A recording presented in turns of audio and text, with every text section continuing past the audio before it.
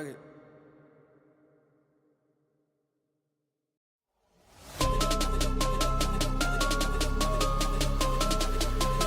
Who the hell can stop me? Go!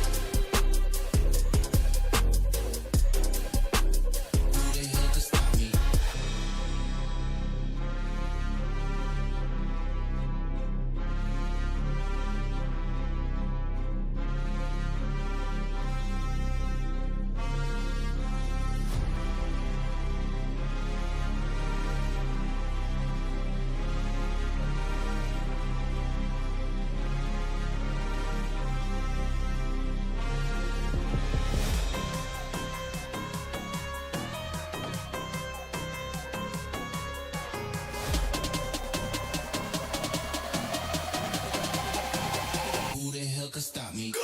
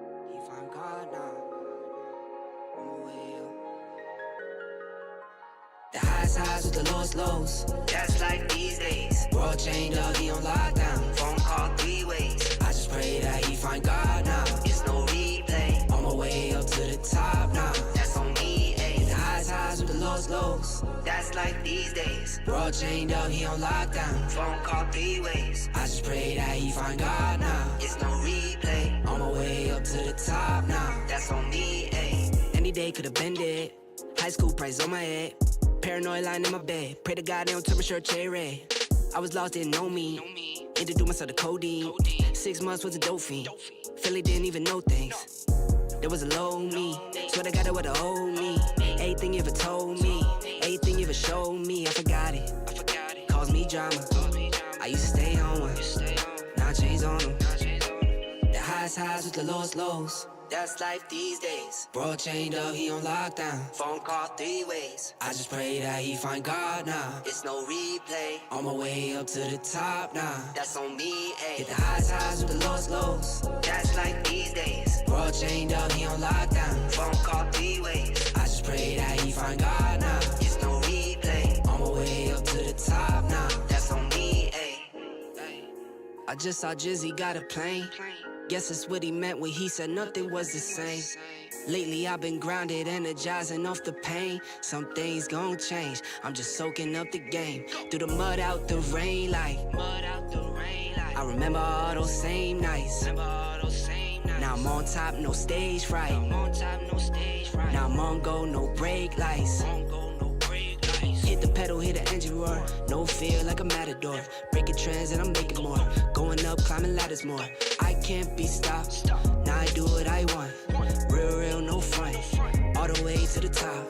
Highs with the lows. That's like these days. World chained up, he on lockdown. Phone call 3 ways. I just pray that he find God now. It's no replay. On my way up to the top now. That's on me, ayy. Hit the highs with the lows. That's like these days. World chained up, he on lockdown. Phone call 3 ways. I just pray that he find God now. It's no replay. On my way up to the top now. That's on me, ayy.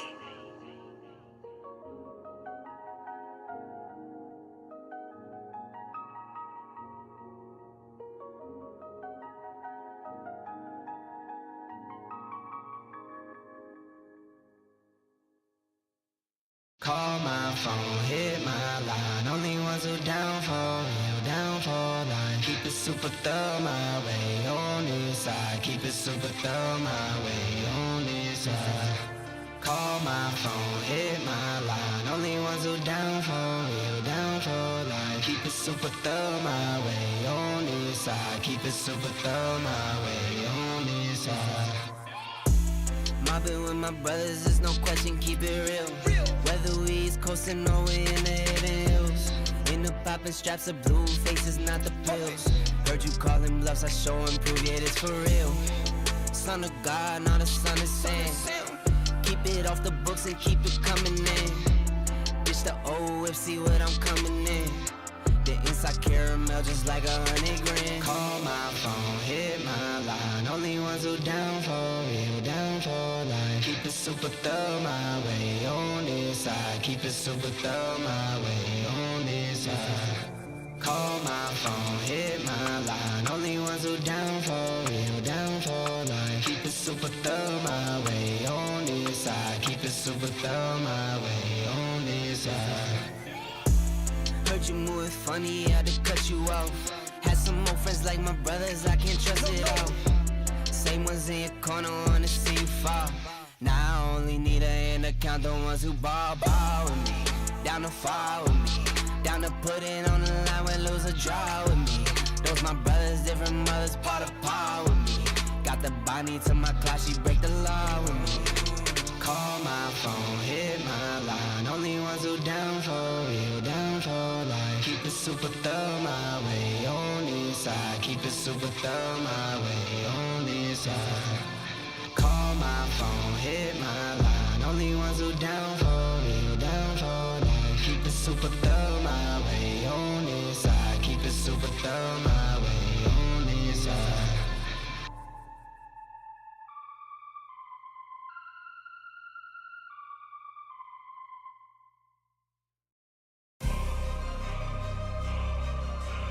Fear none, gotta stand tall too many times. Bust down a new jank up, just too many diamonds. Like, what you gonna do, baby? You too damn fine. Let's run it up.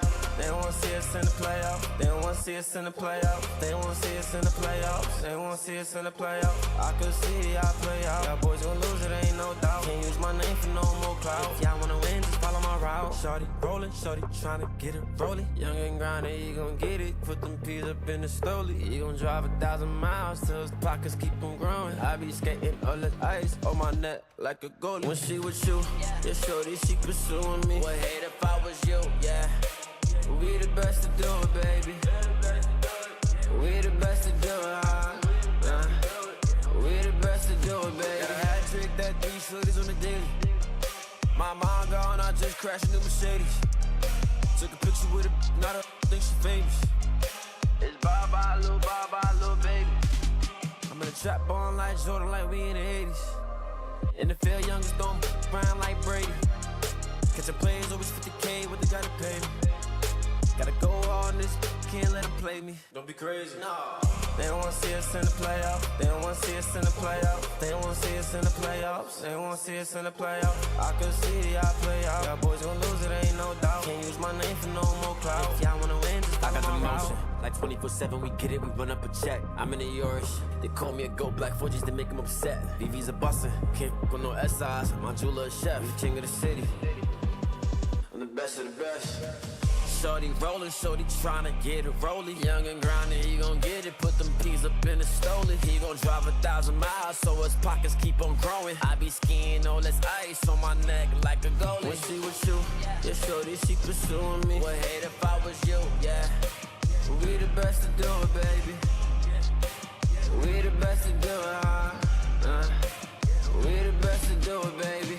They don't wanna see us in the playoffs. They don't wanna see us in the playoffs. They don't wanna see us in the playoffs. They don't wanna see us in the playoffs. I could see y'all play out. Y'all boys gon' lose it, ain't no doubt. Can't use my name for no more clout. If y'all wanna win, just follow my route.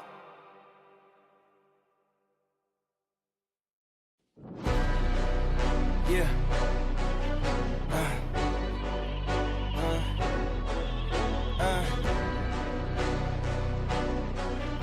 Yeah. Hey, yeah. The jig is up. Yeah. I came too far, I ain't giving up. Hey, I had to cut what was weighing me down. And then when you grow, they say that you switching up here to perimeter. Defending the fort, we crushing the visitors. I got it locked, ain't taking a prisoner. Thought it was sweet until they chin hit with a finisher. Heartbreak, Nikki, I'm voiding the slips. I'm raising the stakes, enjoying the risk. Injecting my veins with ice, as cold as it gets. I live for this shit. Yeah. Die as a legend, I ride with aggression. I lost in the past, it's fine, it's a lesson. I'm loading the clips, I fire the weapons and taking what's mine. It's time for redemption. Yeah.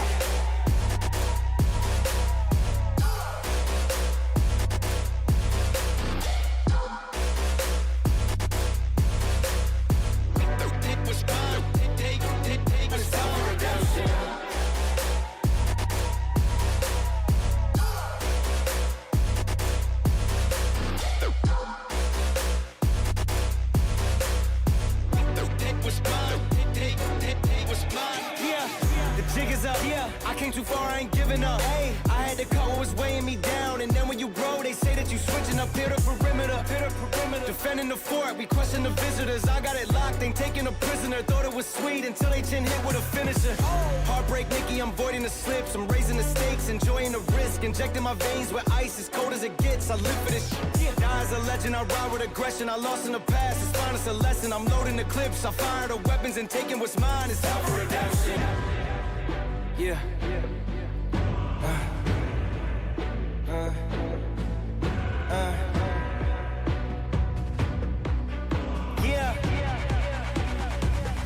Hey.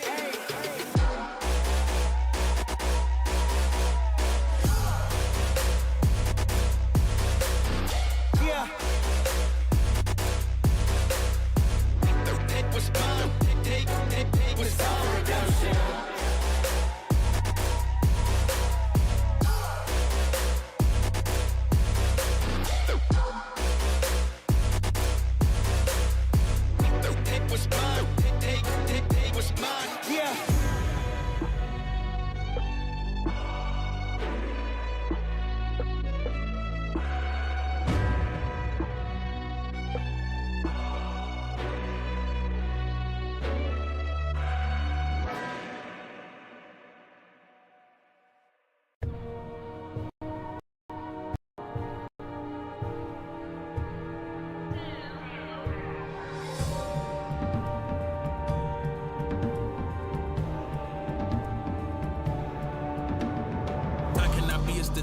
I manifested the motive, the mission. Had got sick of sitting around and just wishing I roll up the sleeves to get out and go get it. Some kept it pushing, some blind to the vision, but I had the key for the doorway existed. Way up the ladder, they can't even fathom the purpose. I'm setting it permanent, infinite. Why you think I had to go and get timid? You can't avoid the future when it's imminent. You can keep the loathing in the sentiments. I'm way too locked in to be giving attention to DUI. I won't stop at the limit until I die. Make my moment in history, remember why you had started and finished it front line. You know, Slim and D militant preach. I'm back off for the call of the leash. Took it in, I adopted the game. I should get a check from the state every week. Work ethic, I climb to the peak and repeat. No burnout, I'm constantly leaking the heat. They sending it, packing it, shipping it, label distributed. I hit them back with defeat. This never stopping the stats off the sheet. I lay all of this on the table. I did all I did for the crown. Can't be nothing less than what I made. They won't give it to you. Ladies and gentlemen, we are at the last 5-kilometer run of the duathlon out here at the MLBB European Championship. It is one last day, one last opportunity to make it into the playoffs. There is a team that is striving to be the first in their group, while there are teams who are still striving to be in that top 3. The dreams of two will eventually come to a halt right now for the season as the MSC wild card slot is up for stakes. It's going to be me, Scared Yet, and alongside me, Zakota, to bring you the story of the evening. My boy, Extremely Slay are going to be fighting again, but this time they've got to face the force of the ball. It's a miracle Warrant isn't here doing this game, but as you said, Balfour are gonna have to put up an extremely tough fight. They are so strong, but let's take a quick look at the regular season bracket because we talked about the teams standing out. Hey, we have Victory Sun Games in number 1, Force number 2, White Army number 3, and you next at last place. Right now, it's rough to be a fan of you next. It is pretty rough, man. The only thing that White Army have got ahead of them was that one game which they were able to steal away, and apart from that, nothing.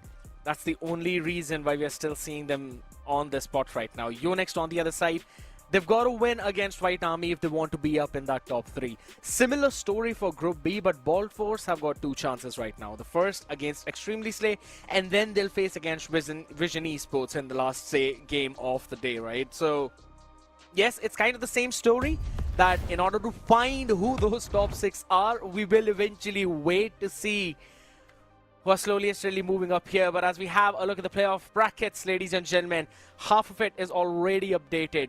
Extremely Slay and VSG being in the round 2. Oh, those are really tough opponents to have in your second game, but in the first matches, Light Cavalry and Boris Gaming will waiting for the 3rd place, which will be decided today. Scared.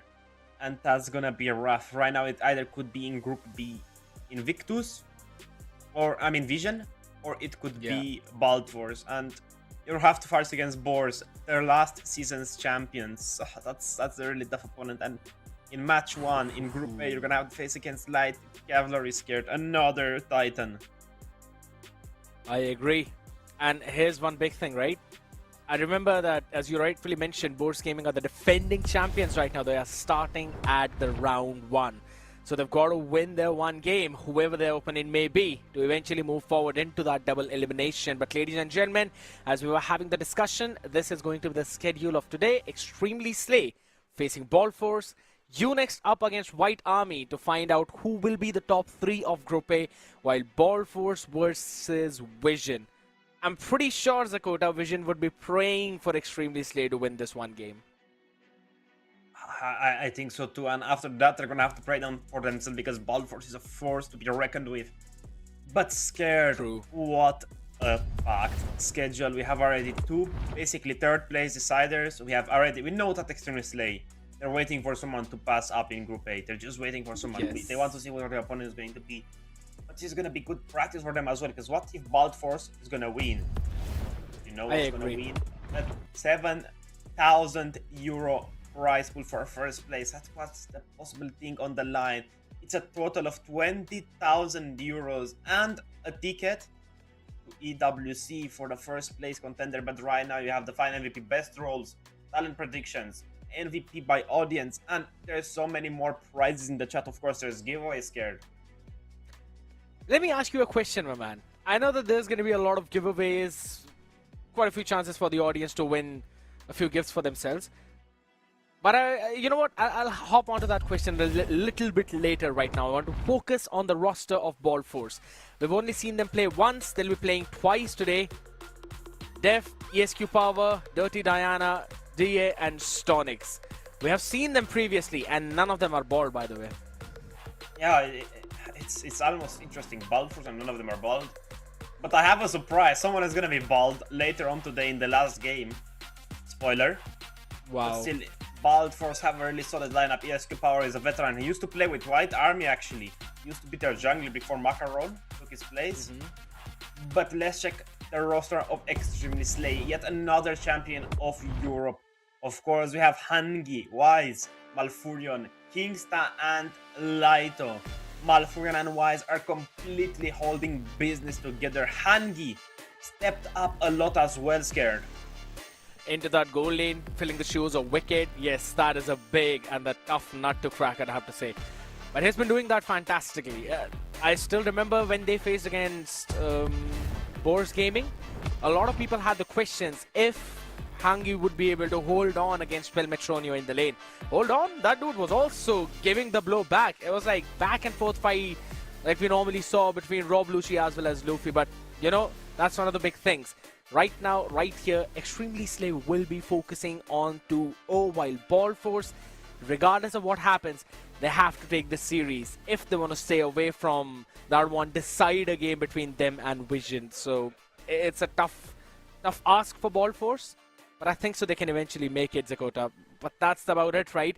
Right now, ladies and gentlemen, I know that we all want to hop into the games, we all want to see the maps, but all of that will show up after the short break. Don't go anywhere, we will be right back.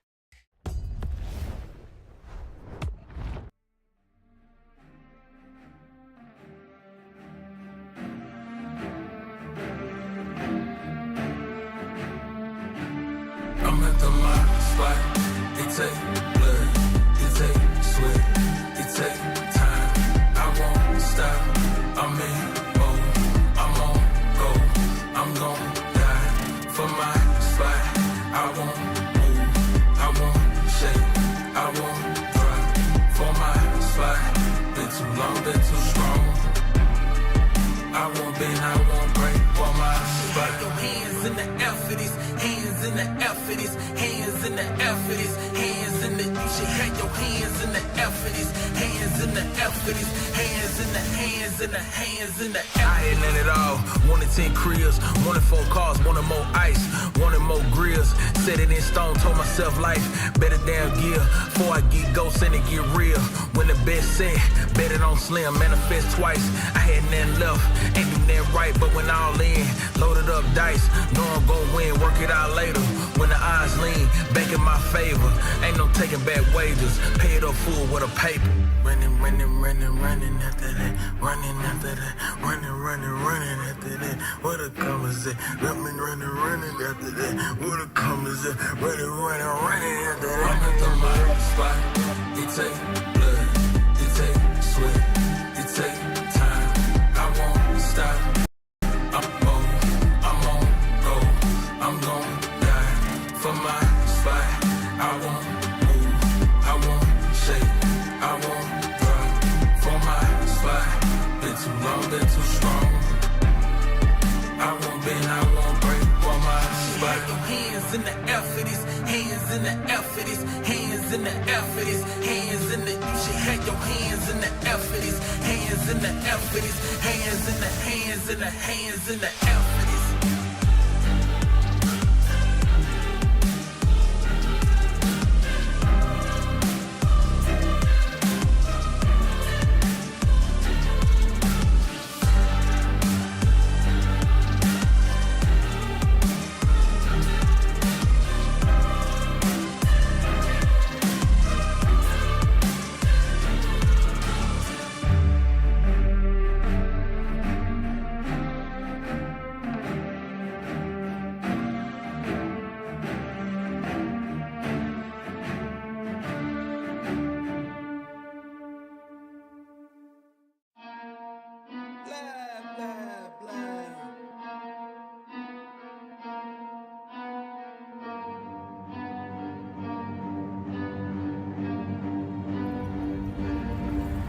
I got problems on problems on problems on problems on problems on problems I solve them. I run through the money, the pressure be calling. Left on my blessings, I feel like I'm falling. The birdie is back, tell me I'm garbage. I'm going through something, that's why I ain't calling. Phone and progression, it's all that I wanted. The phone in affection, I summon and dub it. Cause I got problems on problems on problems on problems on problems on problems I solve them. I run through the money, the pressure be calling. Left on my blessings, I feel like I'm falling. The birdie is back, tell me I'm garbage. I'm going through something, that's why I ain't calling. Phone and progression, it's all that I wanted. The phone in affection, I summon and dub it. Why you be all in my line about nothing? Why won't you go get you $1 or something? Don't hang with it who lying for nothing. I see that we different, you riding, I double. I don't do discussions on bragging about hundreds. Don't go to your places, I know that they sunken. Don't call me your brother, I barely could trust it. I talked to a shorty, she bagging the bucket. And I'ma need all of my dollars on corporate, so hand me the money, I divvy the pie. I'ma give all of my people a portion to build them a fortune. I'm flipping the ride. I can't be mixy when iffy the vibe. And 40 on 50 is really the time. Why is you all on my phone like you want me? Like you wasn't pushing the kid to the side. I don't know if you thinking I'm blind. Cross on my crosses and dot on my eyes. Done with your efforts, I'm dealing with pressures. I know it's a lesson, that's word of the wise. Dubbing the mixes I'm mixing, I know I've been missing. I needed some personal time.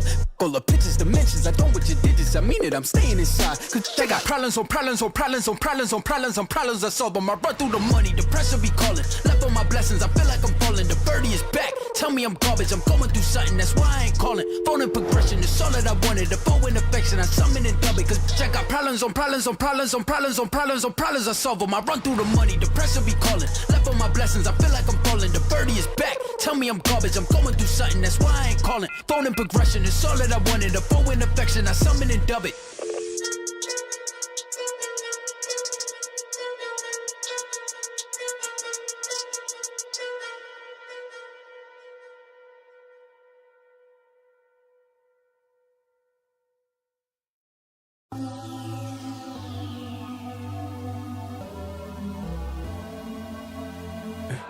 For the record, for the record, for the record, for the record. Been a little too nice to y'all. Now I gotta up price on y'all. Snake eyes on dice for y'all. Shoulders on ice for y'all. 8-6 all the hate.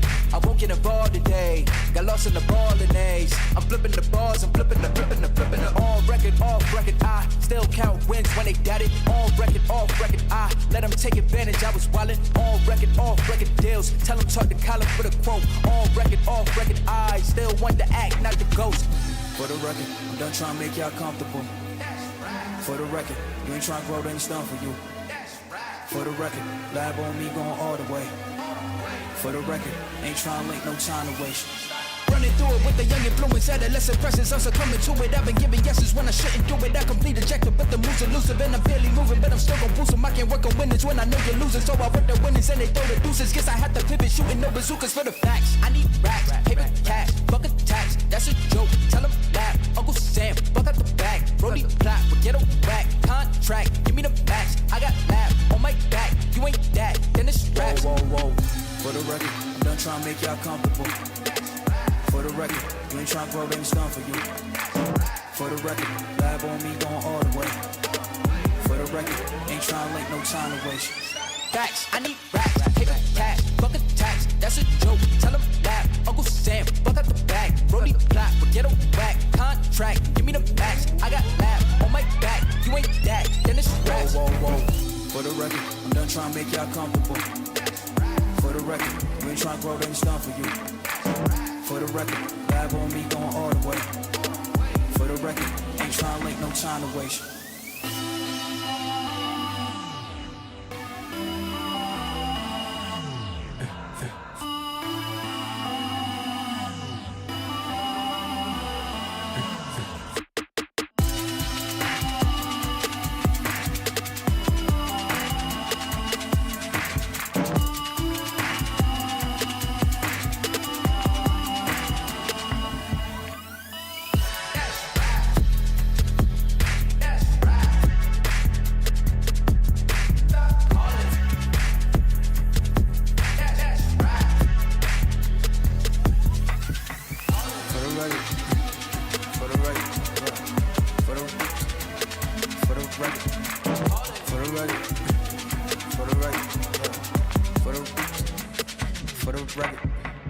For the record.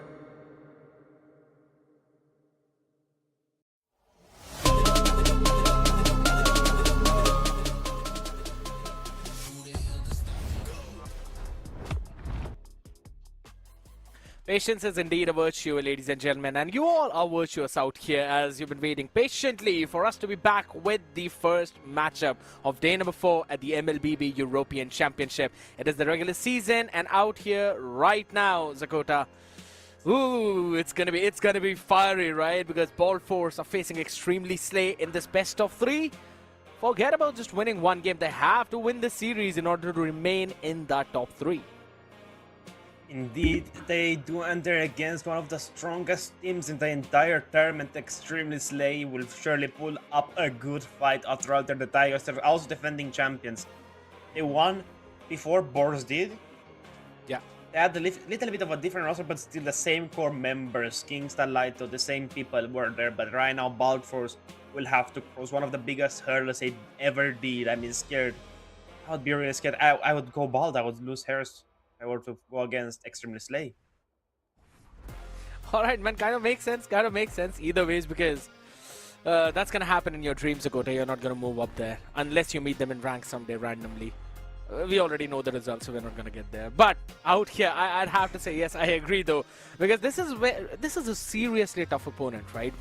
If you look at the draft as well of what they picked up previously, they're not shy with picking away picks like the Gord, going in with the meta jungles of the Leo mod, and some unconventional picks like the Belleric. Like, I did not realize that we are probably going to see that from Kingster when they were facing up against Light Cavalry. Now, those kind of surprises are something that I really look forward to because of the experimentation, but sometimes they bite back.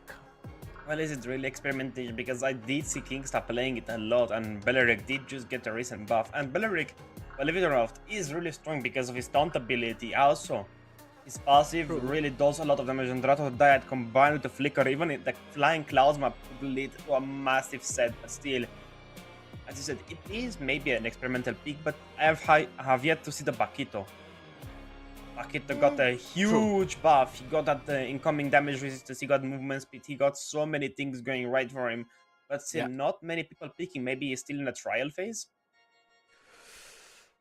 It's kind of like the same thing with those new updated picks out here, right? I think so. It's understandable as well that a lot of teams would want to first fully identify how they want to play Paquito in, because the current idea of that EXP lane is the sandbagging, and it's the playmaking potential by hopping in the backline. It's a ton of mobility. When you're with Paquito, you can actually see him coming from a mile away. So you kind of do understand he can still hit you with the jab, absolutely. With a flicker, he will close that gap quickly and mostly unexpectedly. But at the same time, once that happens, yes, he gets that resistance, but apart from that, he has to go out. It's like in and out kind of hero. Current EXP laners are all in or nothing. I think so that's why it's going to take some time for him to find his groove. I see what you mean, but I still think it's a really viable pick depending on the enemy composition. True. If they have, like, let's say, a squishy roamer, maybe like the Kalea in the early game, he's a little bit squishy, or the Marcel, he's squishy as well. A Paquito would work super nice, just dominate the early game. But still, right now, everything would go because the meta is open, as we said the other day as well. There are so many great heroes that work well, but you know what works well? The draft. Let's take a quick look at how Balfours are feeling. They're a little bit talkative. Die is talking a little bit TSQ power. Dirty Diana as well. And look, Castle. I don't think that's Castle. That's Lito. I mean, you've got Lito, Kingster, I believe. Malfurion, Wheeze, and Malf, Wheeze, and at the end of the Hanji, it's understand. It's happens. I think they like Castle a lot, maybe. Yeah, I want to understand, but why Castle? We do know them to be pretty fun-going and fun-loving people, right? So they end up doing stuff like that. But why would be that? It's a bit of a question. But there is something for the audience out there that's pretty good, which is going to be the lucky box. You can type !lucky box in the chat and simply join the giveaway. The winner will be announced this Sunday after the final match, basically after the match of Balfours and Vision. There's also a clip farming challenge that's been going around, right? You can simply create a video from our tournament on YouTube, TikTok, or Instagram, and you can win around 1,000 diamonds. Simply reach 10,000 views with search branding visible. Good luck. And also, Zakota, since all of these things are going on, you cannot forget about MLTV, right? MLTV.gg displays every single stat of all the events that are happening across Europe by Surge Europe themselves. So make sure you do check it out. And if you want to know more about it, type !MLTV in the chat. There's one thing, Zakota, that you need to join, and that's get to the Surge Fit Club. What? Both of us. Come on now, let's go back in the broken walls. That's Ikshad there. That's Ikshad there in the picture. Yeah, broken that's Ikshad. That's and Ikshad. in dangerous grass, it is Yin. It is Yin. Yes. How did you get that confirmation? I just know. You did not get any kind of confirmation, did I you? just know it is. Prove me wrong otherwise. Sure, bro. I'm not gonna prove you wrong on that. Did you hear the voice of the god saying it is? You heard it. I did not. You're a liar. You're a liar. The Guinevere got banned out. Freya as well.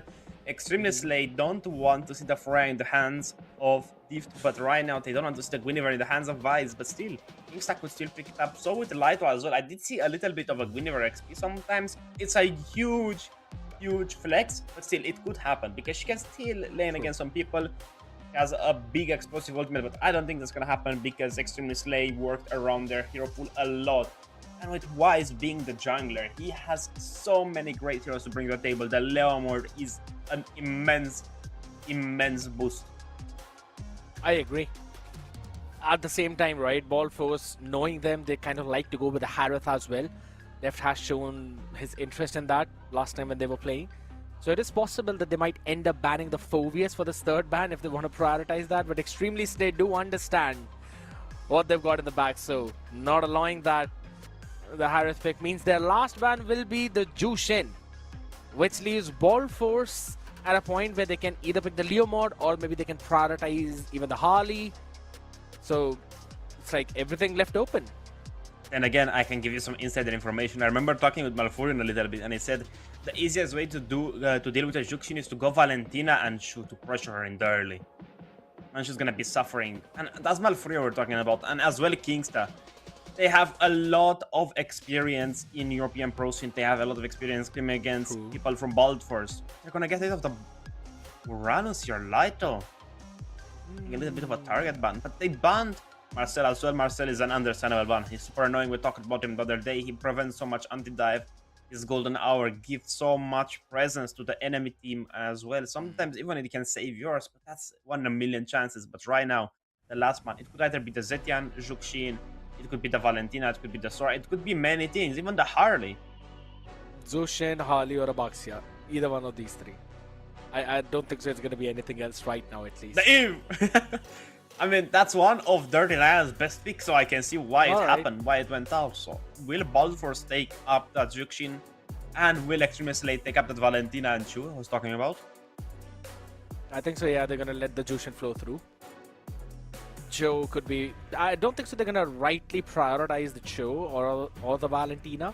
Maybe, because again, you'd rather want something flexible up for the first pick, and maybe you try and prio Hanji there.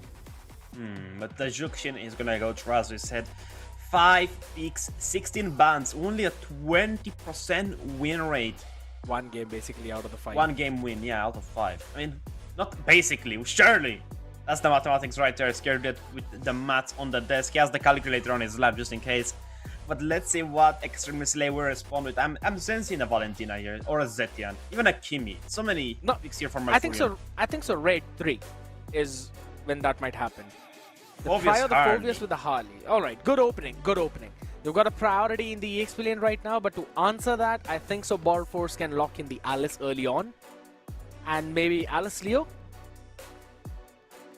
Glue Boxia even. Okay. A lot of magical damage, but I like the response from Light. I mean, picking up that Phoveus early on denies the possible Leomord pick, denies some assassin picks as well. But the Boxia is gonna do just fine because of the anti-heal that applies with his passive, and as well the 30 SPC, and just give him that extra boost. And as well, the Gore picked up by Malfurion. I mean, it works well with Harley's Deadly Magic. You have a long Mystic Gash just to try to beam them down. And as well, it's gonna add a lot of damage to the Mystic Gash, to the Deadly Magic. I agree.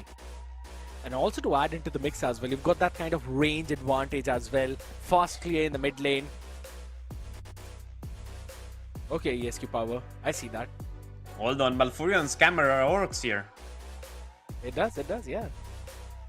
Though he's on the extreme left. Yeah, extremely late. Half of him is sitting in Weeze's room. Why is Light aura farming still? That's Lighto, bro. I mean, he will aura farm. That's who he is. He was aura farming max on the Uranus that eventually Ball Force banned it out. Oh, it's the pride coming in from him, but right now they're gonna ban out the Alice. But still, Dai could swap with Stonix for the Glue on XP. Even if it's not that great against Lighto, it still could work. But they're gonna ban out the Kalea. They don't want to give another source of pick off for the carry possible pick, and as well as gonna work well with the Deadly Magic. Is the draft boring? You scared? No, here's the thing, man. I have less oxygen here, dude. I have less oxygen. Because the main thing is... No, first of all, yawning is a process where your body needs more oxygen. I lack that in my country. You're You just should know tired, that. man. But out here focusing right now, here's the thing. Ball Force have locked in the glue and the Baxia, right? If they put the glue in that EXP lane, that means the entire lineup will be really tanky. Because you're really not going any kind of utility roam at this point, unless it's a surprise Mathilda pick. But that would also mean that they will lack a lot of damage. So out here right now, I really want to see them put that glue in the roam position, which would also make sense with the banning of the Kalea too. And that means on that EXP, you can go something that can do a decent amount of damage. So where Extremely Slay have banned the Alert, but there is still a Yuzhong open. And Stonix can basically rock that, especially against Malfurion. We're forgetting the Lapu Lapu as well, but the Beller got banned Lapu. out. They don't want to give it to Kingstat. I saw what it did the other day. Lapu Lapu is True. open, and I said the Yuzhong. The Paquito is still open, and he would be great here. Believe it or not, they have a lot of front line. They could go for Malfurion, they could go for Kingsta. And Hangi as well, the Paquito would fit in really well here, now that I think about it. He would not lane against Mobius that great, but I think he has the advantage in the early game, as Defi picks his signature Moscow, and what is Stonix gonna take? There He has should be an EXP. a few choices here. Lapu, Yuzhong, maybe a So- CC. CC, I don't know about it. It's not that I mean, great against a Harley. True, but at least against the Phobius it is. So you can kind of try and keep Lito at bay. Because that is one of the win conditions when you're playing against Extremely Slay. You do not allow Lito to do his own thing. You stop him before he can actually get that level 4 and make his move. So that could be one way of looking at it. Otherwise, yes, it's the usual suspect like you mentioned, the Lapu or maybe the Yuzhong. Yeah, And it is going there to be it the is. Lapu. Lapu Lapu is still Yeah. gonna be good against Malfurion, against Kingstar. You can catch them with their pants down, but still, why is gonna go for the Leom or this? I mean, what is it's a Kingstar gonna Kingstar pick? roam. It would be really fun if there was gonna be It's a Khalid. Harley roam, but still, Khalid's gonna get picked up. It works really great against What roam? Hekulu. Wait. Khalid. You're not getting away with that. You're not Khalid. getting away with that. Repeat. No, you said Khalid. before that. You said something Harley before roam. that. Yeah. Yeah. What? Huh? It could be fun, bro. It could be a Harley here. Roam could be like dangerous, bro. Think about it. Malfurion is gonna get them stunned up. The Misty guy is gonna come through. You can just see Kingstar rolling through them, and as well, you can put this Phobius on the jungle. Zedel told me one day, Zakota, you should try Phobius jungle, and I didn't. It was the best thing ever. You should ask my friends about it. But right now, ladies and gentlemen, after the draft was finished, look at the blue side. They're having a little bit of a better scaling, but we're getting ready to load into the game. 4 flickers for the side of Bald Force, and of course the retribution for the Baxia. 3 flickers, 1 purify. Hangi playing it a bit safe. Yeah. Understandable as well, considering the BMI already gives you a lot of mobility, ladies and gentlemen. We already saw the scaling, we saw the tankiness, and we know the win conditions are set up out as we move into the Land of Dawn for the first time this evening. It is the MLBB European Championship regular season day 4. Ball Force facing off against Extremely Slay. Right now, I was just fine to see the talent prediction, and there they are. Everyone Wow. voted for Extremely Slay, powered by Runestone. Like, not one vote for Bald Force.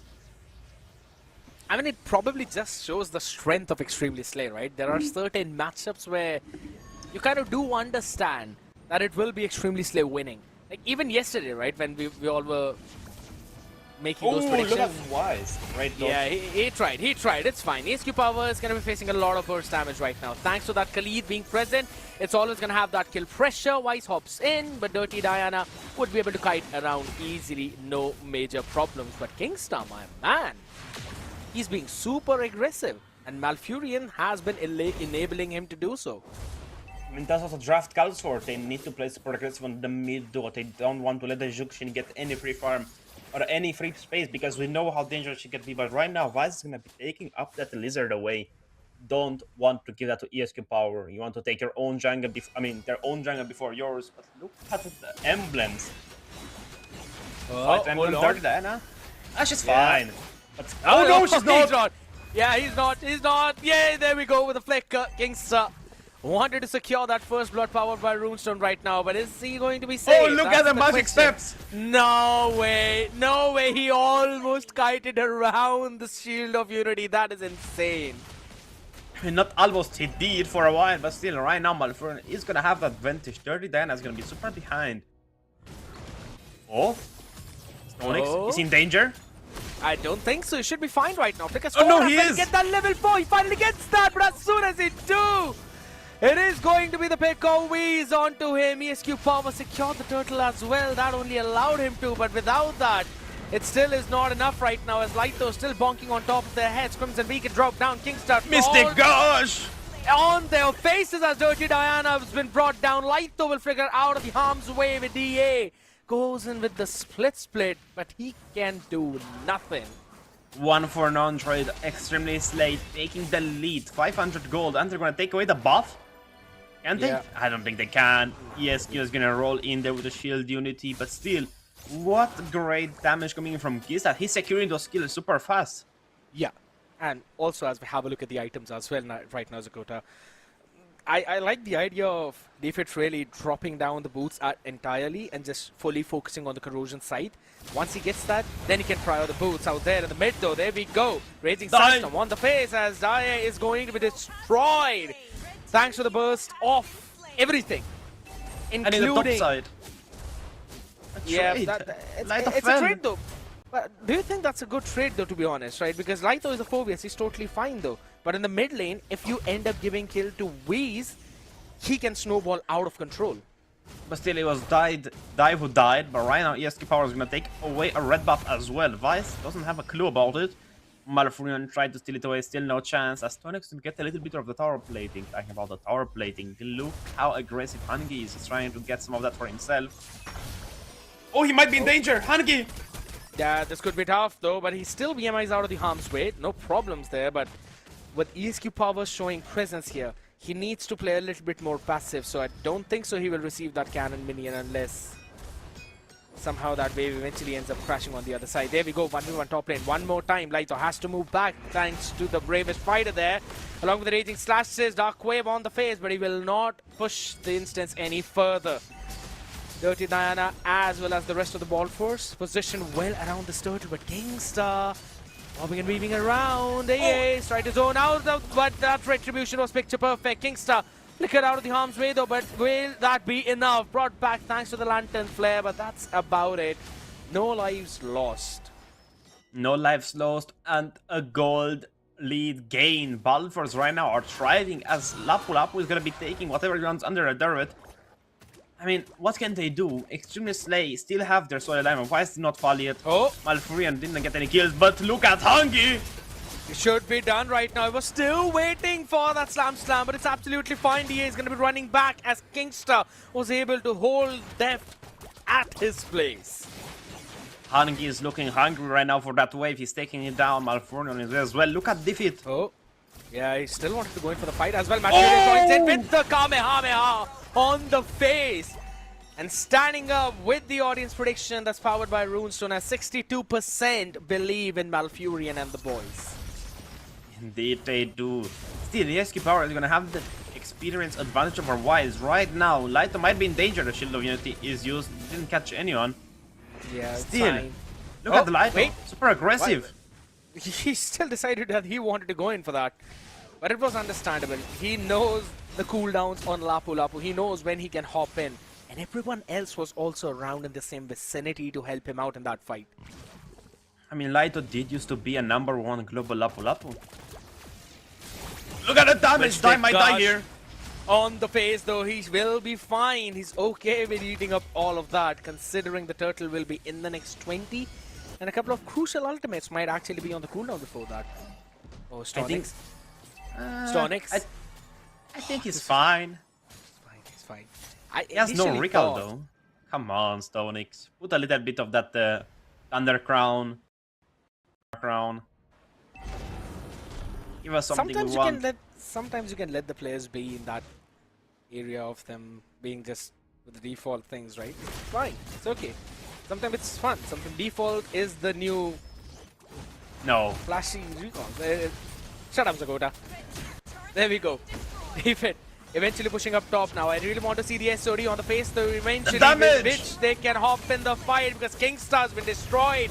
Utterly that too. Lito still face tanking. There we go. The SOD connects. Backline open. Defit He was able to get one. Turtle yet again taken by a ball. Look at the They finish will there as get well. every single one of them. Make it a triple kill.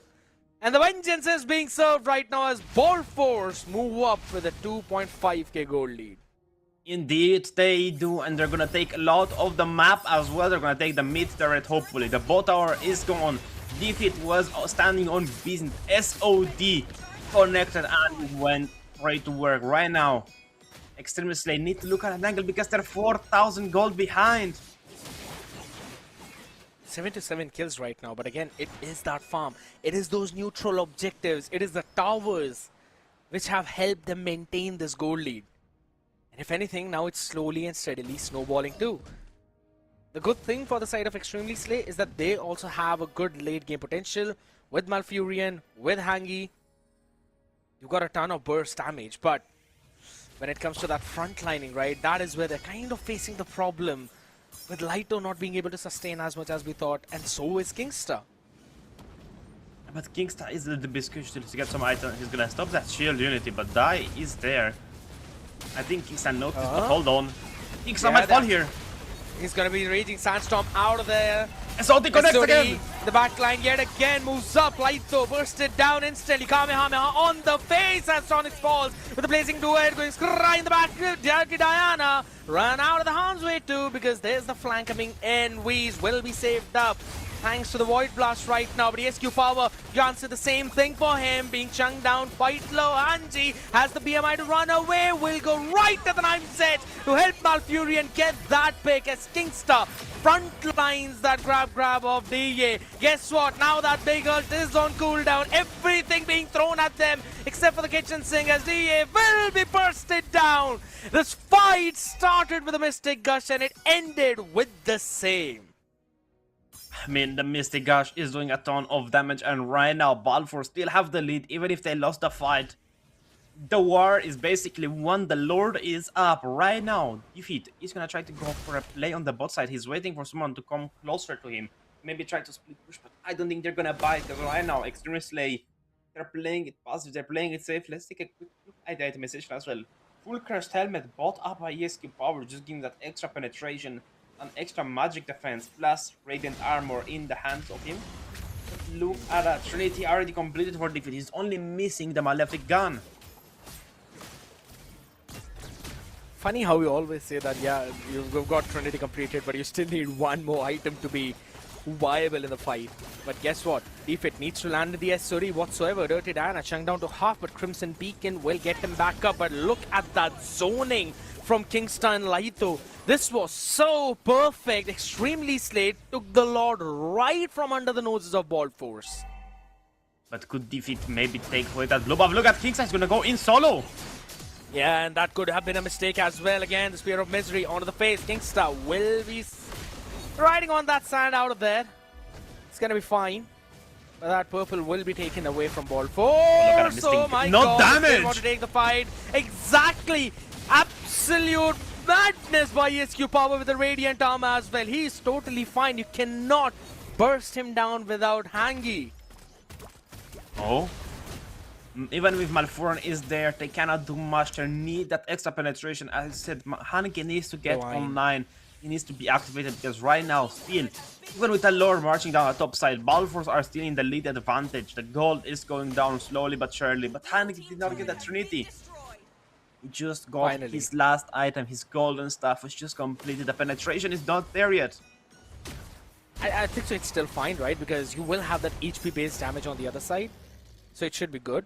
And also considering now they're going to be targeting those tier 2s at least down bottom, it is going to decrease that goal lead and also get some in the hands of Extremely Slay. So all of the items which were lacking, now they can actually get them back. But look at these. Yeah, I don't think so you can fight this. Oh my god. Oh, he is just getting spotted out of there, but hat tricks to safety. Kingsta, a little bit too ahead right now. Stornix is going to stop him in his tracks with a land shaker now with the raging slashes. Lito will be his next target right now. Onto the face as well. Jumps in. Will be brought back thanks to the grab as Defeat gets that pick. Hanji out alone. It's not how you should play on this Claude. Oh, he tried that 1v5, but man, oh man. He is squishy. Indeed he is, but so is Wise, who's right now trying to go for a split push on the top side, but right now his mid tower is under siege. Will be... Is enough? No, it's not. Just Nope. enough. I mean, siege was enough.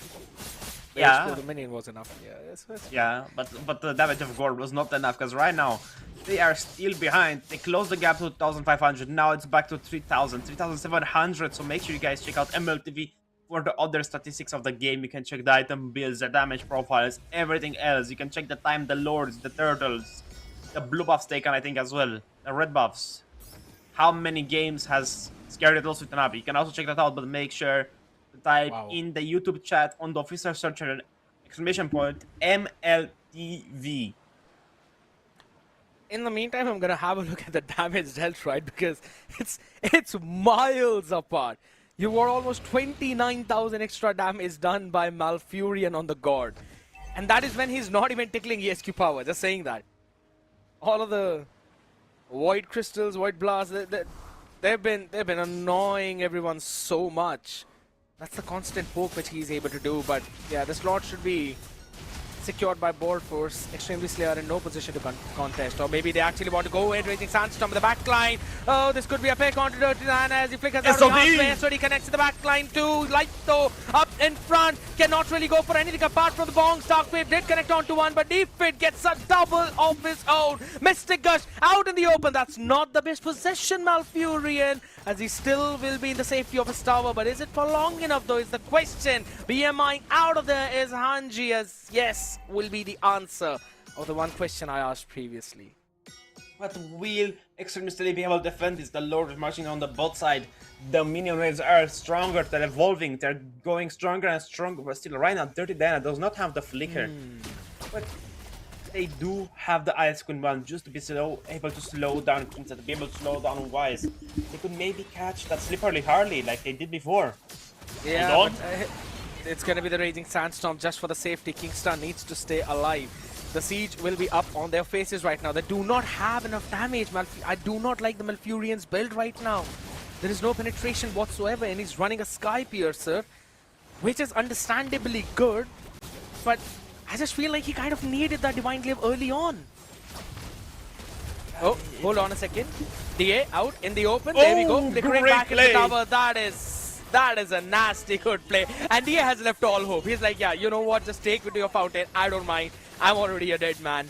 Hopefully my team will be able to get the tower though, and they did get that inhibitor in the bot. Even then, still, Wise was the one who got the kill, not Hangi. Interestingly enough, but still, right now, Yeah, because here's the thing. 6,500. You cannot hit a glue that's on top of you. But I thought the Blazing Blade could, you know? No, you cannot hit a glue if he's on It top would of be you. really funny if it could. It would be one of the best picks here. You just go glue, jump on Hangi, the Blazing Blade is gonna just kill Hangi. Yeah, exactly. Look at Rikal, so much better. Lighthouse Rikal is so much better than Stonix. That's why Extremely Stay should win. But right now, Hangi is so close to building the penetration. So is Malfurion. Whoa, hold on. Defid has gone in for a Hearth Claw as the last item. Interesting choice. Yeah. Oh no, Kingstar. Kingstar should be fine though. He actually goes in ahead with the Raging Sandstorm. Look at him. Look at him. He can actually catch Defid in the backline though, but they're still being protected from every single front. Wise. It's like a... Oh, Wise. He has the hat trick. Should be A-okay. SOB! Maybe not! On the face as well as he still tries to kite it around thanks to the dash where Kingstar could be out in the open, but there we go. Placing right in the face thanks to the Winter Crown, but everyone was able to kite away from it. Stonix can catch Hanji on the back. No bravest fighter available, but the flicker and shaker lands in perfectly. Malfurion will fall as there's no one to save his life. And Kingstar, all he can do is show that emote because nothing is clearing the way fast enough. Except for Board Force as they take this game number 1. I don't think anyone thought of this outcome. I don't think anyone voted for this. I mean, they did not. Not even Warren. Yeah, all the predictions have been thrown out of the window. They have been. Extremely Slade didn't slay that great, but still Balros are gonna take the first game of the day. Could they seal the deal? Because right now it's gonna be match point. Balros have one win over Extremely Slade. This is rarely happens, and only when it happens is Boars. Boris took a game against him. No, that's against Yeah, PSG. I'm not PSG. thinking correctly. It's Yeah. okay. You're tripping, Sakota, you're tripping. You confuse me. It's okay. What? I did not even say a single thing. Exactly, that's the point. You didn't say anything. You didn't try to correct me. You let me believe me that I'm right. But still, right now, as I said, you guys should check out MLTV to check out the statistics of the game. Something we didn't go over. Maybe the damage profiles, everything else. Scared yet the losses against 20-star players or like 1-star players. Only Scared yet could do that. But right now, let's check the MVP and his desire for defeat. He did so much work with that Husky class. He was just getting so much alive still. I'd have to say, one of the most bold ideas by a Moscow player to not go for a Wind of Nature, considering there's a Claude on the other side, there's a Khalid on the other side, as well as a Phobius. And there is a reason why that man was the rich guy, getting the maximum goal in this entire game. 16.5 minutes in, and he had 14,000 gold. Sold the boots for an extra item. With the Rose Gold Meteor, he had that extra bit of shield too. And look at that, Master Assassin. That is one of the reasons why he was also able to hold on his own against the lane in Hanji. Even then, Stonix did such an amazing job. He solo killed Lighto multiple times and no one could take down that Lapu Lapu. Same, Dirty Dana just went in with ESQ power and they just took everything out. They took Kickstart, they took Lightheart, they took Malfurnier. The Voice as well got tagged by the Shield of Unity and as well they just landing the SODs. It was so great. I agree. Man, look at the highlights, Scared. It all started up and we could clearly see that Bot Force has a clear-cut idea of what they want to do with the draft. And I think so, I'd have to say, Dirty Diana on the Jushin, he was playing really good. Always kiting around perfectly. You could really not catch this Jushin whatsoever. And whenever you thought you did, yeah, you were eventually baited in an awkward spot because you always had the Flicker, always had the Crimson Beacon, knew when to go aggressive. And all in all, it was a problem for Kingstar in general, right? Because he was not able to have as much impact as we kind of expected him to have. Indeed, I mean, I agree with you, but still ESQ Power did so much. Look how much he's tanking from Hangi. It's like he's healing him. The Sky Piercer took him down finally, but still Kingstar was taking so much damage. And then the Sandgar came back last second and the passive of Dirty Diana was not up. The Butterfly Goddess couldn't lift him up anymore because the sand, you know, was a little bit too heavy for those dead butterflies. But still, Bald Force, after they got the goalie, they never lost it. Not once. I mean, I believe they had the goal lead right from the get-go, right? Because they were able to take that first turtle, get the early view picks. The only point where we actually saw Extremely Slay maybe win convincingly was that one fight in the bottom lane where they had the numbers advantage. And apart from that, nothing was happening. And I think so you pointed out that correctly as well in the mid-fight, right? Hanji had no damage. He went in for the Enchanted Talisman. And I think so, I don't know, man. At that point, you kind of need the third item as the Divine Glaive, considering there will be early Radiant Armor on the other side. Regardless of having those Chastises up on the block as well, just for the threat of a Claude. Because, let's be honest, Claude needs Trinity to get activated, which will take time to build up. So, for all the people who are basically frontlining, their first priority becomes a Radiant Armor, since there is already a Harley in the jungle in the front line and also the God. So I think so there should have been a little bit better itemization. But here's a question for you, Zakota. What do you expect from MEC/SVC in 2027? You talk a lot about the future. This is your question now. I mean, what do I expect? A lot more competitive teams and a lot more sponsor, I think, would be great. Would give a lot more chance to this player, because most of them still have jobs. They still go to school. They still have a lot to take care of in real life. So with an org backing them up, they're going to have a lot more free time to practice, to get better and better at the game. And I think that's going to make them even more competitive and better to watch. And now, there's my expectation. I think so, instead of the wildcard slot, main stage slots. For both. You're just speaking of the easy parts. That's the easy part. I mean, I'm just giving the answer to easy peasy. Easy. That's what you had to do. He's not gonna care. He cares about the drama. Obviously do. Shut up, He knows Zagoda. what he wants, and he wants you don't know a about break A short one at that, ladies and gentlemen. We're gonna be right back.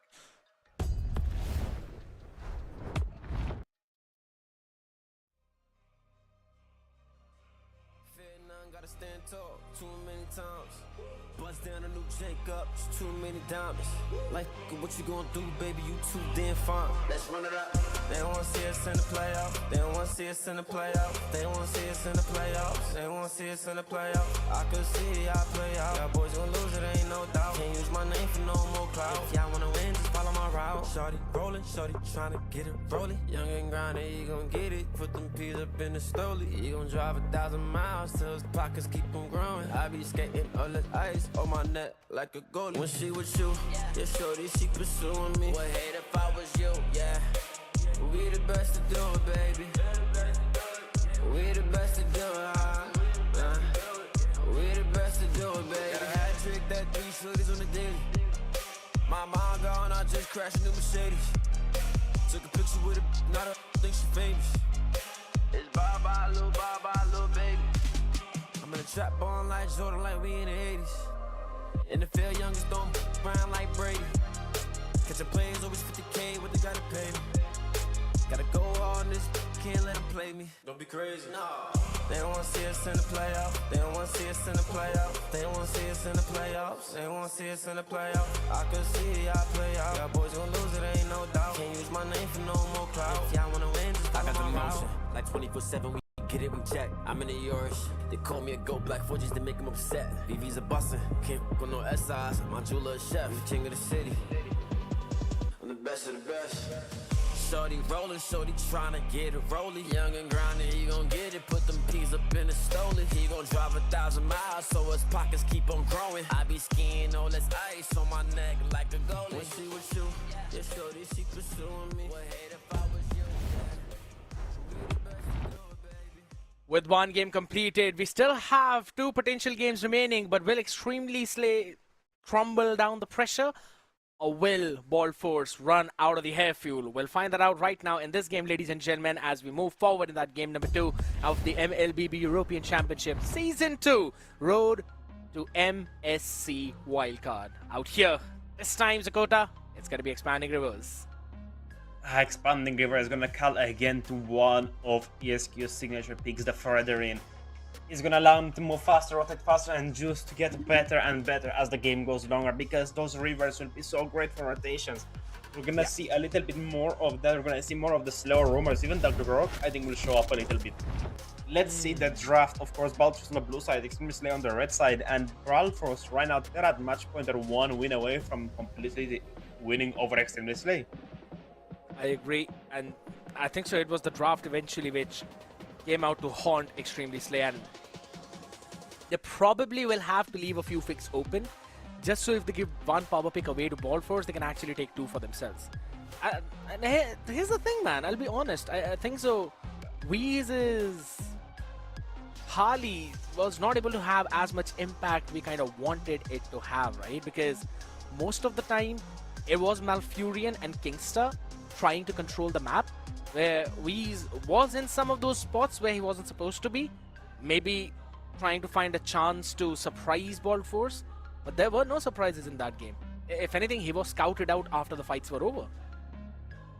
Yeah, I agree with you, but still, right now, it's still Extremely Slay at the other end. They still have to deal with a really tough opponent. The Tigers could really bounce back.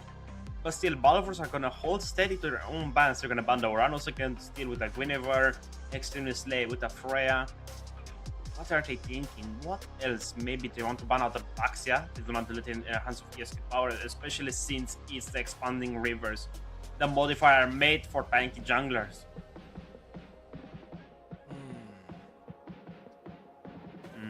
I think so. It's going to be a choice between the Harathon and the Jushin. I think, Extremely even though Slay it's will Zuxin have again, to just do ban the Baxia. ESQ did so much work with it. That is also true. But here's the thing, right? You mentioned it yourself. It is the Expanding Rivers. So if you ban the Baxia, there will always be the Fredrin on the other side. So you have to pick your poison. And I don't think so. Jushin is worth giving away as well. Dirty Diana was pretty solid with that pick. Wallforce will ban away the Harley though on the other side. So Weeze is not going to get his hands on that. I mean, a lot of picks could work here, as you said, Scared. If they ban the Bakti, the threat from a line, even the Barats on mid will work here. But what are we thinking? I mean, Who on mid? Barats. Believe it or heard you not, the first it time. works. I heard you the first time. It works, trust me, it works. I checked it on myself. It works really great, believe it or not. With the glue on the roam, you can just pull them with a grab towards the Barats ultimate, but the Backside didn't out, as I said. And I think they're gonna just pick up that 16. It's gonna be working either way super fine, or even better yet, they're gonna just let ES Power hop on that Fredder in early on or trade it. It's hard because the first pick, if they were maybe on the responsive side, it could do a little better, but still, Dirty Diana, aka Kura, needs to go on that Jukshin. I think so. That could be the pick. Or also they can try and prioritize maybe the Phoveus, and then deny the Harith on the other side. That still means the Jushin would be left open. So yeah, I think so. Prior the Jushin right now, and then move forward with the draft. But it is possible that Extremely Slay might lock in the Harith along with the Phoveus. That's true as well. I haven't considered the Harley being left open still. I think the Harley was maybe a mistake man coming in from Baltford, so letting the Harley go, especially in the hands of Hangi. And they're gonna pick up the Eve just to counter Dirty Diana. It's a 67% win, 6 picks, 16 bans. 6-7. What? I said 6-7. Yo, I heard you the first time, you didn't repeat it, okay? I think we're a little bit over at it's 2026, you know, it's April was last month, you know, so just keep that in mind. It's alright. April was last month. If you want to make a prank. Focus on the picks. Focus on the picks. I'm not making. Suyu getting picked up here with defeat on the Claw this time. I do like it because now there'll be a lot of pressure on Malfurion. But then again, Hangi is on Harid, so ESQ Power is gonna feel the decisions and the chrono dashes, and as well, if the Xenon Force gets popped down, he's gonna get chased to the ends of the earth. But Kingsta is gonna pick up that Leomord for Wise. Still, Leomord could go in the XP as well. It could happen. Trust me. But still, I don't think it's gonna happen here today. Breathe, my man, breathe. I'm breathing, don't worry. There is enough oxygen going up there, but still, right now... Do not step in the kitchen, my man. Do not step in the kitchen. You're gonna burn the whole place down because you're not cooking. I'm cooking, bro. Don't worry, man. Don't worry, bro. I just want... I don't want to say let him cook. You never know. It could happen. Yeah, have you never seen... It's like seeing a Suyu on the XP. You could see a Suyu on the XP. You heard Lord Jen the other day. Suyu EXP, alright. Suyu EXP, alright. Understandable, but it will not happen. How is it understandable? It could happen. Wait, ban out the Lucas. I mean, I did think about it because the Marksman Emran is extremely good on him. With the recent buff to it, you get that extra penetration as well as really good on so many other heroes as well. You could see it. I tried it the other day. I was thinking, Suyu with Marksman Emblem, what about Lucas? You know, what about Naruto? Yeah, I mean, I believe it was the last time when they picked it up against Light Cavalry, if I'm not wrong. Or did they not? I do remember Lucas being picked up, but was it by Ball Force themselves? I think so. It was. Not. Wasn't it? No, I don't think so. Yeah, pretty sure it was not, but still, the armor's gonna get hold banned on a second. Yeah, I mean, Stonix has picked up Lucas in some of the scrims probably. Maybe some of the scrims thingy happening here right now. Extremely Slay kind of reading into what Ball Force might want to go in. So, it is one of the comforts of Stonix. That much I remember. Now with the Lapu gone as well, they kind of want to force him on a Yu Zhong. If that happens, it's going to be... Paquito or Aulus would work here on the XP. Not the Aulus. Lighto gonna pick up the Alice for the big AoE turn of Ruin. What is Stonix gonna respond with? What? I just said and as well die. They're gonna take because the Ron pick is hidden and they're gonna take away the Beleric from Kingsta. You played it last, we're gonna play it now. I mean, Beleric is a really solid pick here. You can put them away with the Wrath of the Dryad into that big stun coming in from Dirty Diana. You can just pull them to the stun themselves. You can just taunt them away. I agree. It's gonna be tough for Hanji as well to move around with his Armored Force, knowing that there could always be the Wrath of the Dryad drop down. Plus, it pairs up pretty well with the Blazing Duet as well. And if anything, Malfurion is even in more trouble right now because that He's immobile whenever he hops in with the RWM. It's a CC though. All right. I mean, it's good. It's like, remember that old combo with Gatotkacha CC? I think that's what they're trying to go with Rat to the Dryad. I think so, yeah. It kind of... It is understandable. It might work. Plus, also, it wins Tonix the lane against Lito. But you know, there was a thing I was thinking about. Extremely Slay have two really good mages on the team. They have Origami and they have Malfurion. But I think Malfurion right now is a little bit more aggressive and is more fitting of the team. Because Origami, you know... he's been trash talking me a little bit. So I said today I'm gonna just give him a little bit of a warning. Because I'm not seeing him on stream, bro. Where are you, Origami, you know? Come on. A friendly banter happening between the boys right now, but... Here we go, Zakota. You were talking about the Gato and the CC combination. Guess what? Even a better combination, Gato as well as with the Eve in the RWM. You also have the Thorn of Ruin coming in. That is a lot of wombo combo, a ton of slow as well with the Zaman Force, and then Reese just for that cleanup duty. This is a really solid draw from Extremely Slay. Ball Force on the other side will be highly dependent on the Rat or the Dryads from DA, as well as Tonix and how well he lanes against the Alice against Lito. So they have to buy enough time for the Claw to actually complete that Trinity, ladies and gentlemen. And that is going to be it right now as we move in the Land of Dawn. It is 1-0 in favor of Ball Force as they slowly and steadily creep up into that leaderboard. But can they win and close it out 2-0 against Extremely Slay? Or will it be Extremely Slay starting a big comeback? We'll find that out right now. Indeed we will, but before that, let's take another look at the talent prediction to see everyone who was wrong, and that's all 5 of us. All of us. All of us. Hello, yep. Not one, thought, yeah, Balfour is gonna take one game, but look how aggressive Kingston is. Oh, can he take it away? No, he's not gonna do it. ESQ Power gonna use that retribution. Better safe than sorry, but still Lito. He is owning the lane. As long as he has the minions around him, he'd be able to heal up more than the amount of poke which Tonix will be able to deal. So overall, he will be able to clear the lane, but alright, they stole away the Bear Camp as well. That means ESQ Power will have to rotate all the way towards the Gargoyle to actually get that level 4. That's true, but look at the skin for Leomord. I cannot wait for it to drop again. It's such a cool skin. Man, the ultimate is so great. Do you remember when it first launched? But wait, ESQ Power is gonna get the first blood, taking down Hangi in the first minute of the game. Scary. I just caught up by that beautiful skin, and still fine, right man. now. Wow. Oh. I think it's just my love for Leomord. Understandable. I believe that's the Abyss skin, right? If I'm not wrong. Yeah, the Abyss skin. Exactly. Abyss skin. I know. It looks really cool. But out here, this is one thing which I kind of expected Hanji to know as well. That considering Extremely Slay were able to steal that bear, the rotation will come down bot towards that Gargoyle. But he was eventually caught lacking there. Also running with a Purifier thanks to the Rat of Riots. He will have to play it safe. But Weeze is there up top. I don't think much is gonna happen. Just a really fast clear for Rito, but right now the turtle dance is going to begin. Yes, Power with a little bit of a pull coming in from the Quiver.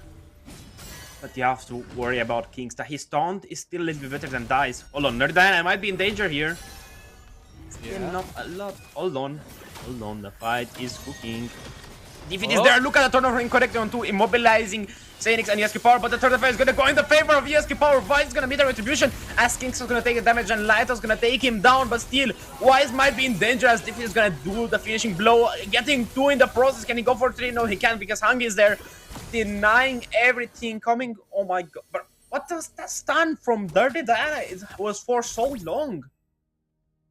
That was again the pickup by the Lantern Flare. And I'd have to say this entire fight got converted in favor of Ball Force thanks to that big rotation from Deep Fate.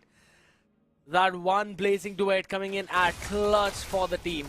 And is also rushing into that Demon Hunter sword right now after making the crossbows. So you know he's going to be hitting like a truck. And Hanji, I believe, did not really have that 30% CDR during the fight. That's why as soon as he dropped down the Zaman Force, he still was not able to get those dashes across the board. He He had to slow down.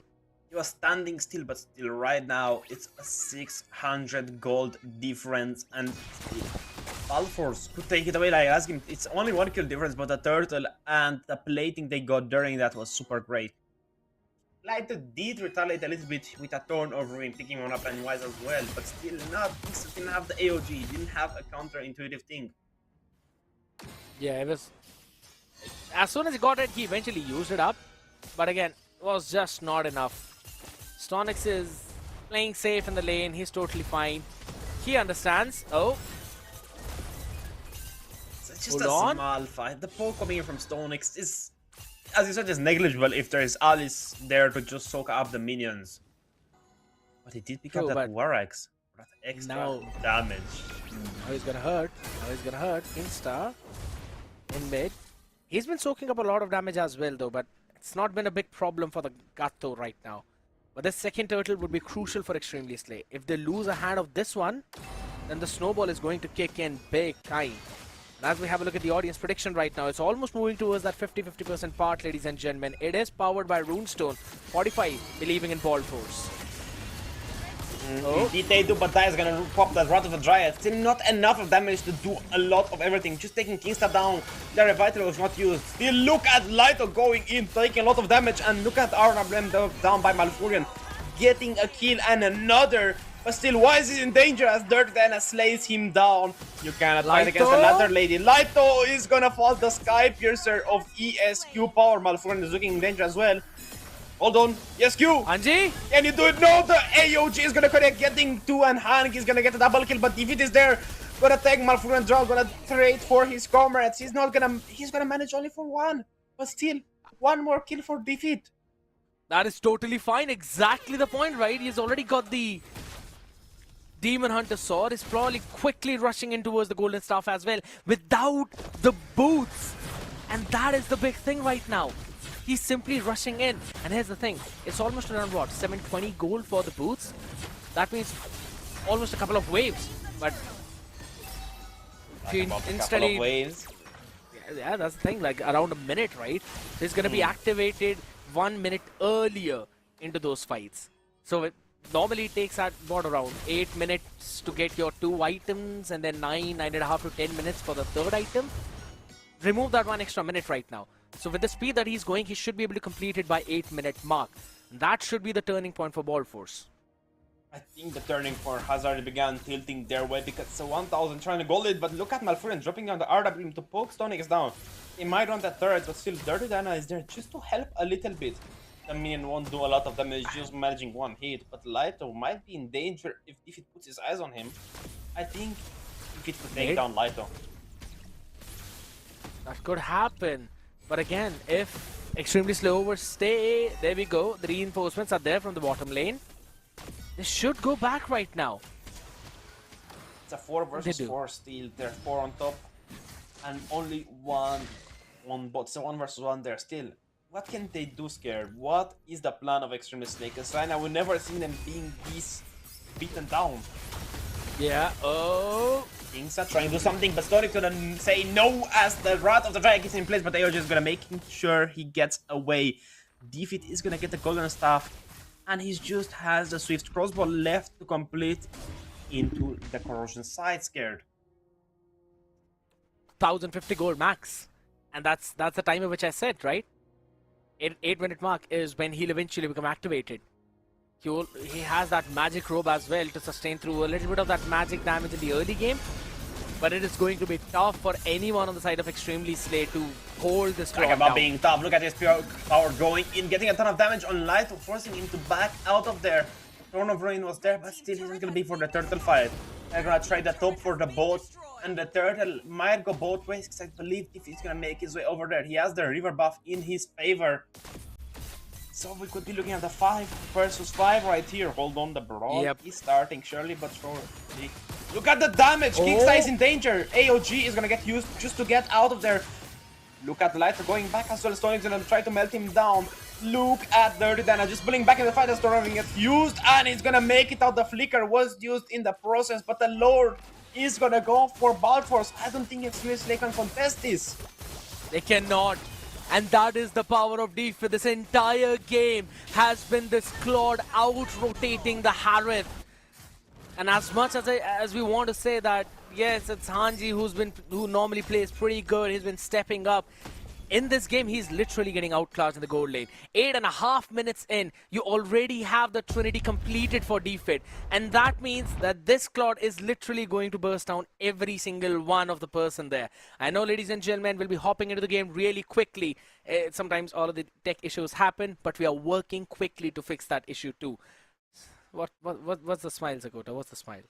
I was just thinking, this is the first time we're gonna see Extremely Slay lose. It could be it. True. And it In could this entire show series, I agree. a big warning to Vision. This is the Bald we're gonna face later on. And Onoki, even if you went Bald, I don't think they're gonna spare you one thought. No, like Onoki did go Bald. I didn't know about that. You're telling me. That's news to me. It's true. I have seen it with my own two eyes. He has a very shiny head. You could, if you put a light on it, it would grow bright, you know, like a spotlight or like a lighthouse. If he turns around like head to head, he's gonna be like letting ships know that he's there. But still, ladies and gentlemen, make sure you keep in mind everything that's happening because there are so many things going on. Check it out on MLBB for the full breakdown because the Lord didn't even get a chance to be shown on screen as Kings is gonna go down and Hangi is the last one defending. Is a full wipeout. And Extremely Slay might go down. Malfurion is gonna be up in 6 seconds, but we just blinked for a second. The Lord took an inhibitor and bot turret down as well, and a full wipeout. And 5-0 and 5 on defense on that Claude. This is the strength which I was constantly mentioning as well. And I don't think so he'd want to go in for the boost anymore right now. I believe it's totally fine. And this is the reason why maps become important as well, right? Because I have to be honest, Dakota, if this was not expanding rivers, I don't think so he would have gone for this build. And things would have been pretty different in this game. But still, defeat doesn't like defeat, he likes the victory. But right now, 40 seconds to next Lord objective on the second of the game. 7 turrets in favor of Valtors, only 1 taken down by Extremely Slay. A 7,758 gold lead advantage. Only 1 turtle, however. They skipped the last one of the game just to get that early lore after that fight. But he's getting closer at 10,000 gold marks here. That's not great. I agree. If it gives you, what, 8,000 gold lead in 11-minute mark, I think so you'd be happy to give away that 132. I want to have a look at the items right now to see where we stand for Extremely Slay. Because you need the Chastise Pauldron, and they do not have it. They need the Dominance Eyes too at the same time. Endless Battle not yet completed for Wheeze. He went in for the utility. And we're still going in for the Holy Crystal right now for Hanji. He's just completed it. So he should have more burst right now. But I think the Bald Force's Radiant Armors will be helping them to sustain through it. I agree with you on that, Steven, but the Lord is gonna start marching down the bot side.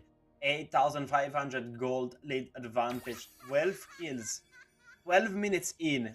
That's basically a 1 kill per minute average. Yeah, I agree.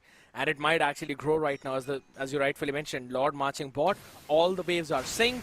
Extremely Slay, it's gonna be tough for them to defend. It's going to be tough, nonetheless, because look how far ahead Balfour has, but still they have Hangi, and Wise is going to use a Phantom Save to just try to block a little bit of that. RWM goes down, and the AOG as well, just defend that mid-tower inhibitor, but look at Divi is going to just hit it on basic attack, as the Lord is going to be hitting a little bit of the base, just taking attention away as King's is going to go deep. Whoa! Look at the damage from the Guardian! Kingstar sustaining a lot, the Revitalize, putting in work, and then the enhanced basic attacks coming in from the Gatatkacha, just keeping the sustain going and going. That was a proper base defense, only using 1 inhibitor. I'd have to say, that was impeccable frontlining from Kingster. As you rightfully mentioned, it was those enhanced basic attacks constantly bonking on the faces to get him the HP back. Bro turned into Saitama for a second. And he was still able to sustain. Yes, eventually got picked off, but that's totally fine. The top inhib is cool. That means the far lane is still at the neutral 50-50. you can still go in for the contest of the next Lord, considering the rest of the people are also catching up in the level. But I'm really scared for my friend because Defeat could go in with a BMI and the Blazing Wet and take down the entire backline. I don't think Laito could stand a chance. It's still an ally, it's still pretty squishy, and the turn of Ruin didn't get a lot of combo with the AOG because they didn't have the chance. I think they wanted to go for the Breath of the Giant and the turn of Ruin, but still, right now, 13 minutes in, 9,000 gold lead advantage, and look at Defeat, he might be a ditcher, but he has the BMI just in case he gets out by the whisker of his cat. I mean, What? man. That's the first Maybe he time has I'm a hearing cat. that. And cats have whiskers, and like in Romania they say like a cat loses its whiskers if it loses a life. You know, cats have 9 lives. Oh, okay. That's All right. a fun fact of the day again. That's something new that I'm learning here. We learn, I think, every day. You learn that Onoki went bald. What else did you learn? I mean, you learned another thing. I don't think I should be saying on stream, but I don't know what you're talking about, man. Yeah, we're just gonna skip that. But Yeah, it's few not more a bad thing. It's just a really weird thing. Yeah, right now the most weird thing is Vault was simply rushing for the Lord. 8,000 gold lead, and Extremely Slayer not contesting it at all. I don't know if this was the right decision, though. I don't think they can contest it, Scare. Look I- at how I- far behind they are. 10,000 Yeah. gold. That's 3 items. I know, but the thing is, they have reached the 32k gold mark. Their players have got their core items, so again, there's a Holy Crystal, Divine Glaive, and I'm pretty sure that Hanji is going to be building up the concentrated energy to get that extra bit of lifesteal. So they do have what it takes to fight. Weeze with the Endless Battle to complete it, so it's all good in the hood. But I don't know if they'd be able to defend it now. Thanks to just one inhibitor remaining, they have to kite the Lord to that. Can't take kite it though. Look at the mini rings, they're crushing at the same time, and look at if it's just melting it down. Dexter is gonna help out as the Rod of the Ruin is gonna connect and catching Lighto down. The AOG is not gonna go through, it got cancelled out just as Malbait. But still 4 members 5. Balfours are still in the lead as ESK Power is gonna use the quiver just to kill the wave. And Extremely Slade did manage to defend it, and right now it could be an all for nothing last chance to go for a Lord fight. Still, Lighto got melted down like butter. Oh, Kingstar, he's gonna be fine. Will he be? Or is he? No AOG. Look at his power going in, and he's gonna get the execution even if the RWM was dropped down. It was not enough. Hangi might follow through. ESQ Power slaying them with that Sky Pierce. Deep is gonna go for a monster kill, but still Wise is gonna be the one last defending, and I don't think he's gonna be able to do anything about that, as it's going to be a 2-0 sweep. The first time we ever see it. Extremely Slay falling down. That is something I never thought was possible, but Ball Force showing their strength, hopping up in this entire group with such a surprise. And that is the power of the Ball Force, man. This is something I was not really expecting, but solid drafting, amazing play on the win conditions, and guess what? They're all the way up in the fight right now, ahead of Vision. They're gonna have a really hard time later on the day, especially Vision. But still, what a game. And the MVP is gonna go again to defeat his rotations. Just came on point all the time. He made it out. As I said, he didn't build the boots. He just went for the leather jerkin, and then he went for the corrosion side, or better said, the swift cross. But just to get there faster, it would have been better with the boots, yes, but still, the expanding rivers helped him a lot to go in a safe path as well. And the third were mostly won because of him. He had the high-end Rai, he had the Master Assassin emblem just to win on lane a little bit faster. But what a game, what a series, better said. Picture perfect indeed. They fit. For both the games, this man was the main pivot of victory for the side of Ball Force. And you rightfully mentioned as well, he was the only reason why his team was able to win the turtle. Yes, he's nowhere up in the stars of the match right now. Executioner will be ESQ Power. Malfurion gets the War Machine, thanks to the most damage being dealt. Iron Wall being Kingstar yet again. Understandable. And the man with the most assist is both technically DA as well as Dirty Diana. Both of them had 15 for themselves. But again, this Belleric working out super well out there. I mean, considering Hanji has to position really carefully so as to not get caught in the wrath of the Dryad. He did get caught in it over towards the end, and that clearly was the end of the game. Yeah, but even before that, just the damage coming in from the Belleric, it's a little bit less in the early game, but still he did 30,000 damage, dealt more damage than ESQ Power. Wow. Keep that in mind, it's a Belleric, it's a tank, and that's just from the passive. That's just from his passive, doing damage back to Hangi, doing back to Vice, and as well to Lightra and Kingston, because I don't think Malfurion was just sitting in his face. Yeah, I mean, Malfurion was starting in the back, mostly with the Void Blasts. He was there, but yeah, at the end of the day, I agree. It was definitely a scenario where it was such a big surprise for all of us, ladies and gentlemen. And guess what? Who better to have up in the party after that surprise than Deft himself, my man. Welcome back, or rather, welcome on this interview desk for the first time. Ball Force winning out this crucial game against Extremely Slay. How are you feeling? I feel good, really good. And Were you expecting to win in a 2-0 fashion, or did you guys have a good amount of preparation in? What was that? Because this is a surprise to us all. only what I can say that the team and I thought it's would be tough, so hard game, but I don't know, maybe Extremist Lane not, how to say, not in prime or something like this, or not in prime form, but yeah, we have what we have, and it's so. All No, right, I don't know. Congratulations for the win. All right, Zakota, Thanks, over to you. thanks. Yeah, you guys are called Bald Force. Why aren't any of you bald? Why do all of you have hair? How to explain this meme? We have our, I have to say, 6 players, yeah? His name Bloom. And we make, how to say, sometimes like IE photos, but he is without hair, yeah? And Okay. we just, I don't know, our name is for him, yeah? We called us It's Bald. in his And honor.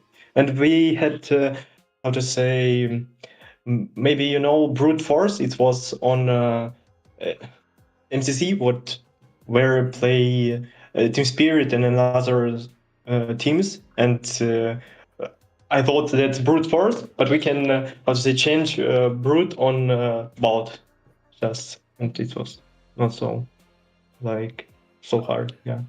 But we have 0 of the Bald players. It makes sense, man. It makes sense. Zakota, But ask away. if we will be in the final, I think that one from us can cut hair. Will it be ESQ Power? If it's ESQ Power, I'm paying for I his don't haircut. know, If it's him, I'm paying for his haircut. Yeah, I think that Escapar or Stonix can do that. Ooh, that would be super great to see. But Defeat, how do you feel after defeating Extremely Slay? Because you're gonna go up again today. You're gonna face against Vision. How do you think you're gonna do in that game? Can we get your prediction for later on? Yeah, I think that Vision 2, they play now not so good. And I think that we should win them.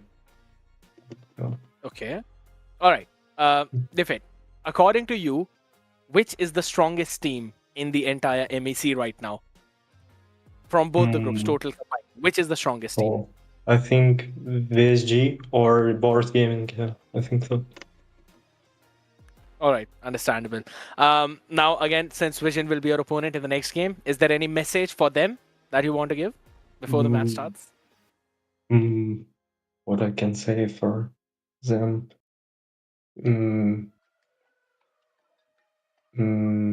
I don't be ready. We gonna win. Yeah. All right, perfect. Zakota, you have any questions for the man? Let me think about it. I know that Derjan had the name before Kura. Is he still getting coached by Kumitos, or is he not? Because I know you guys are getting a little bit of help from him in the drafting department. I don't know anything or nothing about this. Yeah. He's got the Defeat right to remain not- silent, Kota. He's got the right to remain silent. He's not spoiling away his cards, not giving away the coach. But defeat, how do you feel? Just defeat again. You guys might have a chance to qualify. You just have to beat Visions, but you're gonna have to face against another strong team in the brackets. Like I think it's gonna be Light Cavalry, if I'm not mistaken.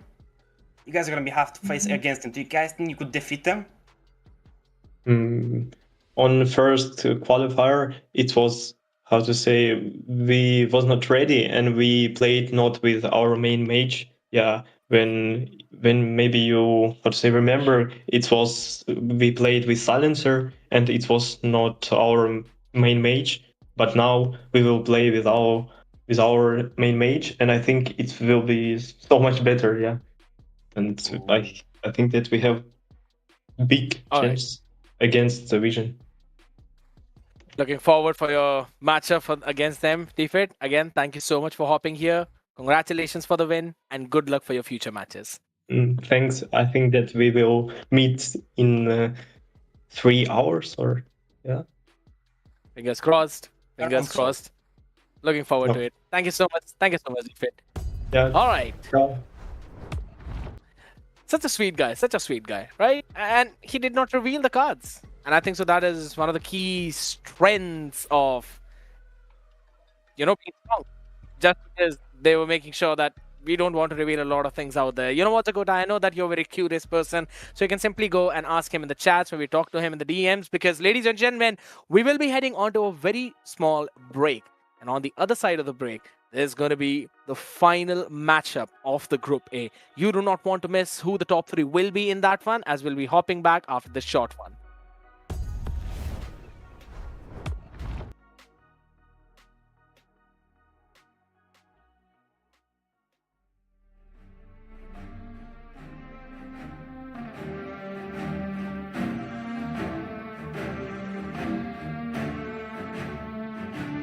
I'm at the my spot. It take blood, it take sweat, it take time. I won't stop.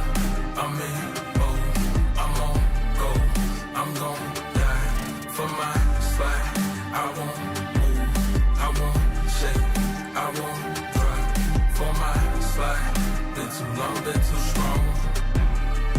I won't bend, I won't break for my spot. Your hands in the air for this. Hands in the air for this, hands in the air for this, hands in the, you should have your hands in the air for this, hands in the air for this, hands in the, hands in the, hands in the air. I ain't none at all, wanted 10 cribs, wanted 4 cars, wanted more ice, wanted more grills, set it in stone, told myself life, better damn gear, before I get ghosts and it get real, when the best set, bet it on slim, manifest twice, I had nothing left, ain't do nothing right, but when all in, loaded up dice, know I'm gon' win, work it out later.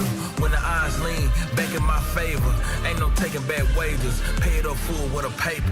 Running, running, running, running after that. Running after that. Running, running, running after that. What a commas at? Running, running, running after that. What a commas at? Running, running, running after that. I'm at the my spot.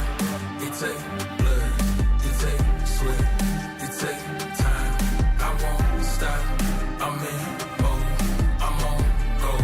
I'm gon' die for my spot.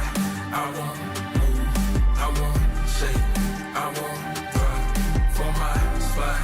Been too long, been too strong. I won't bend, I won't break for my spot. Your hands in the air for this, hands in the air for this, hands in the air for this, hands in the, you should have your hands in the air for this, hands in the air for this, hands in the, hands in the, hands in the air for this.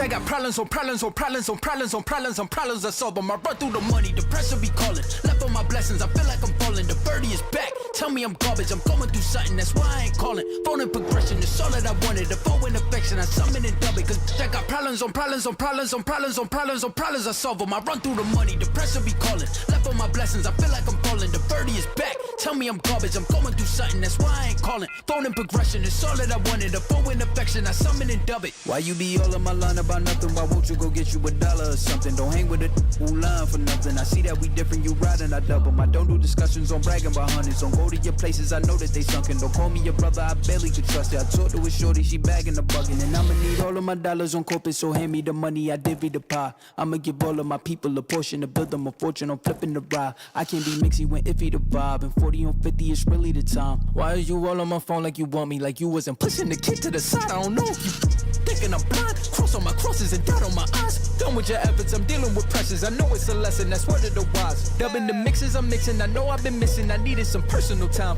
All the pictures, dimensions, I don't with your digits. I mean it, I'm staying inside. Cause they got problems on problems on problems on problems on problems on problems. I solve them. I run through the money, the pressure be calling. Left on my blessings, I feel like I'm falling. The birdie is back. Tell me I'm garbage, I'm going through something, that's why I ain't calling. Phone and progression, it's all that I wanted. The phone and affection, I summon and dub it. Cause I got problems on problems on problems on problems on problems on problems. I solve them. I run through the money, the pressure be calling. Left on my blessings, I feel like I'm falling. The birdie is back. Tell me I'm garbage, I'm going through something, that's why I ain't calling. Phone and progression, it's all that I wanted. The phone and affection, I summon and dub it.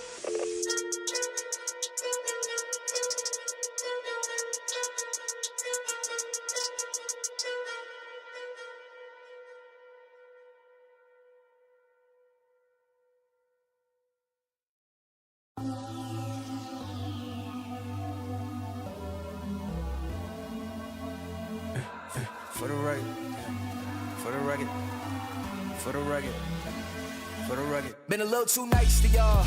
Now I gotta up price on y'all. Snake eyes on dice for y'all. Shoulders on ice for y'all. 8-6 all the hay. I won't get involved today. Got lost in the ball and A's. I'm flipping the bars. I'm flipping the.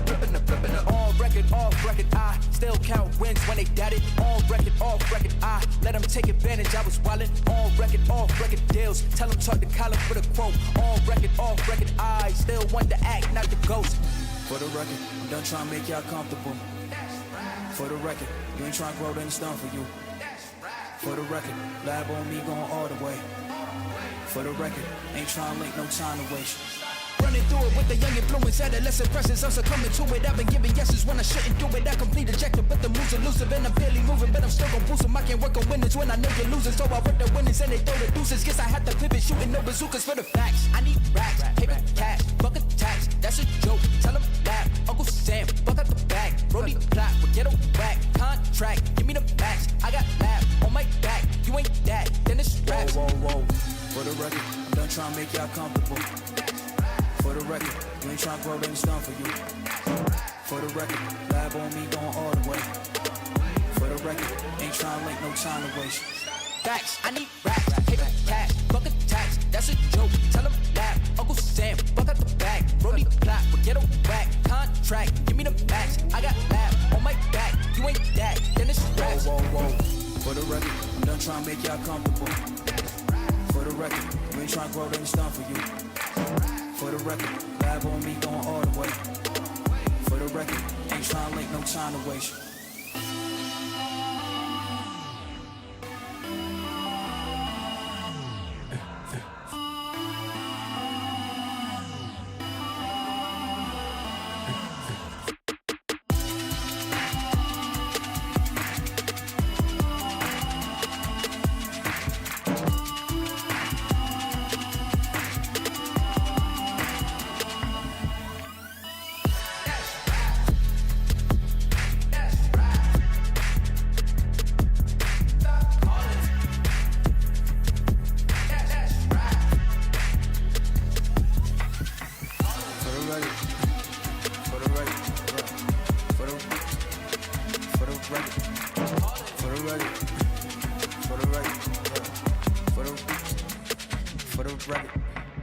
For the record.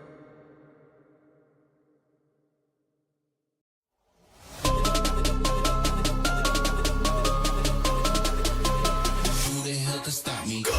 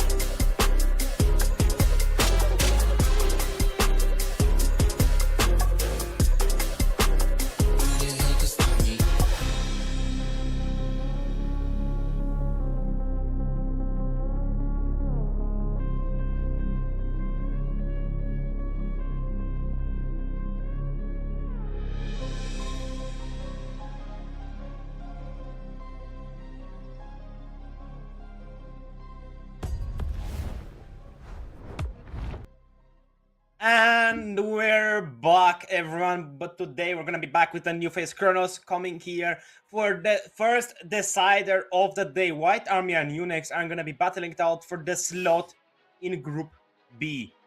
Who is going to face Boars Gaming? Is it gonna be White Army or is it gonna be Unix? It's gonna be decided right now, today. Of course, it's gonna be a best of 3 series. And Kronos, who do you think is gonna take it? Bro, you can't ask me this question out the gate. At least ask me how I'm doing. Did I eat some lunch or did I have some water? Like, first thing you ask me when I come in is like, who do you think is gonna win this? Come on, bro. Come on. Did you sleep well then? I did. The sleep was good. The sleep, actually, I got some really good beauty sleep. You know, after the cast last night, I went home. I had some pani puri, and I mean, I was home. Why am I saying I went home? I went to the kitchen and had some pani puri, and then you know what pani puri is? Like, you know, It's basically like flatbread, no? No, it's not flatbread. It's basically puffed up, kind of like puffed up bread, which is hollow, right? And then you make a hole in it, and you put a filling, and then you put like tangy water in it, and then you put it in your mouth, and it explodes. An explosion of flavor. That's what I had. Dumpling. Not a dumpling. Dumplings made with dough. This is not dough. But anyways, that's what I did last night. But you want to know what these teams are going to do next? We're talking about the teams, of course. First one we want to talk about is White Army. And this is what their lineup looks like. They're super solid. We got Zetai, Macaron, L9 Ghost, Lanex, and Realize. You know what, Zakota? I'm excited. I think this is one of the first few White Army games I'm casting. Indeed, and I think Zeta is a new face we're seeing on the White Army roster. We haven't seen him play, and it's gonna be the first time he's gonna play on stream. Of course, Macaron on the jungle, and he's gonna be one of the best junglers in Europe, contending right now against the Lager.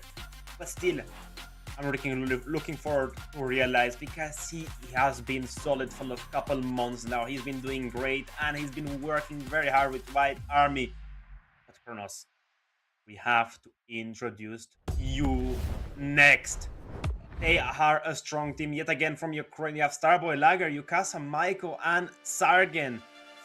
Oh, we've seen this roster under a different name. Of course, they're known as Fake Time. But Kronos, are you seeing anything different here?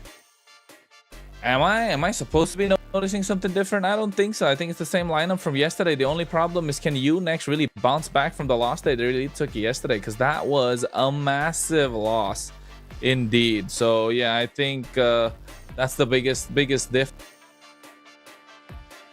Talking about a huge difference right now.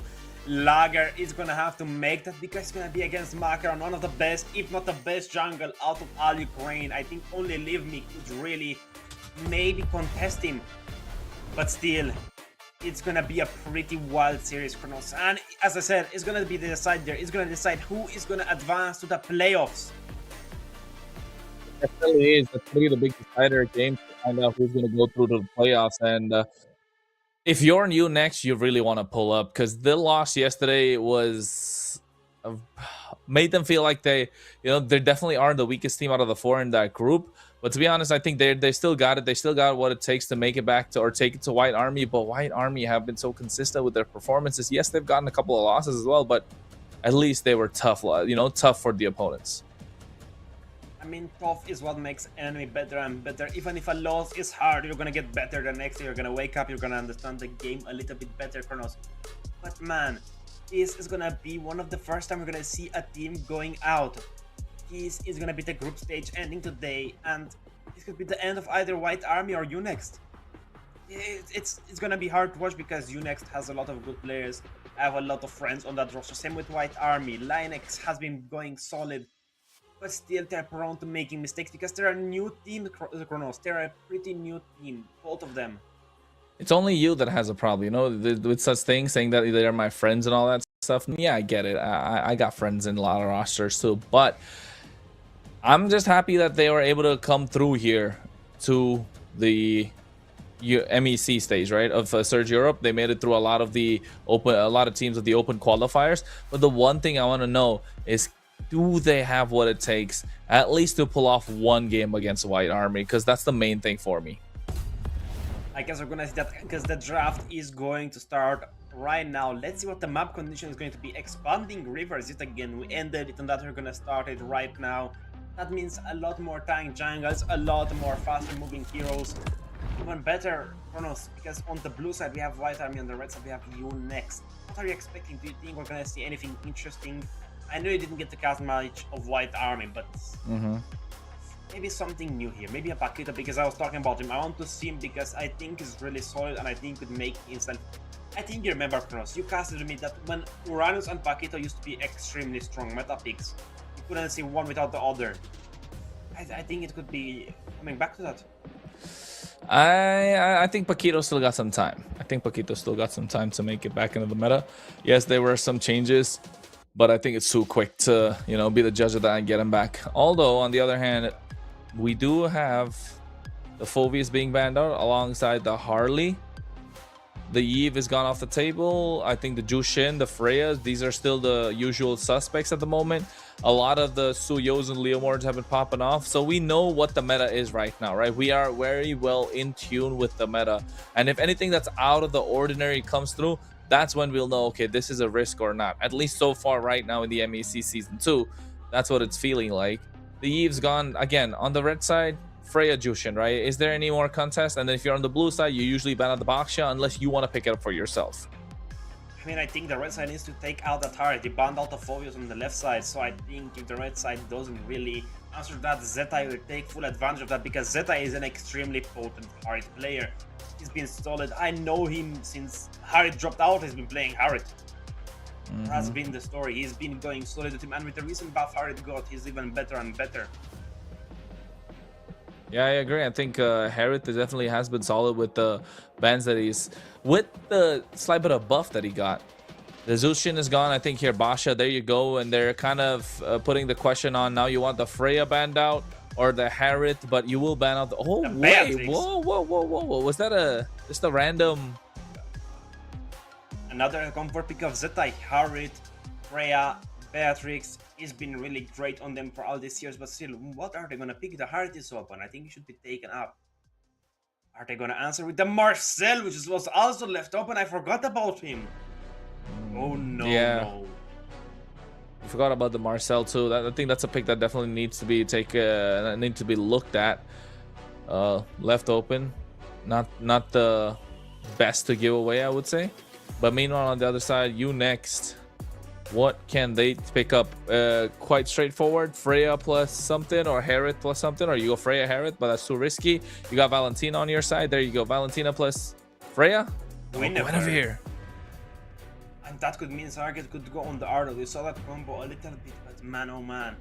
I don't know if Lennox is going to allow the Guinevere to jump in. The dashes are going to be counted up because, as we know, that golden hour is an extremely huge range ultimate. It can catch a Liger, even if it's in his ultimate, it gets caught out. It's basically a suppression where you can target him with basic attacks, but you can't really do damage at the time.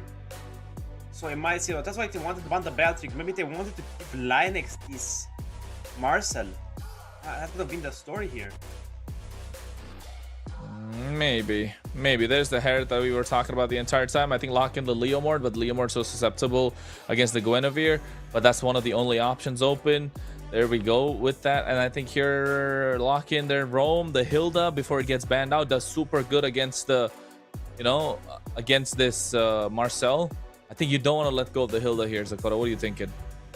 The Marcel is very strong, so you need to really blast out his passive, but he's squishing the early game, so the Khalid, the Hilda, as you said, even the Grok works okay versus him, but as we know, Hilda's they have the best. Valentina for themselves. Yeah, Hilda is the best, but still, these three heroes could work if they don't really like it. Michael has been an explainer, as you know, his old username was Jungly. They're gonna look in the Cloud. 15 picks, 4 bans only. He has, I think, the highest win rates, 73%. Hey, well, at least they're moving in the right direction, right? They didn't pick up the Hilda, but they're moving in the right direction, which is getting those high win rate heroes, and they've got high win rates for a reason, right? It's working well in this current meta, and it's showing up. The Claude's been showing up, it's been showing off, and we can tell numbers don't lie. If you're you next year, you want to take out some of the mid lane options, that could be a problem. What are we looking at? A Gord? I think Gord to be banned out is a solid choice. The Zetian as well is in the picture, and she's really good against Lager. You can push him back, and if your Casa takes away the Fury of the Phoenix, on a huge cooldown. Kimmy is a solid choice to take out. I was thinking about Lilia being taken off as well, because you don't mind giving the Eve because you can get the RWM. The Zetian, yes, that is a great choice, but then very immobile, so the Claude is going to do really well against the Zetian. That's the only reason I didn't say Zetian, but I get the idea. I get the logic. On the other side, they take out the Hylos. Solid choice. Just because you prevent the aggression that could come out from the from you next, and give them that front line to go against this Marcel. But I think Khalid plus Hilda would have been a great ban, but Hilda's got to go through next for White Army. It needs to be banned out. But if you're you next year, Zetian, Lilia, Gord, those are the 3 choices, unless you want to lock down another EXP laner that could prevent this team from performing great. And there they go down the route of an EXP laner indeed. I mean, the Lapu Lapu is still in the race for getting picked up, but I think that's gonna be for you next. There you go. The Hilda's gonna go out. The Beleric is still a pretty valid choice here if I'm thinking about it, because you can really taunt Macaron, you can take him away. Same with Zetai. And you're gonna give a lot of room to work for Starboy with Casa as well. You can just use that. Come on, don't nod your head. A Beleric would go great here. Nah, I don't think so. I don't think Beleric would be great. I think you go for Khalid, just to be able to pop the passive of whatever coming on the other side. It's gonna, if there's a Zetian being picked up, if you can play aggressive into it, you have the options of making plays, or you go EXP Terizla to try and stop the Herod from really scaling up to a great point, or even when the Zaman forces drop down, you force in a Purify. So yeah, I think Terizla or Khalid would be great choices. They go for the Khalid route. Now, if you're looking at White Army, you want to round up the draft, you can go for a Terizla if you want to, but you're giving away the IMU. So Lapo would be a great choice, but then again, you're giving away the IMU. So if in this case, since there are too many options open, you can just go for Eve plus Terizla, or Eve plus Lapu Lapu. Oh wait, Eve's banned. Lilia, there you go. That's why I've been thinking why Eve not picked up. Yeah, I think Lilia, if you are White Army, you have a lot of magic damage already. Yeah, Wuzetian's great too. There you go. And EXP Terizla? Lapu, there you go. Yeah, it's the obvious choices, right? You don't really want to get out of there, you want to play your comforts. But what is Argel gonna answer with? Are they gonna go for the Terizla? Because the one and done is gonna be pretty bad, I would say here, because the Khalid is a much better Terizla in my opinion. You could put the Khalid and the experience is gonna do better, but they're gonna lock in the Arlot. The combos. The final slash, yeah, final slash with Lagers, Violet Requiem is gonna go pretty well. And as well, if you get the knockup, or the knockup, the ultimate from L9 Ghost, you could go for a huge set and get a ton of dashes. But right now, look at the potential damage. It's a little bit better for the side of Unix, just because of that Arlot pick, I believe. Yeah, the Arlot picks definitely start showing off, especially in the early to mid game. Once Lager is level 4 on this Guinevere, gonna be popping off a lot. I think that's gonna be the big difference maker in this case. You next, on the other hand, or rather, White Army on the other hand, needs to find answers. And you can take a look at their lineup. Looking super solid. We got a Purify in the hands of this Herod. Apart from that, everyone flickers and Retry, but we got Flicker City for the side of you next year, Zakota. Who do you think is gonna get the better of the other? Oh man, I think White Army might take game number 1, but still the draft of Unix is really solid. Make sure you guys check out everything coming in from Surge, because there's so much going on and we're gonna get later into that. But make sure to subscribe, to come join the Discord, because there is a ton of stuff going on there. But right now, the mid duel has begun. It's the boring part of the game, no one likes, but it's really important. You know what's also really important? The caster predictions. A lot of White Army lovers, me and Scared love Unix a little bit more, and the rest love White Army, but of course it's going to be powered by Ruson, and only Ellis thinks it's going to be a complete sweep coming in from White Army. Ellis is going to sit on the bottom of the entire table. We know that. Spatial migration from Lager, pushing back Macaron, Phoenix Descent, and still Unix get the Lethal Wanderer. So first sort of a neutral objective in their hands. Not a big one, but folks, you know what's big? The Lucky Box skin giveaway. Ooh, almost getting first blood there. Almost can't finish that plugin, but here we go. We're gonna find out. If you want to take part for the Lucky Box skin giveaway, just type ! Lucky Box in the chat. You'll find out the details, and we're gonna be announcing the winners today towards the end of the stream. And hey, I took part. You guys have to take part too. You're not gonna win, Kronos. Whatever, man. I tried. I'll try and win, okay? You can't decide that, Zakota. You didn't even take part. Did you take part? I did. Yeah. I don't even have a Facebook account, actually. See? Then you know, say you didn't. The You just more said we you know, did. but right now, it's fine. But the more we know, right now, Unex knows that they could take the following object because they have the Arlot and the final slashes could come true. But Macaron is going to help Realize take away that jungle, not the jungle, just a wave clear. You have so much help from the Phantom Lance, but right now, look at that. The dancing in the mid is still going on. They're not letting it go. Yeah, they need to find a way to make this happen. Of course, you can see you next taking it to White Army. And take a look at the emblems. Master Assassin coming out from the side of Starboy. Wants to be a little more aggressive. Gets the Swift on his hands as well. I think apart from that, everything looks decent. But here goes the Spatial Migration. Whoa, Bravest Fighter with the Landshaker with a Flicker coming through. Lagger knocking him up, getting the Turtle as well. Blazing Duet from Starboy. L9 Ghost able to survive with a slides a bit of HP. Meanwhile, Unex get first blood. Apart from that, they also get the Turtle and walk away with it. Of course, the first blood powered by Runestone, but it's a 1-for-none trade. The Turtle as well, and it's a 800 gold late already. Not that much, but it quickly adds up because right now, that Fear of the Phoenix I think was a little bit too early on. If they waited a little bit, maybe a second later, it would have been a little bit better. But Lagan is gonna try to get away with that blue buff, but Lanex is gonna be defending it with his life. Still, Lager won't go home empty-handed. Is gonna take away that lizard, and in the bot side, Sargon is level 6. Yeah, but he got, you could see, meanwhile, Realize wasn't able to get 2 of those EXP cannons, right? So he'll be able to catch up quick. That's not a problem. Although the reason for level 6 on Sargon was to take the EXP crab, that being the big difference maker. Meanwhile, I think if you're a White Army, you're doing the best that you can to try and keep up. You have a mid-game power spike with the Zetian's Fury of the Phoenix and the Steed that could come out. The Golden Hour wasn't available for the previous fight. Zetai looking like he's gonna get online in a couple of minutes with the items that they have. So it's still looking good for White Army. It's not a lot given away to Unex, so Unex looking to take it to them. This next turtle, which is gonna come in 30 seconds, is going to be a big difference maker. And of course, it's going to be an expanding river map, so Lapu Lapu won't have to be boosted later on in the game. But look at Michael! Mako! Woo! Pays the price, does Lanex. You can't get too aggressive to a Khalid. Those Schematars are going to start hurting. And you can see a point-blank stun as well with that Raging Sandstorm. I mean, you walk too close, you're just going to get in the way of the sun, you're going to get your foot caught in the quicksand, but still, right now, it's again, Unex just taking the early game advantage, they're taking the lead. They have a little bit more of an early game draft. Same with White Army on the mid side, but I think Zetian does better in the mid game when she gets a few items going. Definitely, when the few items get going, Unex can make the comeback. White Army as well. Turtle Dance. This is the one that I was talking about, Zakota. The next turtle. This is going to be crucial. You can see Realize makes his way as there as well. It's going to be a full 5v5. Full-blown 5v5. At this point, you can see they're going through. Steed comes up. You, the Phoenix. Well, it's Wild Requiem. But the turtle going to be hands the Macaron. But at what price? 2 fall down.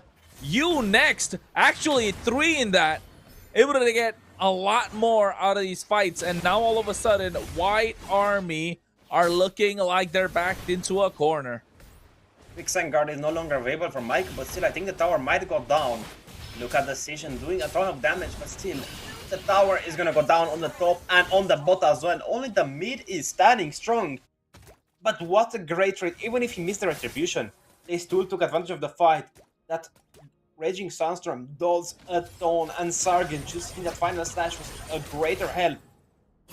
But imagine Linux, I mean, better said, Marcel on the side of Unex with an Arlo. You will get so many dashes because the constant passive being so aggressive, you could play into that. Well, it comes down to how they're going to be able to execute it, right? Yes, they can play into it. It's come down to the execution point of that factor. But one thing for sure, White Army are going to struggle with their size because both side lanes have gone. The tier 3s are already taken off. Now, next target should be the tier 3 in the mid lane. Unex with a 3,500 gold lead. They're looking to blitz it. They're looking to push the gas, push them to the limits because they need to find a way to get these fights to the next level. And that will be when they can pounce upon White Army and make it difficult. Look at the Retribution just steal away. The Steed comes out as well. Fear of the Phoenix. And this is the fight they want to take to the BMI out of there. Golden Hour catching them as well. Lagger goes down with the help of Realize. But the Blazing Duet coming through for a disengage. A lot of damage. Landshaker coming through as well. But Starboy able to flicker out of harm's way. Well, there's the IMU re-engage going in. Platinum Snapper onto Sargon to try and get something down. But Lanex has to flicker out after the final slash. Unex got lucky, got away with something that could have been even more costly. A 1-for-none trade still. White Army are in the race, but Unex still have a 3,000 advantage, 3,000 gold. The turtle spawned in. They could take it out because Lager is level 10.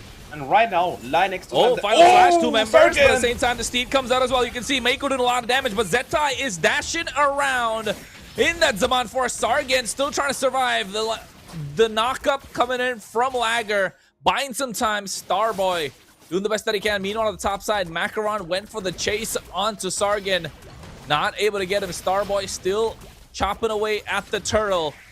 Now here comes a snap. Along with that, the Golden Hour. Lagger going a little too deep. Macaron, no steeds. Zaman Force coming through along with the Blazing Duet. And L9 Ghost able to secure the turtle after the Fear of the Phoenix. The Requiem coming out from Lagger. He dashes out of harm's way. Macaron steals away the Golem, but seems like he wants to go for more. He is on his Ducati. He's riding around in the jungle of Unext. And this is the moment that White Army's lineup are going to pop off as they hit that power spike. But Mako, a point-blank Raging Sandstorm, along with a nice slash. And there comes the Spatial Migration, but they don't have the damage. Only getting realized, and Zetai would have made them pay as he did take down Sargon. 1-for-1 trade, but still the gold gap got smaller, but then it got bigger yet again. A 2,000 lead again. Kronos, it goes back and forth, but Yukasa might fall down here. Oh, Yukasa could kite out. He got the Steed for himself, and he's able to make it out alive, taking a page of a Macaron's playbook. He stole his bike. No, he got his own bike.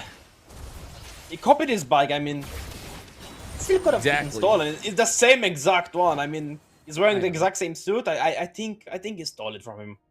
You know? Not a thief, man. Don't call him about that. He went, he got his own bike and then he used it. He's just a copycat. You can say that. He's a copycat.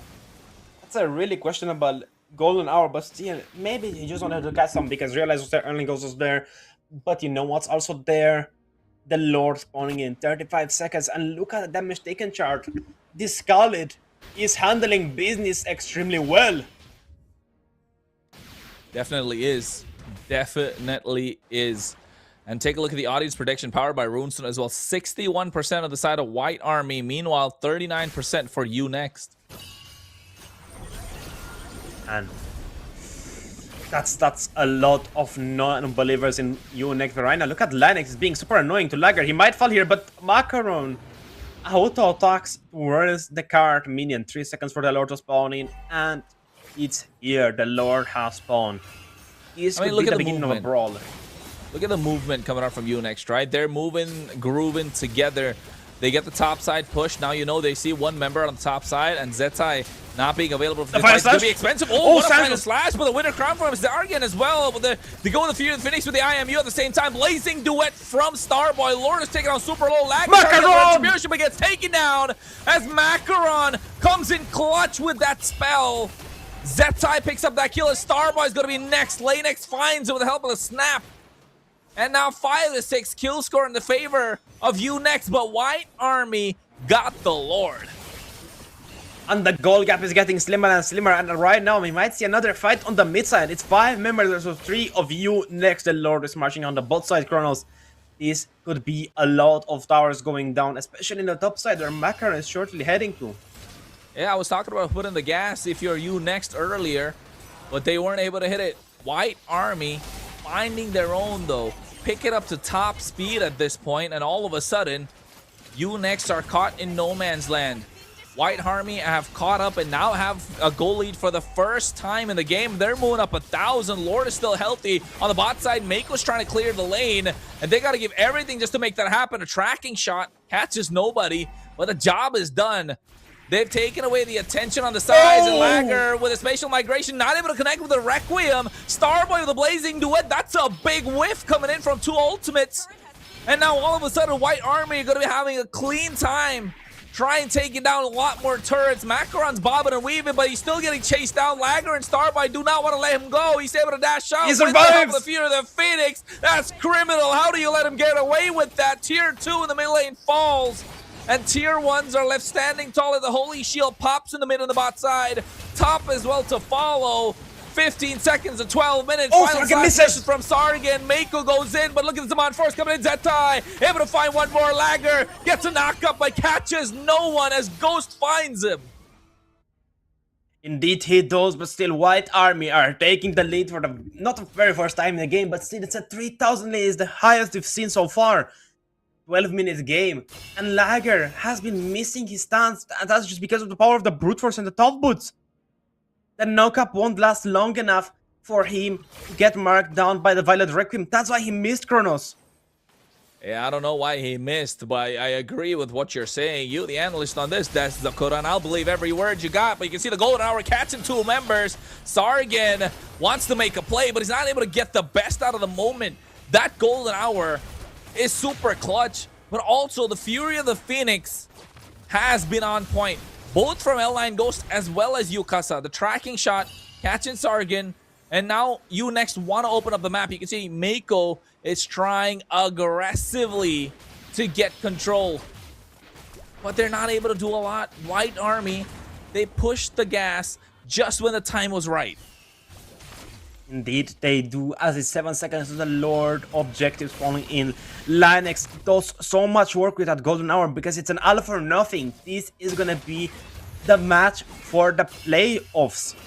If they don't win here, they won't be able to win anywhere else because right now Michael's gonna get pushed back. Look at Zetian doing a ton of damage. Macaron is gonna be staying there, taking the Lord. Linux as well, just getting ready to go in. The Golden Hour is available, and he catches him as well. He catches one person, that's Starboy. No BMI at the moment. Lane is taken out below half HP.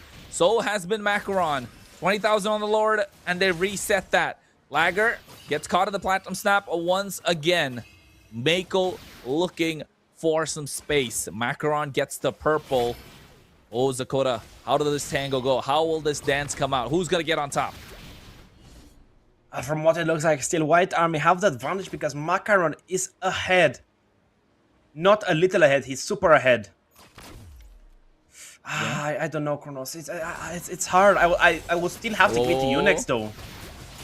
Okay, Lanex goes in tracking shot on the 3. Nice to hear the Phoenix for the engage coming in from Yukasa. Macaron, after using the Steed, Starboy missing out on the Blazing. Do ever realize flickering forward for Starboy using the BMI flicker to get on harm's way, but Zetai's there right on time. It's about force as he's dashing around, gets the big kill. And now White Army pushing back Unext out of the pit, and they take control of the server, get the Lord in their favor as well. Taking down Starboy proved to be so great because they lost one of their main damage dealers. Yukasa still didn't get one kill, and Maiko might be the next kill for White Army. Zeta is... Oh, Sargon yet again. He's predicting, right. He's trying. I mean, it's not so much as getting those members, but he's showing them that, hey, I'm not afraid. You know, take that extra step. I got you. I'm going to sweep you off your feet. Not take you on a prom date, but, you know, take you down later. I don't know if anyone would go with you on a prom date, Kronos, but still, right now, hey, the Lord is marching down the bot side. I got my DM stacked up high. I don't know about you, bro. You don't even got no DM. Dungeon Masters? What are you playing? Hey, man, who doesn't like to play a little bit of D&D? But here, the Lord already on the bot side, crashing in, taking down that inhibitor with one big swing. Meanwhile, mid lane should be next. Here comes out a Steed along with the Bravest Spider. Oh, Lagger going in. Nice knockup of the Fear of the Phoenix as well to cast some Golden Hour, catching 2 members. Realize the first one to fall. Sargon dashing around. Starboy goes with the Blazing Duel along with the final slash. They're able to get 3 members, but Zetai still standing tall. He's dashing. He's able to get the kills. Macaron finds Sargon. The Lord has to be the target. Too much work left in for you next to do. They still got the 3 damage dealers. Right now it's a 3v3. Roam jungle and goal lane. Meanwhile, on the other side, they're trying. They get a Lagger only catching Macaron. It's going to be enough. Zaman Force coming through as well. They're able to fight Starboy. Mako should be next, but the Quicksand Guard is able to buy some time. Lagger is trying to bob. He's trying to weave, trying to get the clear, but the Spatial Migration catches Zetai, but it's not enough. The damage! Flicker forward. Ghost is the one that gets the kill, and they wipe out you next. They take game number 1 in a back and forth match, but when they pull through hard. Indeed, and White Army is the first person to take the further step because they take game 1. As Chrono said, the back and forth started, but White Army, once they got the leads in their hand, they never dropped them once. Chronos, I wasn't expecting this. I was thinking Unix could go forward and forward, they could step it up a notch, but the damage coming in from Zetai, and as well Macaron just taking all the natural objectives, that was unprecedented. I think for the first turtle, when remember, right, that Unix were doing good, and I said it in the second turtle, this is gonna change the game. Unix need to apply the pressure. They need to initiate the fights. Gave a little too much respect to the composition of White Army, are probably hesitant to go to the to try and initiate a team fight. White Army took it to them and they won the game. They did. I mean, they didn't let anything go through. Let's take a quick look at the MVP, and it's gonna be Zetai taking it out for the first series. The Harriet proving to be an issue. I was saying, you have to ban the Harriet. There's no Phobius to counter him. There's no Phobius. Even if the Phobius is there, at least he might tank a little bit of the damage. He might get those dashes back, but look at the most damage and the most kills. They both go to him.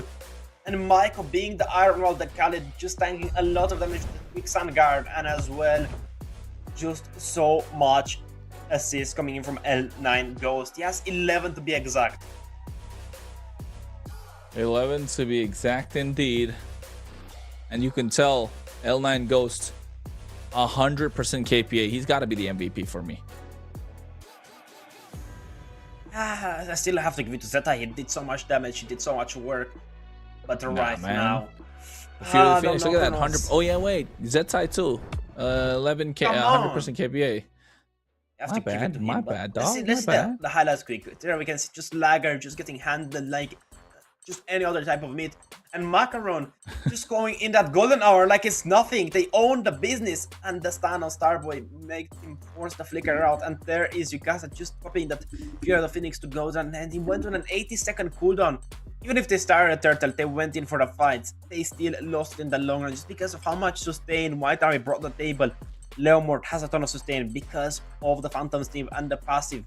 Realize, it's a Lapu-Lapu. No other things needed to be said. Zeta is hard as well, and he does a lot of damage, takes a lot of damage, and the shields get generated a lot. And look at Lager. He's missing some special migrations.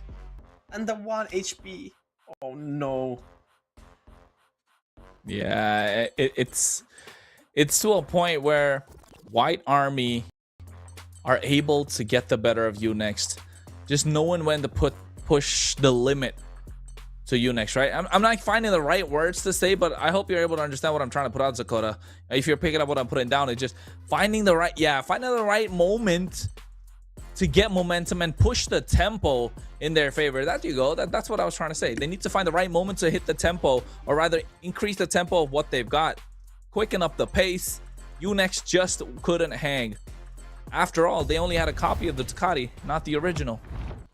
Indeed, they do. But right now, the map condition is going to be dangerous grass. And me and Scared Battle Heads, do you think that's Yin over there?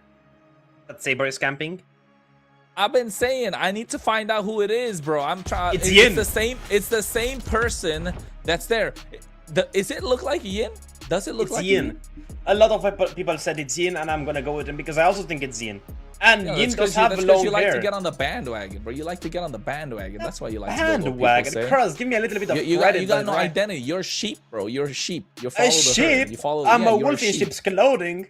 Maybe. I don't know. With that kind of clothing, nobody wants to be you or a sheep or a wolf. It's okay. But anyways, folks, right now, what's wrong with my polo? Come on, man. I bought it 2 years ago for his exact specific tournament. I had it in mind 2 years ago. And I just took it out of the package. I swear to God. It was still in packaging from 2 years ago. I forgot about it in my closet. You've been in the closet for 2 years? Not me. The polo shirt. You have been in the closet, maybe. How's I've been in a closet before. Yeah, I have been in a closet before. And when I was playing hide and seek, but I don't know what you're trying to say. You know, it's 2026. You got to keep in mind, Dakota. We're watching the MEC, folks. MLBB European Championship Season 2. Presented by Surge Europe, powered by Runestone. As you can see, it's game number 2 in this best of 3. Unix versus White Army at this point. Harith and Harley being banned out. Meanwhile, White Army taking out Marcel. They don't want to face it up again, or better yet, they don't want to face themselves because they know what they can do with it and the damage they dealt. But they're gonna ban out the Harry from the side of Unix, even after the first pick. And Kronos, Lager, he needs to pull up. He needs to pull his weight a little bit. He definitely should. Lager should pull up. To be honest, it's been showing. I'm not the one to say it, you are. I think Lager definitely needs to pull up his socks and, you know, show up like, hey guys, I'm here. I am him. He needs to be him at this point. It's gonna be hard. You need to pull up your socks really high because they're gonna ban out again. Zeta is Beatrix. It's hard to lane against. I've seen it. I know some of my friends who struggle. Nikki had some issues laning against Zeta a couple months ago, but I think he overtook it because look how bored Yukasa is. Yeah, he's falling asleep. Yeah, he's gonna fall asleep. Look at him. It's because of your casting, man. I'm telling you, it's because of the casting you're doing. I know, right? Where's the hype, man? Exactly. Where is the hype, Zakota? What are you doing? Trying to turn it back around at me, but Lager is gonna be the first pick. Of course, Unix are gonna be on the blue side, but they're gonna ban out the Eve and the Jukshin. They don't want to give a lot of options to the side of Unix. But Harley is banned out. The Suyu is left open. The Guinevere is left open as well. There's the Phobius as well. Are you gonna risk a first pick Phobius? Maybe, but there's gonna be the Alice to trade for you and the Uranus. A ton of picks to work here for the side of White Army to respond with, better said. There's the Phobius, Alice, or Uranus. I mean, at this point, if you ask me, I think you take a picture. No, bro. I'm trying. I heard you take a picture. Did you take a picture of me? Did I give you permission to take a picture of me? Zakota, why would I take a picture of you, Zakota? For those who want to see what picture I took, go and check out our stories, of course, and follow the socials. And also, don't forget to like the stream, guys. It does us some favor, you know. It does help out quite a lot. Phobius is going to be the first pick on the side of you next. It's a solid choice. I've been seeing it rise through the ranks. I'm a big Phobius guy. I'm pro Phobius. And on the other side, Boxia plus carry being the choice. So you have some tanky front line for the carry to work around. But at the same time, if you're you next, you need some sort of shred. Suyo is a great, along with a Claude. I think you don't want to let through your gold laner. Otherwise, you're going to find it very difficult to have any to shred down this Boxia. Man, Boxia is going to be really hard to deal with because they have the carry. So you next cannot take them for himself. Suyu is a good choice because he can out-farm a Boxia and he could gank the mid lane at level 3. They're gonna pick up that Moscow just to try to push him back with the Spear of Misery, maybe pin him to a wall, but Makaron is fixing his hair, he doesn't even care. I'm seeing a huge team. A lot of Mobile Legend players have super long hair. Hey man, they all want that, you know. I'm gonna say they need to tell us their hair care routine. They need to tell us what shampoos they use. Do they apply conditioner? What do you do, Zakota? You got no hair. Low-key, bro. I just use shampoo, water, and that's it, man. I wash my hair like twice per day. Once in the morning, once at night. See, you're not supposed to. It strips away the natural oils and stuff, bro. Bro, I like hair, man. Like, bro, hair? Bro, I have such thick hairs. Like, let a few fall off, man. Do you want a donation, man? Like, bro, like when I go to the barber shop and the person sees me there, they says, "Oh, did you wash your hair? Because my hair is so thick, the machine gets stuck in it." I swear. They had to change out the machine because of me, because my hair was so thick. Why are we talking about your hair, bro? You talked about, like, bro, you talked about it. I had to tell you about it. It's a trauma I'm dealing with, man. You don't understand. For all my life, people have saying I have too thick hair. What can I do with it? Go bald? I don't know, man. Join balders? Yeah, you could, to be honest. You know, you could, but folks, you could join Onoki as well in that regard. But yes, folks, looking at the rest of the bands of the second phase, they went with the Kalea for the third pick there. I like it. The Kalea puts a stop to the Suyo, gives something for the carry to work with. The Belleric is taken off along with the Zetian. Glue is gone. I would imagine that you next would want the Glue, right? To go against the Boxia. but they banned it out. I really don't think White Army would have gone for a glue because they're lacking in the physical department. They're lacking in the damage department for the side of White Army. So I don't know. I think that glue ban is unnecessary, Zakota. What if they want to go for a Kaja Lunox on the mid lane? They ban out the Yushong here, and it's gonna be good because you're gonna be able to mail down Lanix, you're gonna be able to mail down Macaron. The Lunox is pretty slept on nowadays, and I don't see any other mate choices. The Zetian is banned out, Lilia. Eve Juxin as well. Yeah, but Lilia is gonna be Gourd. easy prey for Linux. Again, easy prey for Linux. And Macaron can just tank it out. I don't think Macaron could tank out a Valentina. full Darkness ultimate. Who are you gonna copy? Linux? It's not exactly the yeah, I mean, we'll see what the EXP lane could come through here. First, I think Terizla is a great option. Lapu Lapu is another great option. If you are White Army, you lock down your, mid laner, right? Yeah, I think Alice is on the side of the option too. Alice is a good choice to go up against the Phoveus. Lapu Lapu is what they go for though. You next, on the other hand, they need a mid, they need a roam.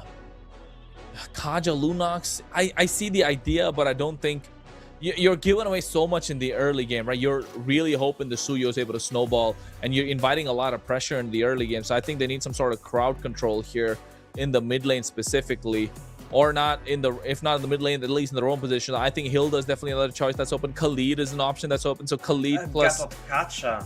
yeah, I think Gatot is another great choice too. So I think Khalid plus Lilia or Gatot plus Lilia would be one of the few choices. I think Lilia, because you can use the Purify, you got the black shoes, you got an option for a re-engage. But they go for the Valentina, which I said earlier, because you get to take the Bravest Fighter.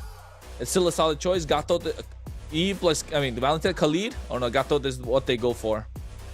I mean, I don't like the Valentina here because you have only a few choices. You have either Realize or Linux. And both of them are pretty risky to have because they have the carry. And you have to dive to use these ultimates. For the Tsunami Slam, you have to dive. For the Bravest Fighter and the Registrar, you have to dive in. And what is, and then goes the Kimi. Another solid bully on the mid lane. It works super well with the Galea because you get a ton of healing. You can bring them back as well with the Traction Pulse just to stack them up for Realize to hit that massive Land Shaker. But right now, still, I think White Army took the draft. I like it a bit more. I agree, Zakota. A lot more win conditions, much easier to execute, right? Compared to what you next have. You next need Lagger to snowball on this Suyo. Along with that, they need... the only spell that Yukasa can really go for is the Traction Pulse, or... yeah, you can go for the Bravest Fighter, the Tsunami Slam. But I think Traction Pulse should be the ideal choice. You get everyone together, give the opportunity for Mako to hit that big AOG, and a Flicker Dark Wave is too expensive at this point to catch them off guard. White Army do have a solid lineup, but folks, we're only going to find out how it's going to go down in the Land of Dawn. We're in game number 2 in the second series of the day. A fight to stay alive in the competition. For you next, is White Army going to go through to the playoffs with a sweep 2-0? We're going to find out as we head in game number 2. Kronos and Zakota to bring you the action. Indeed, we will bring you the action, but White Army, they are at match point, but you know what's also match point? The caster. Right now, Ellis could be getting his second win, I believe. No. Could be getting his second win. No. I'll take back what I said. Ellis can't be getting these wins now. Yeah, Unix, go win. Unix has the better draft. You guys got it. I believe in you guys. Come on. Hey. Come on, I know, Unix, right? Unix. Of course, we're not joking, so we want this to go to a full best of 3 because it's gonna bring a lot more achievements to the table. But still, the pressure is being brought on by White Army. The Kimi is gonna be a lot of just a hindrance to deal with because L9 Goons is a really good Kimi player, and as well Macaron is good on whatever you put him, and like, I don't even have to sugarcoat this. He's good on whatever. All right. Macaron is good on whatever. Heard it first here from Zakota. On Frederick, on Baxia, on whatever you want to put him on, he's gonna be great. On XP as well, on Gold as well, he's gonna be a solid choice. He could be flexed even in there, but right now, 24 seconds for the first target objective. And you next take the gold lead. It's not much. I believe it's just the gold crab being taken away and maybe a few minions getting lost. But Yeah. Phobius needs to come online super fast. You really need him for Macron and as well for Realize. Yeah, definitely need him indeed. In this case, White Army. Take a look at the emblems, all looking solid. Tenacity coming out from L9 Ghosts. And, usually you go for the Quantum Charge, but he has Weakness Finder slow them down after hitting them with the basic attacks. Macaron resetting the turtle. Mako comes and shows his face. And now Lagger, he wants to get on top of someone. Sargon comes in as well. They need to make a play. And here comes the first one of the Bravest Fighter. Lanex with the Flicker title strike. Lagger has to get out. Did get stunned up a little bit. You can see the Bravest Fighter continuing, and Lagger able to get down. First blood in the hands of Realize. White Army have found one on the board, but being pushed back out of the turtle pit as the rest of you next will not allow them any space to take this away. It's already not looking great. White Army are taking the lead. One kill as well, but still, it all could go sideways at a turtle fight, which is gonna begin pretty soon enough, as Lagger is gonna be the first one to shoot a quiver into it, and Macaron is gonna be the one taking the jungle away. Oh well, at this point, answers are what we need. If you are you next, and we're able to find that that's the first turtle of the game in their favor. They did get the first blood, which is Lagger, but luckily Lagger, you know, he's a Suyo. He'll farm up really fast. Purify coming in as well. L9 Ghost getting targeted by the AOG. Lanex makes his way. He doesn't have the Flicker, but he definitely has a Tsunami Slam to make it work for any one of them. L9 Ghost gets the Sky Piercer. First item. Only sock. Went for it. No boots, nothing. One sock? I mean, that's a sock, bro. I call it a sock. I know it's a boot, but it looks like a sock to me. It's like a leather boot. That's a boot. It's very fashionable. That's a boot. That's a boot, man. What Macaron got, the tough boots to make sure you're able to survive a lot more crowd boot, control. You know?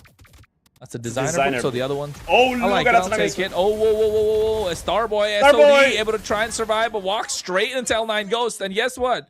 That's the worst person you can hand a kill to. 1 stack, or rather 10 stacks on the Sky Piercer. Oh, God. L9 Ghost might get punished here. Yeah, forcing to get Flicker out. Nice traction pulse as well, catching 3 members. Able to kite out of harm's way. Nice use AOG. from L9. Oh, no, AOG coming through. Lanex able to find the opening. Revitalize popped it as well. There's the second kill in the hands of L9 Ghost.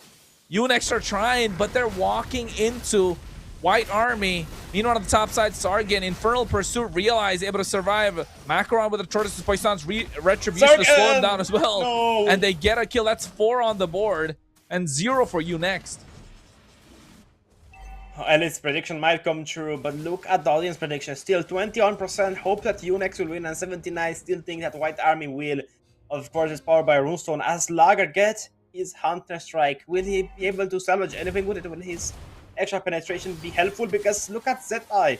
He is holding Starboy captive under his own turret. Oh, how are they going to be able to do this at this point? Unix, they're making too many mistakes, right?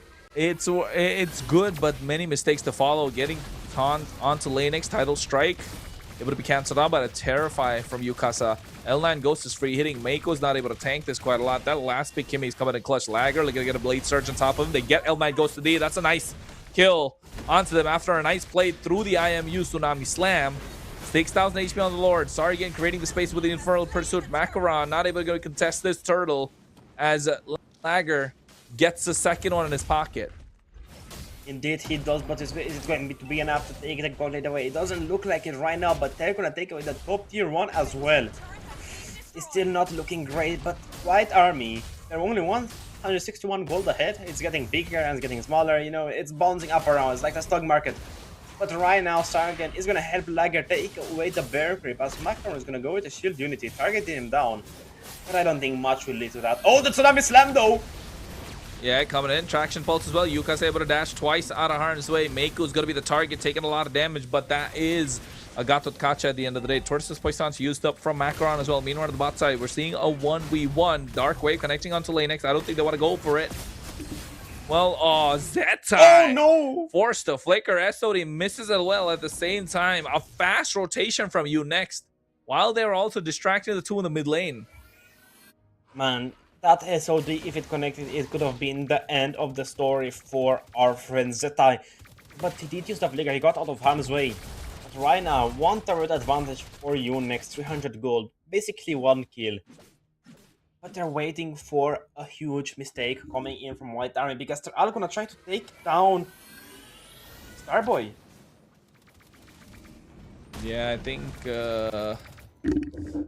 how are they gonna Starboy has to be the target, right? If you are looking to take down you next, but at this point they'll take anything. AOG should be able to catch 2, and yes it does. L9 Ghost still survive, Revitalize to extend it. There comes a Tsunami Slam onto Yukasa, able to dash out of harm's way. SOD connecting, so you should be able to make this way into these fights. Doesn't want to do so yet. 9 seconds to the turtle. Nothing going the way of Unex so far. Although they have the highest damage dealt on the charts with Sargon, thus Infernal Pursuits are hurting. White Army want to get to the turtle pit, but Unex have control. Indeed they do, but how long will they have control over? Because right now Realize is gonna jump in on Lagger and the Retribution. No. Yeah, he gets the third one as well. Evil Queller able to make it out. Lanex. Traction Pulse coming in. Whoa, they go in with a Flicker, Dark Wave, or rather there's the Infernal Pursuit into Dark Wave. Yukasa able to find Lanex, first one down. Lanex going in a little deeper, or rather, oh. AOG from Mako gets out of there. You know what the L's are showing, bro? Lanex, Lagger, L9 Ghost. She's got me confused a little bit. Real L lies, you know. Yeah, that too. That's another one. Oh, Starboy!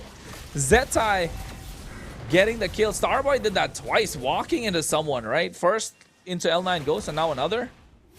Yeah, maybe he likes, you know, he likes walking blindly. He closes his eyes, he rotates from bot to mid, and if he doesn't get killed, you know, it worked. But if he closes his eyes and he opens them mid-fight, it wouldn't have been great. But you know what's also not great? There's not a single W on the side of Unex, not one member with a W in their name. They need to find the options though, because the way it's going, I don't know, bro. Unex, they have the gold lead because they're able to get the turtles, but just walking away barely, right? With the skin of their teeth. White Army, on the other hand, they've ironed out all the wrinkles. They found the opening. They can no-scope this entire game with the way that's going. It's looking that way, but Starboy is gonna take a bot tier 1 in the trade, but still gonna realize that something went wrong, and he's gonna use the bravest fighter to catch him down. Macron is there. Starboy kiting. No Purify. Raging Slash coming through as well, taking a lot of damage, and Realize getting pushed back by the Misery. Landshaker. That's a kill in the hands of Realize. I don't know. Starboy is having not such a good game. And, you know, I can already hear Scared speaking under his breath saying that, yeah, I told you, Moskov is not a good choice. You know, I think we haven't taken in consideration. White Army have a W in their name, and that's what they're gonna do as they take the Lord down. L9 goes, giving the last bullet or plasma. I mean, it's a plasma bullet. What is it? What is Kimi shooting? Kimi shooting, man. She's shooting her shots. Low key, for real. But right now, we're gonna see a little bit of an advantage coming from Unex on the top side. 2 turrets down, on the bot side only 1, but they're trading it out evenly and fairly. Still, a quick look at the game and tells us that the carry is super far ahead. And look at that Tsunami Slam! Oh, they're getting into an AOG coming through as well, but able to survive is Sargon after he flickers out. L9 goes over to chase him down, finds the kill. Now Mako's gonna be next as he finds that as well. That's a double in their hands. Lagger getting out of harm's way, looking to chase down Starboy. Is Realized, gets a Landshaker, and now catching him with the Raging Slash. Or rather not. Realized on a killing spree. Moskov is not having a good game whatsoever. Macaron looking to chase down Lanex or Lagger. Lanex comes in with the title strike. Tier 3 in the mid lane is going to fall first. They take away the purple as well. Lord is still coming down the bot side. They're looking to take away the orange buff, but no. They got bigger fish to fry. Tier 2 in the mid lane falls. Tier 1 in the bot lane to follow. Lord crashes holy defense to push it back and able to clear the wave. Lanex title strike in no man's land. Traction pulse catching as well. SOD connecting. This is the moment that they're looking for. Sargon goes in. Lagger finds the kill. But the job is done by White Army. Indeed, it is 1,700 gold lead advantage. 1 holy shield missing on the bot side. The top and mid are standing strong, but not for so many seconds because the Lord is going to be spawning in. And right now, White Army have the map advantage. They opened it so much more. And one wrong step coming in from you next. Even from Michael right now, he could get bursted down. The damage of Kimmy is out of this world. Only 34 stacks, but still, those stacks are gonna be enough to melt down anyone he puts his mind to. True. He's gonna make them see a ghost at that point. Tier 3 in the mid lane falls for White Army. 1,000 gold lead on their side. Unex able to find something on the map, right? All the tier 3s are down. Tier 2 on the top side's gone. So Unex are not just, you know, there to take a beating. They're trying. They're doing the best that they can, but it's just feeling a little bit short at this point. What can they do, Zakota? What can Unex do to pull up and get this advantage that they so badly need? Just try to take down Zeta or L9 Ghost, and I think they could deal with the rest, but Starboy isn't doing such a great job at evading death. He welcomes death a little bit more, you know? The White Army marches on! Oh, nice try, Bush. They're ganking in. L9 Ghost able to find one, and now they find another through the help of Realize. This Lapu is on fire. Traction belt's missing. Starboy is trying. He's getting chased down. He's trying to kite as well. Zetai and Lanex looking to catch him off guard. Run, Forrest, coming through. Starboy can only try. No flicker. He's trying to pierce through everyone and get to the back line. Kiting as much as he can. Spear of Misery pushing back Macaron. Lanex get the title strike, and now looking to lock them down. Starboy eventually falls, prolonging and delaying the inevitable. Realize going through with the bravest fighter as Macaron secures the Lord for White Army. 3.5k gold lead, and Lagger, even though he's level 15, gets the orange buff, but at what cost? They're being bullied out of their own jungle. And not even in 10 seconds, the Lord is going to be starting the march down the mid, but to the top side, because right now Starboy did buy a little bit of time with his life, but he's gonna be later to the game, and in this few seconds where the Lord is marching down, they could look for a pick-off, and Lager is looking to take down that top tier wave, because you cannot let the waves crash at the same time. And if Realize is going there to make his way, maybe try to take down Lager in the process, we'll be looking at that. Are they gonna fight it out? Are they gonna brawl it out? I don't think it's gonna beat the story, because right now, look at Macaron. Gonna crash into Sargon. The shield unity got cancelled. Dark Wave onto Macaron, but you can see Terrify onto Lanex as well. Look again, Tsunami Slam with the IMU. AOG coming in, creating a separation. Lanex falls, and now the damage from L9 goes to too much. He has the Blood Wings to survive as well, and finally on a mega kill, the Lord's getting cleared. SOD does connect. They don't lose the inhibitor. They don't lose it whatsoever. A good defense from Unex, and a good play from Yukasa to keep them alive and not bow out of the competition. The curiosity killed the horse, as they say, because Linux went in. He tried to get that Tsunami Slam, but Yukasa reacted faster. He didn't know which target to go for. Linux, I think, was a little bit confused. He tried to go for Starboy, but Starboy dashed out of the range, and after that, his automatic targeting went towards Sargon. And after that, that's what the brawl played out. Still a 4,000 lead advantage for White Army, as Lapu is going to pick up that Thunder Strike. The extra penetration, he's just so far ahead, he's going to be able to burst anyone down. Look at Macaron, the shield of unit is going to get used. Lager is going to be able to dash away. Yeah, he safely. is. Oh, Traction pulls, almost catching two Tsunami members, Slam! but there's a Tsunami Slam on a lane. Oh, I started connecting. You can see a lot of damage. Yukasa getting it there. Tsunami Slam of his own, along with the AOG coming through. Zetai getting that one kill. And Starboy popped the Purify, but there's the double, looking for a third. Mako goes down to the hands of L9 Ghost. The only one left standing is Lager. They get a 4-member kill, and now White Army looking for a wipeout. Lager goes in, gets the clear in the mid lane, buying some time, but it might be 20 seconds too late. No waves there. I don't know if they can end it. I think Sargon is gonna be up. Same with Yukasa. They're gonna be able to defend it out. No hopes lost, but the minions are coming closer and closer, inch by inch. And it could be looking like Eris by getting the prediction right. Yukasa defended! They are trying. They're trying, but they're not going to be able to do it. It is going to be a clean sweep coming in from White Army. Indeed, it is a 2-0 slip. A 2-0 slip, just showing how dominant they are, and they earned their spot in the playoffs. Chronos, they knocked out Unex out of the regular season. This was the first decider match of the night. One more to go. What a journey Unex had, but White Army just at the better end of the story. Still, Zeta being on the lineup and him having one designated ban on the Beatrix just for himself proved so hurtful towards Unext. Yeah, they tried indeed, but unfortunate that they're not able to get it. Unext bow out of the competition and White Army move on to the playoffs. That's been the story for this match. As you can see, it came to fruition. Ellis finally getting a prediction right, 2-0 in their favor. Well, White Army were dominating, right? Unext tried, but just felt like they were behind, and White Army took control and they never let it up. Yeah, I mean, the second they got their hands on the gold lead advantage, they never let go of it. Even if Unext tried to get a lead, but it was only 400 or 500 gold, a really small amount, something really you could pass up with. You would sit on the street and you would go walk over it.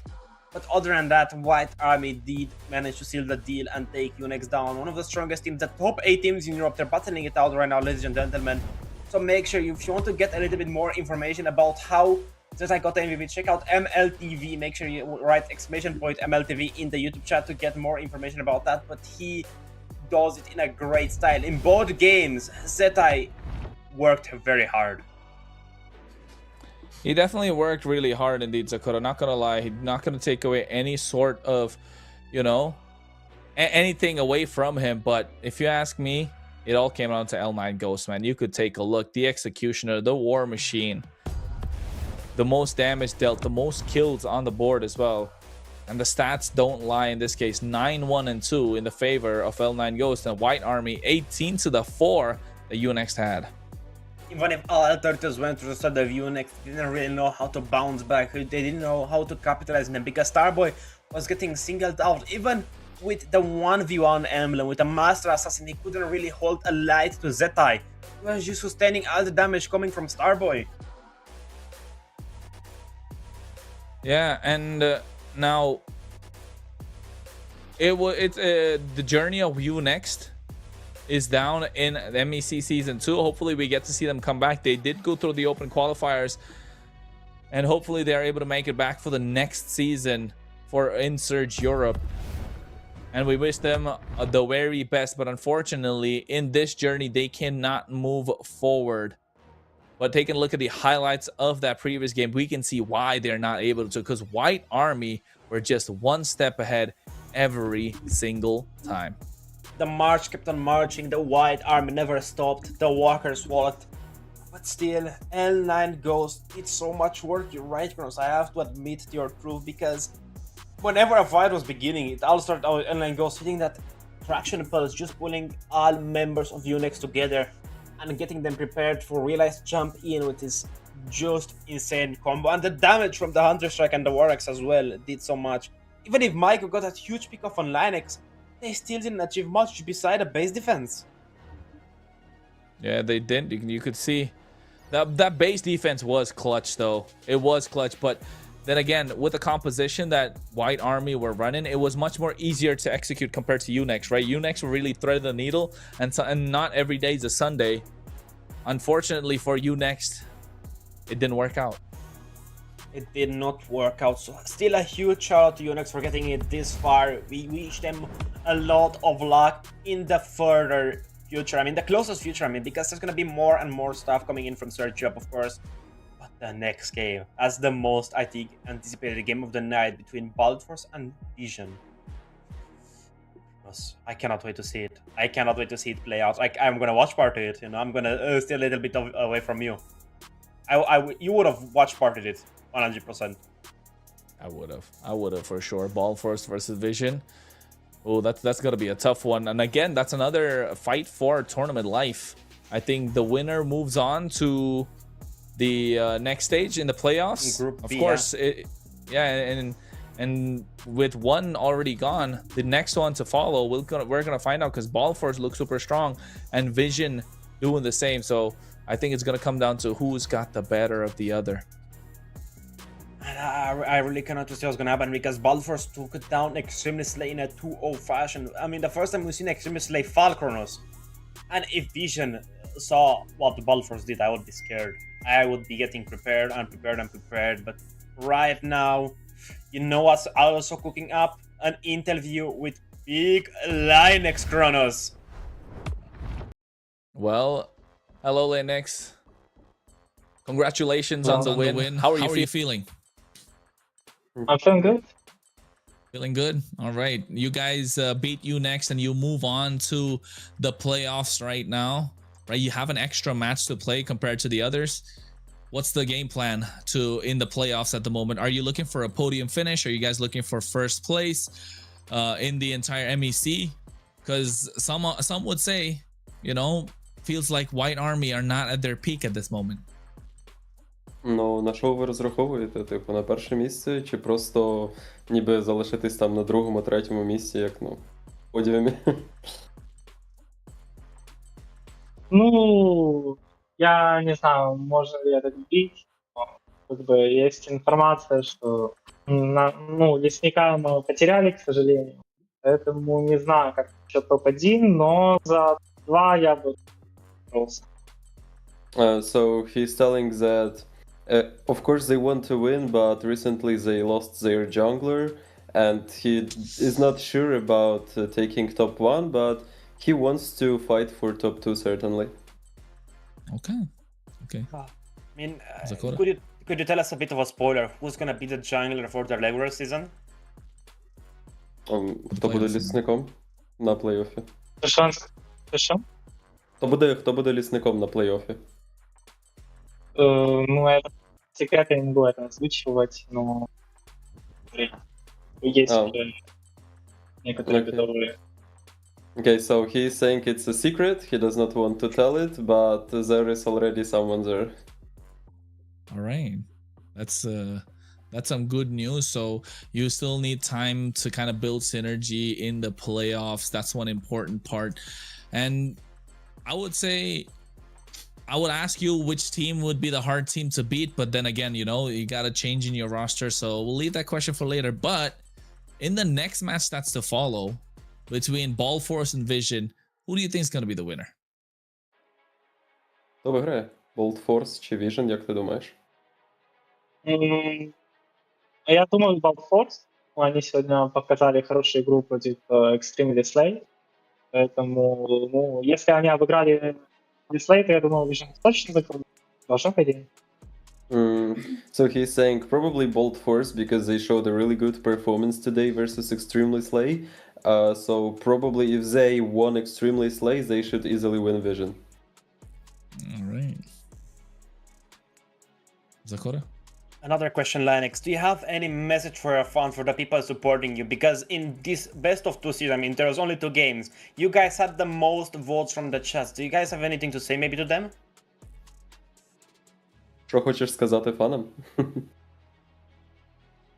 Ну, не думаю, что я так много фанатов, но если кто-то есть, то большое спасибо, что поддерживаете.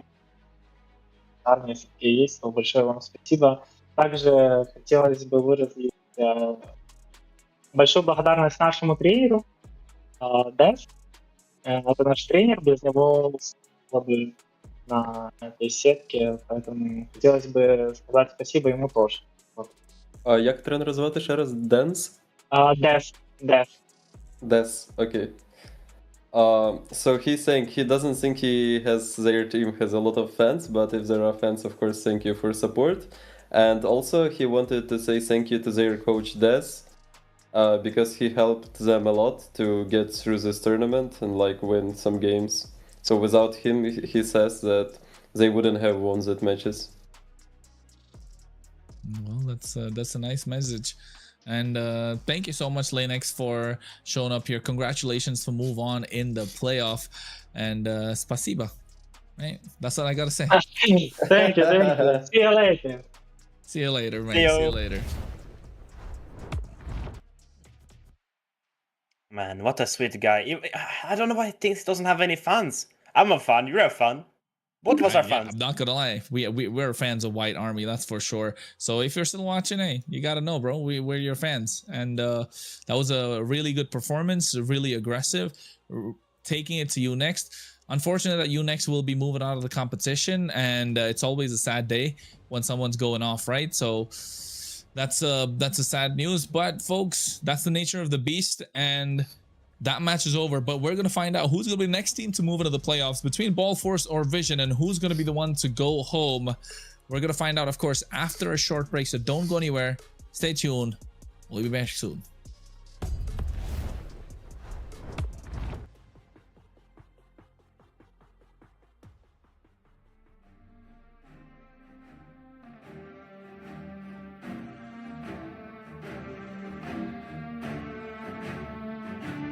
I'm at the mark spot.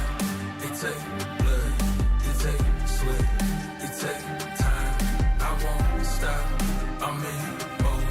I'm on go. I'm gon' die for my spot. I won't move. I won't shake. I won't drop for my spot. Been too long, been too strong. I won't bend, I won't break for my spot. Your hands in the air for this. Hands in the air for this, hands in the air for this, hands in the, you should have your hands in the air for this, hands in the air for this, hands in the, hands in the, hands in the air. I ain't none at all, wanted 10 cribs, wanted 4 cars, wanted more ice, wanted more grills, set it in stone, told myself life, better damn gear, before I get ghosts and it get real, when the best set, bet it on slim, manifest twice, I had nothing left, ain't do nothing right, but when all in, loaded up dice, know I'm gon' win, work it out later. When the odds lean back in my favor, ain't no taking back wages. Pay it up full with a paper. Running, running, running, running after that. Running after that. Running, running, running after that. What a comers at? Running, running, running after that. What a comers at? Running, running, running after that. I'm at the mark spot. It take blood. It take sweat. It take time. I won't stop. I'm in mode. I'm on go. I'm gon' die for my spot. I won't move, I won't shake, I won't drop for my spot. Been too long, been too strong. I won't bend, I won't break for my spot. Your hands in the air for this, hands in the air for this, hands in the air for this, hands in the, you should have your hands in the air for this, hands in the air for this, hands in the, hands in the, hands in the air for this.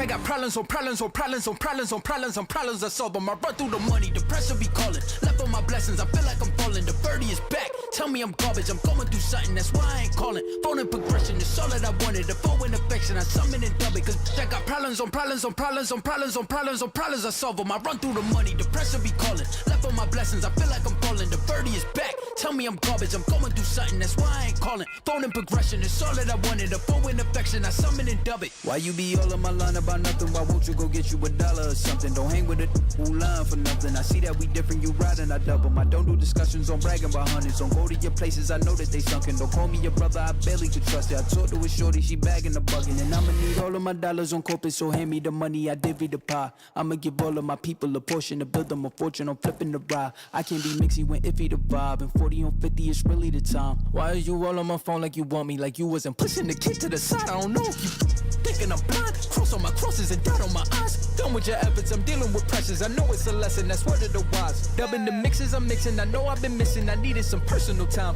All the pictures, dimensions, I don't with your digits. I mean it, I'm staying inside. Cause I got problems on problems on problems on problems on problems on problems. I solve them. I run through the money, the pressure be calling. Left on my blessings, I feel like I'm falling. The birdie is back. Tell me I'm garbage, I'm going through something, that's why I ain't calling. Phone and progression, it's all that I wanted. The phone in affection, I summon and dub it. Cause I got problems on problems on problems on problems on problems on problems, I solve them. I run through the money, the pressure be calling. Left on my blessings, I feel like I'm falling. The birdie is back, tell me I'm garbage, I'm going through something, that's why I ain't calling. Phone and progression, it's all that I wanted. The phone in affection, I summon and dub it.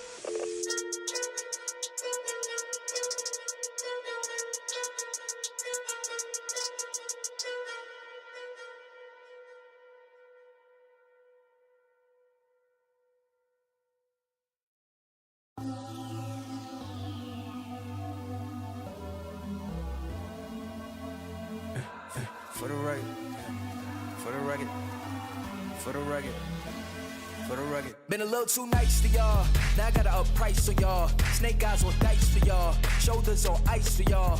8-6 all the hay.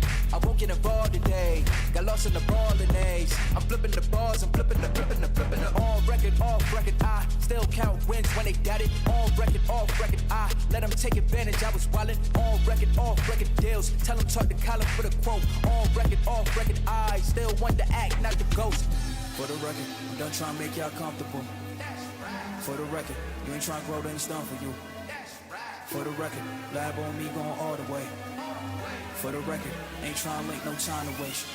Running through it with the young influence, adolescent presence, I'm succumbing to it. I've been giving yeses when I shouldn't do it. I complete ejected, but the moves elusive, and I'm barely moving, but I'm still gon' boost them. I can't work on winners when I know you're losing, so I work the winners and they throw the deuces. Guess I have to pivot, shooting no bazookas for the facts. I need racks, paper cash, fuck a tax, that's a joke. Tell them laugh, Uncle Sam, fuck out the bag. Brody plot, but get a whack, contract, give me the max. I got lab on my back, you ain't that, then it's raps. Whoa, whoa, whoa. For the record, I'm done trying to make y'all comfortable. For the record, you ain't trying to grow, then it's done for you. For the record, lab on me going all the way. For the record, ain't trying to link, no time to waste. Facts, I need racks, paper cash, fuck a tax, that's a joke. Tell them laugh, Uncle Sam, fuck out the bag. Brody plot, but get a whack, contract, give me the max. I got lab on my back, you ain't that, then it's raps. Whoa, whoa, whoa. For the record, I'm done trying to make y'all comfortable. For the record, you ain't trying to grow, then it's done for you. For the record, lab on me going all the way. For the record, ain't trying to link, no time to waste.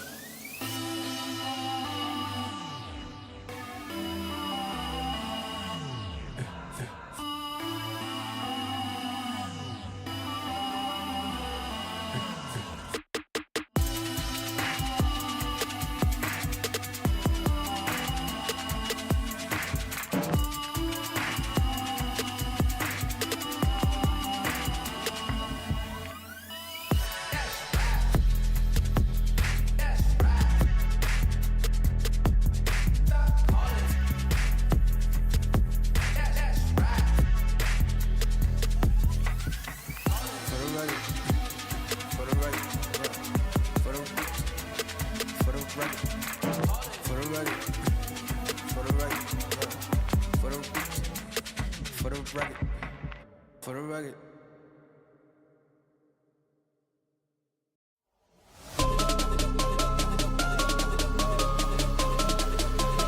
Who the hell can stop me?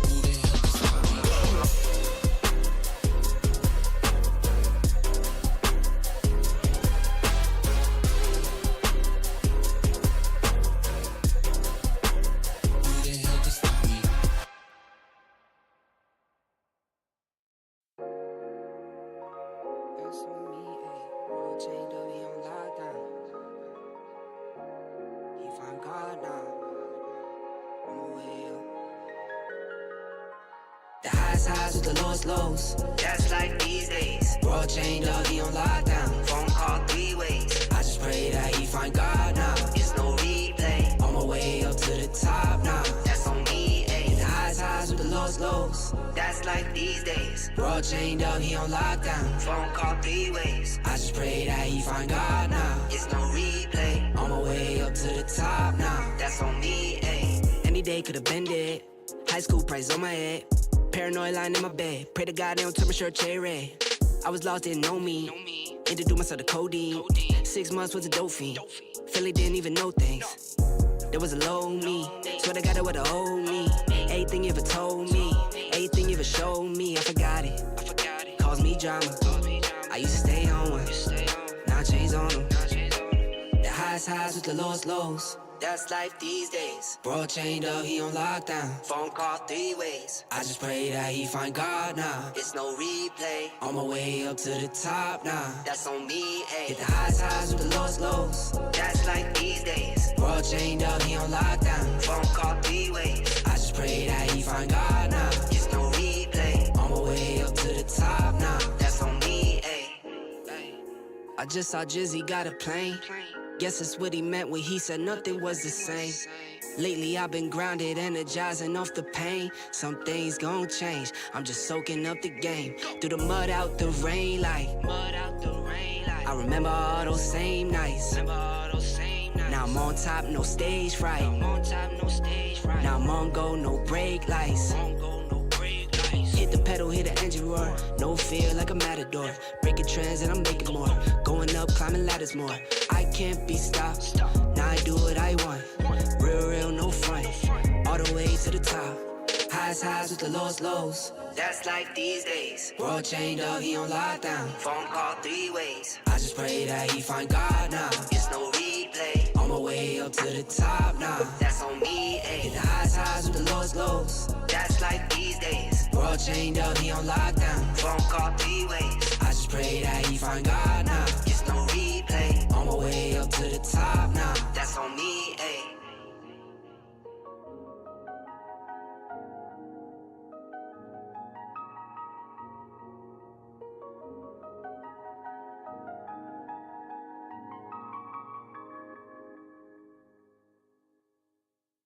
Call my phone, hit my line. Only ones who down for real, down for line. Keep it super thorough my way on this side. Keep it super thorough my way on this side. Call my phone, hit my line. Only ones who down for real, down for line. Keep it super thorough my way on this side. Keep it super thorough my way on this side. Mobbing with my brothers, there's no question, keep it real.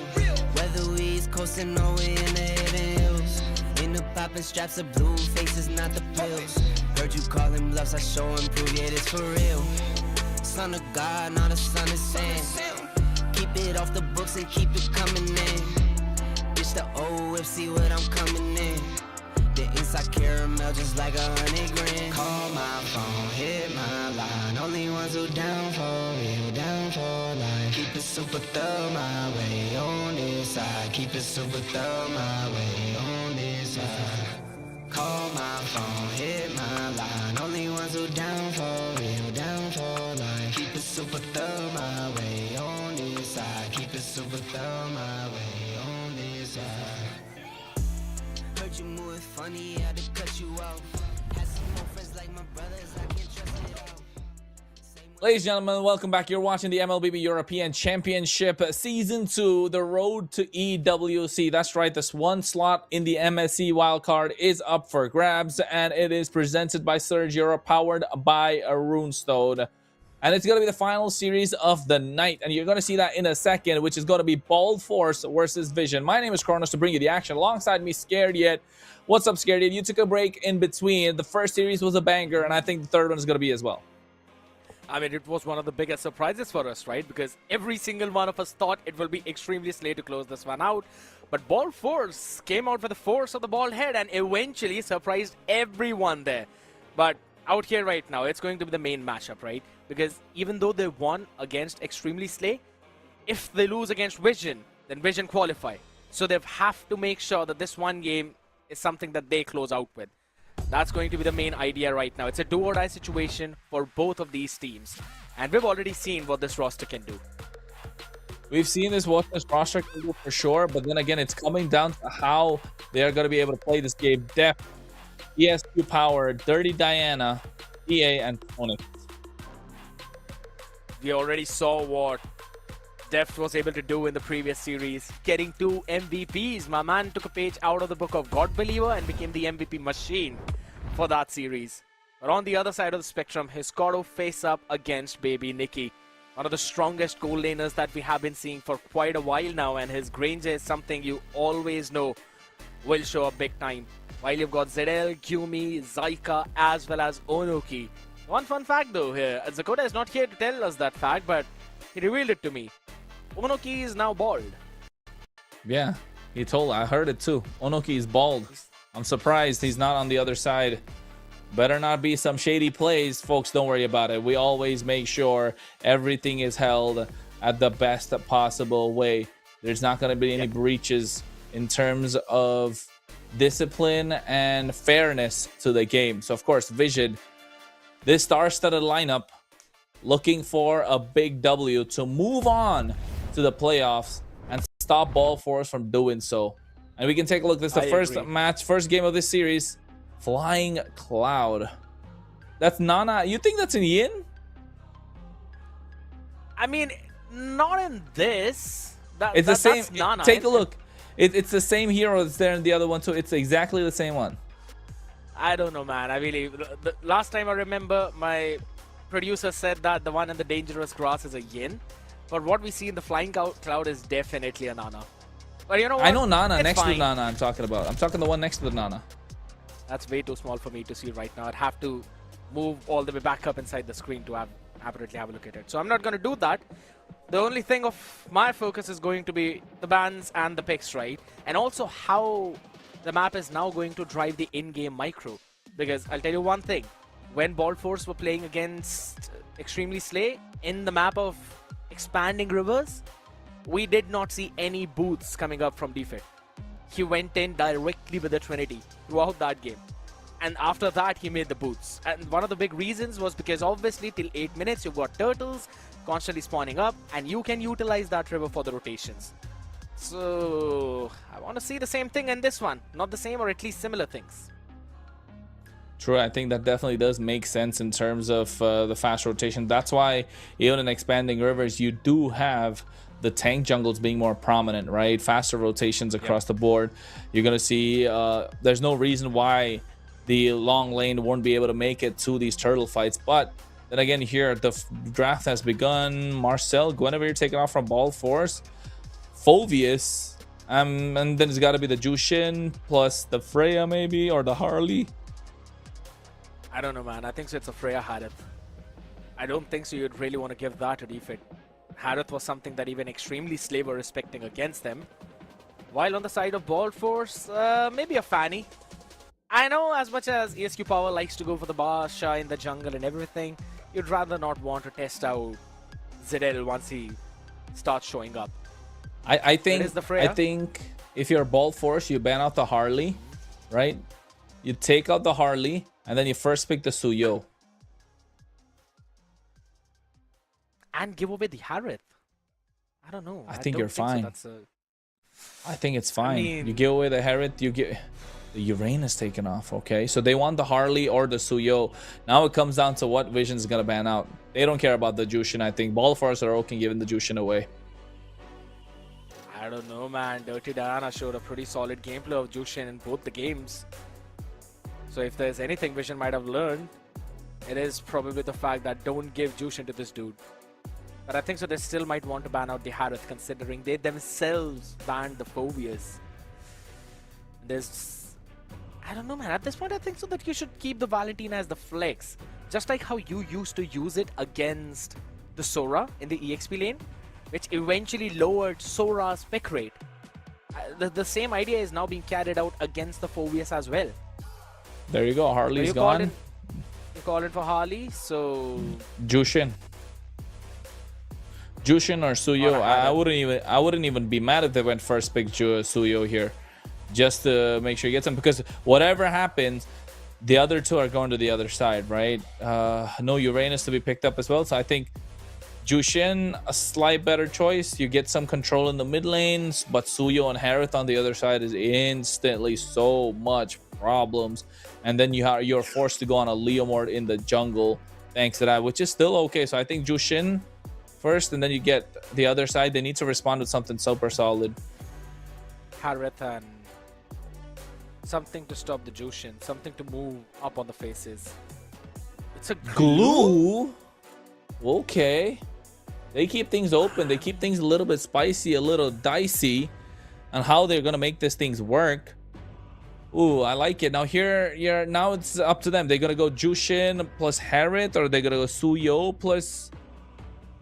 plus Harith and leave the Jushin still open. I told you, ball fours are not caring so much for this Jushin. That's why you can see a lot of the ones that are taken off were counters to the Harley or the Suyo. I think Suyo's got to be picked through here if you're Vision. But then, to be fair, they do like playing the Fanny as well. So they might leave the jungler till the third pick. But if I was them, if you get the Suyo as an option, you pick it up straight away. You don't think twice.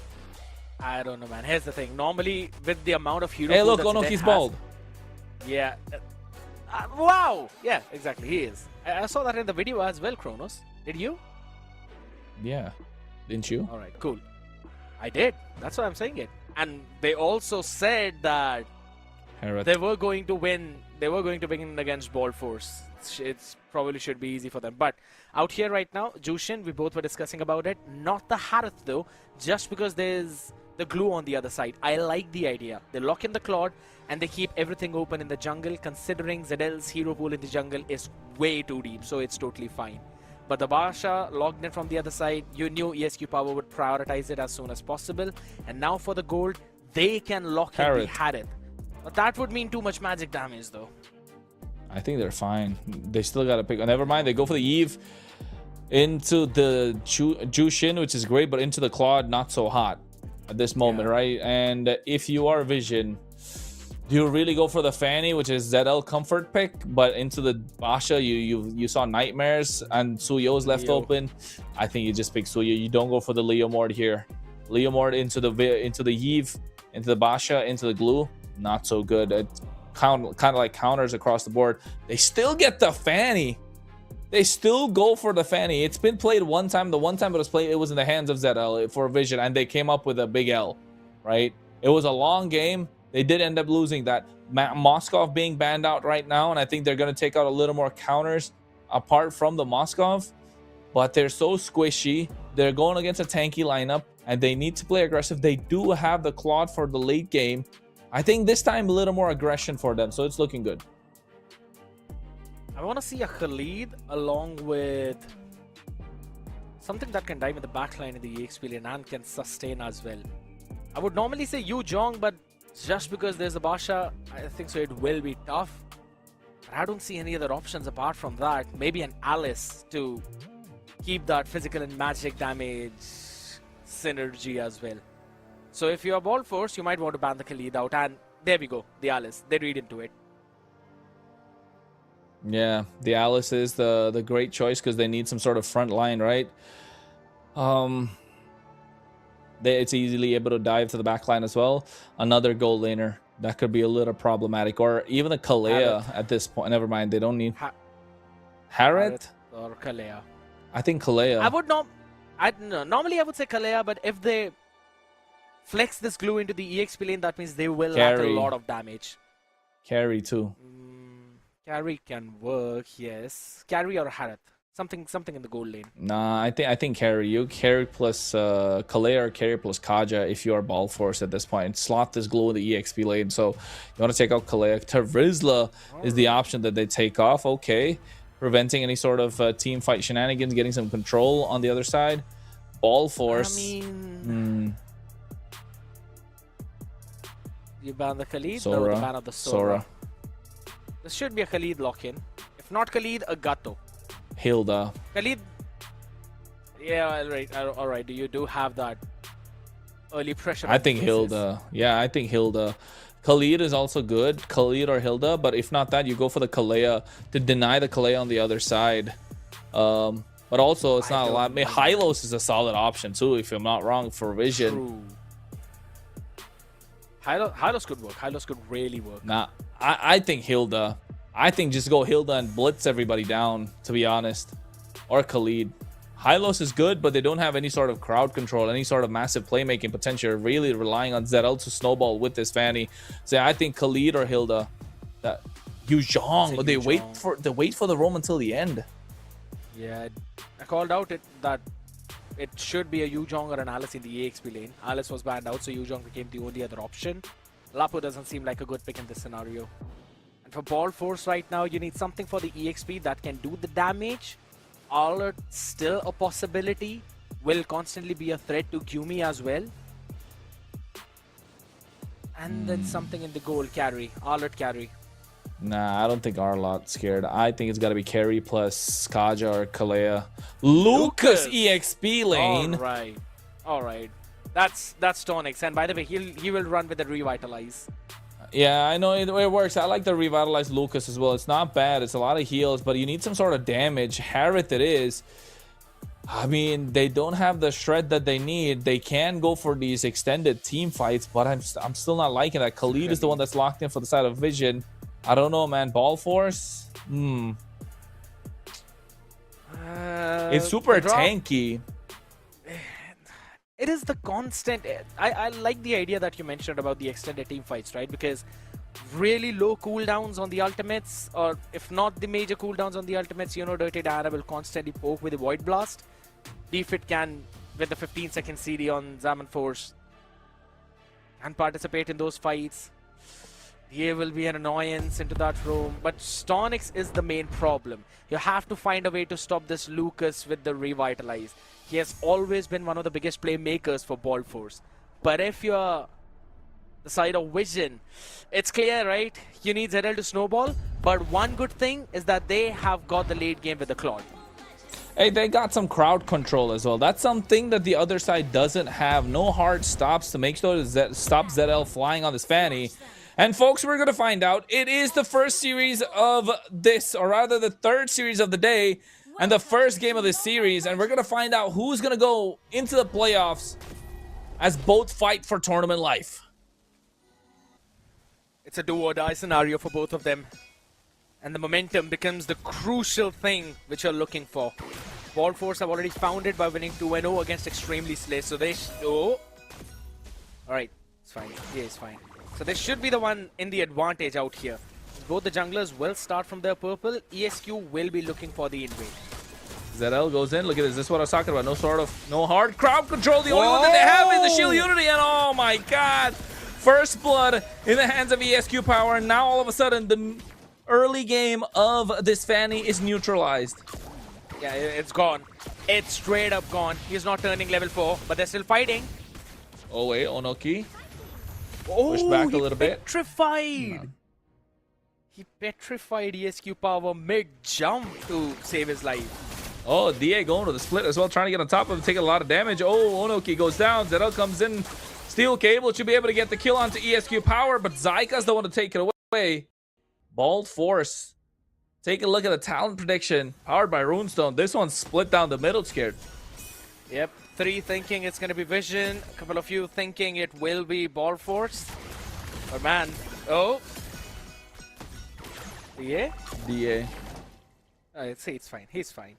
It's going to be pretty chaotic. We can see that because look at top lane. Stonix.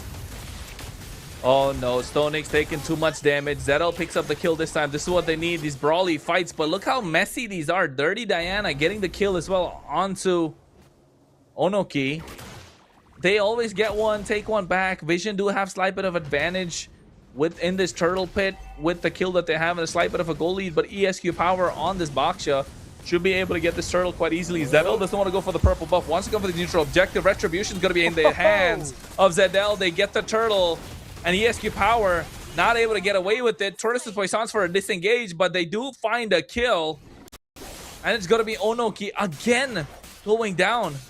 It's so very early game oriented for both of these teams. That's why they don't want to give it up right now. But I really like what the emblems have done right now, right? Because you can look at the marksman emblem being run. Oh, baby Nikki.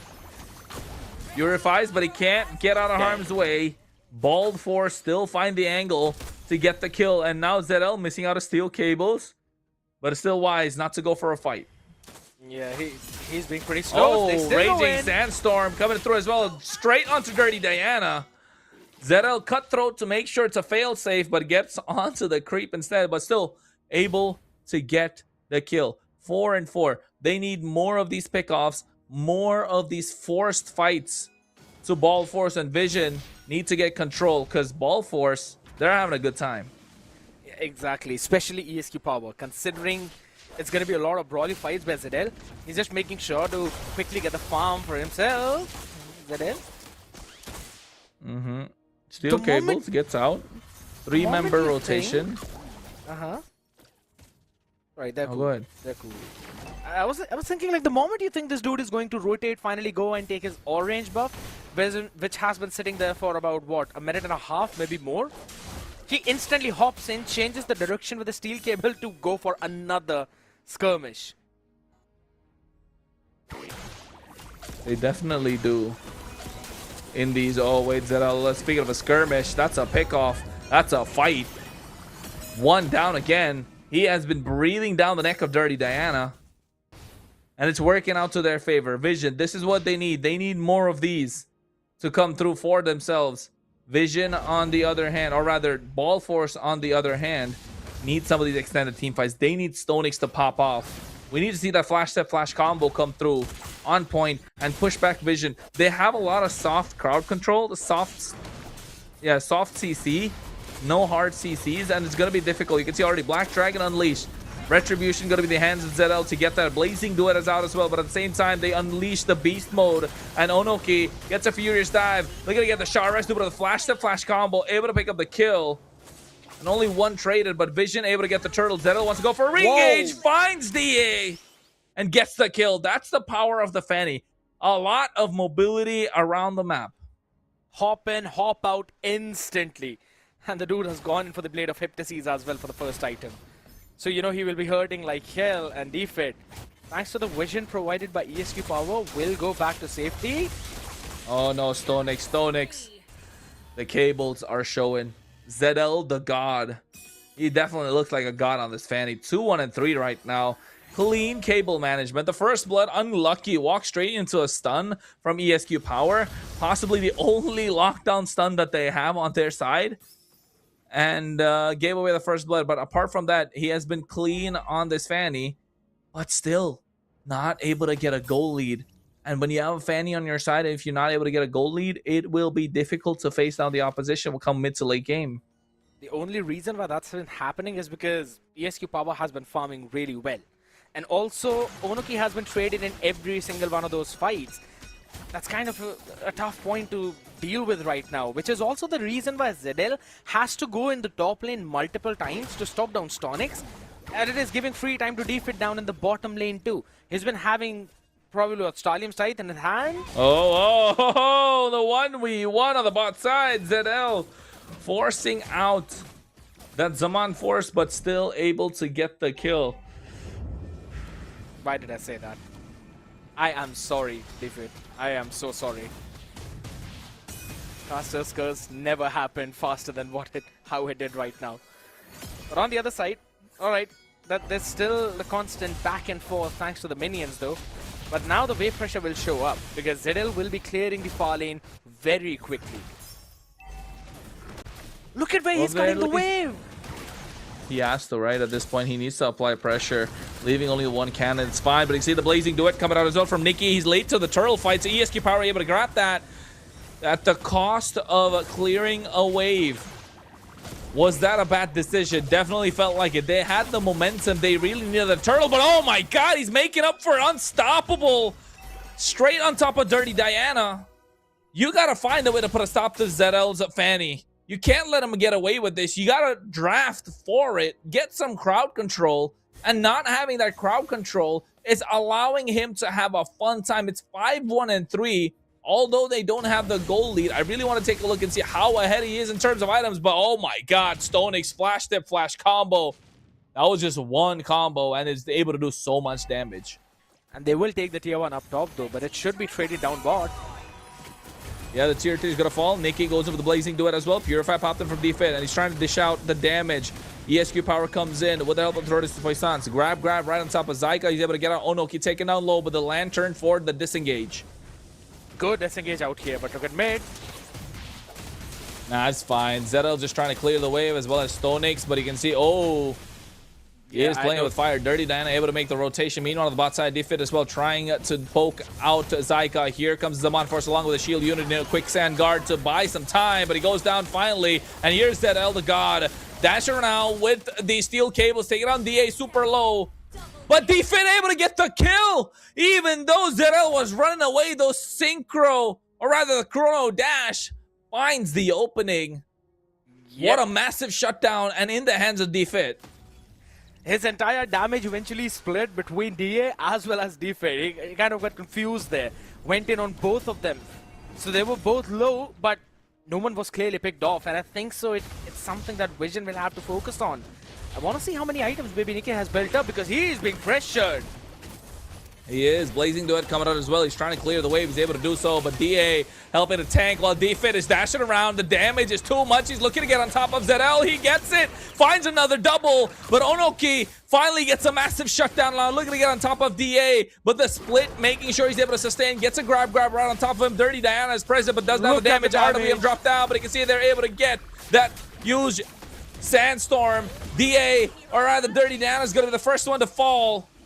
ESQ Power did get the Lord in their favor and now makes his rotation down bot to take down Onoki.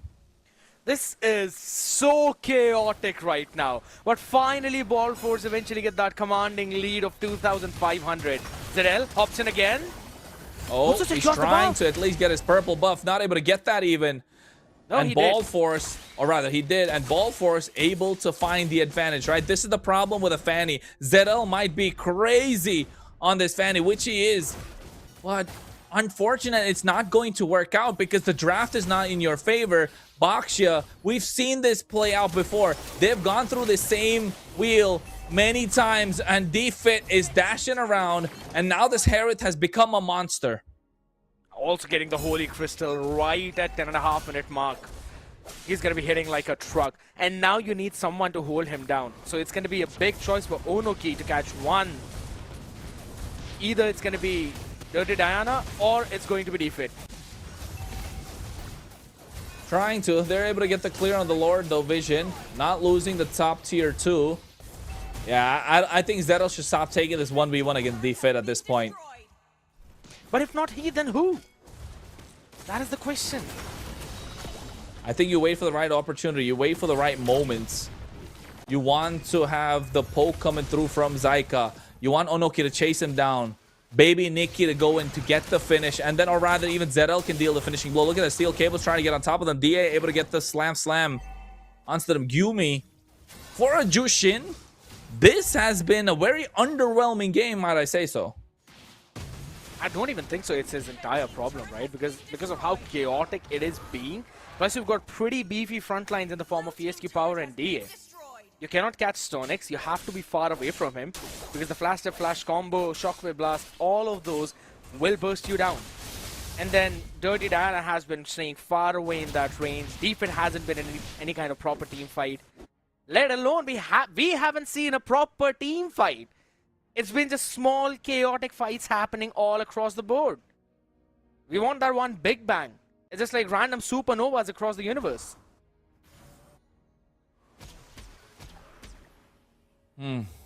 I get your reference, Scared. I do get your reference. I just don't know how to reply to it. But at the moment, oh, Zedel finally replies. Dirty Down took away the purple. ESQ Power coming in. That's not going to be looking good for Zedel. Walks into a stun, gets the kill, but gets taken down.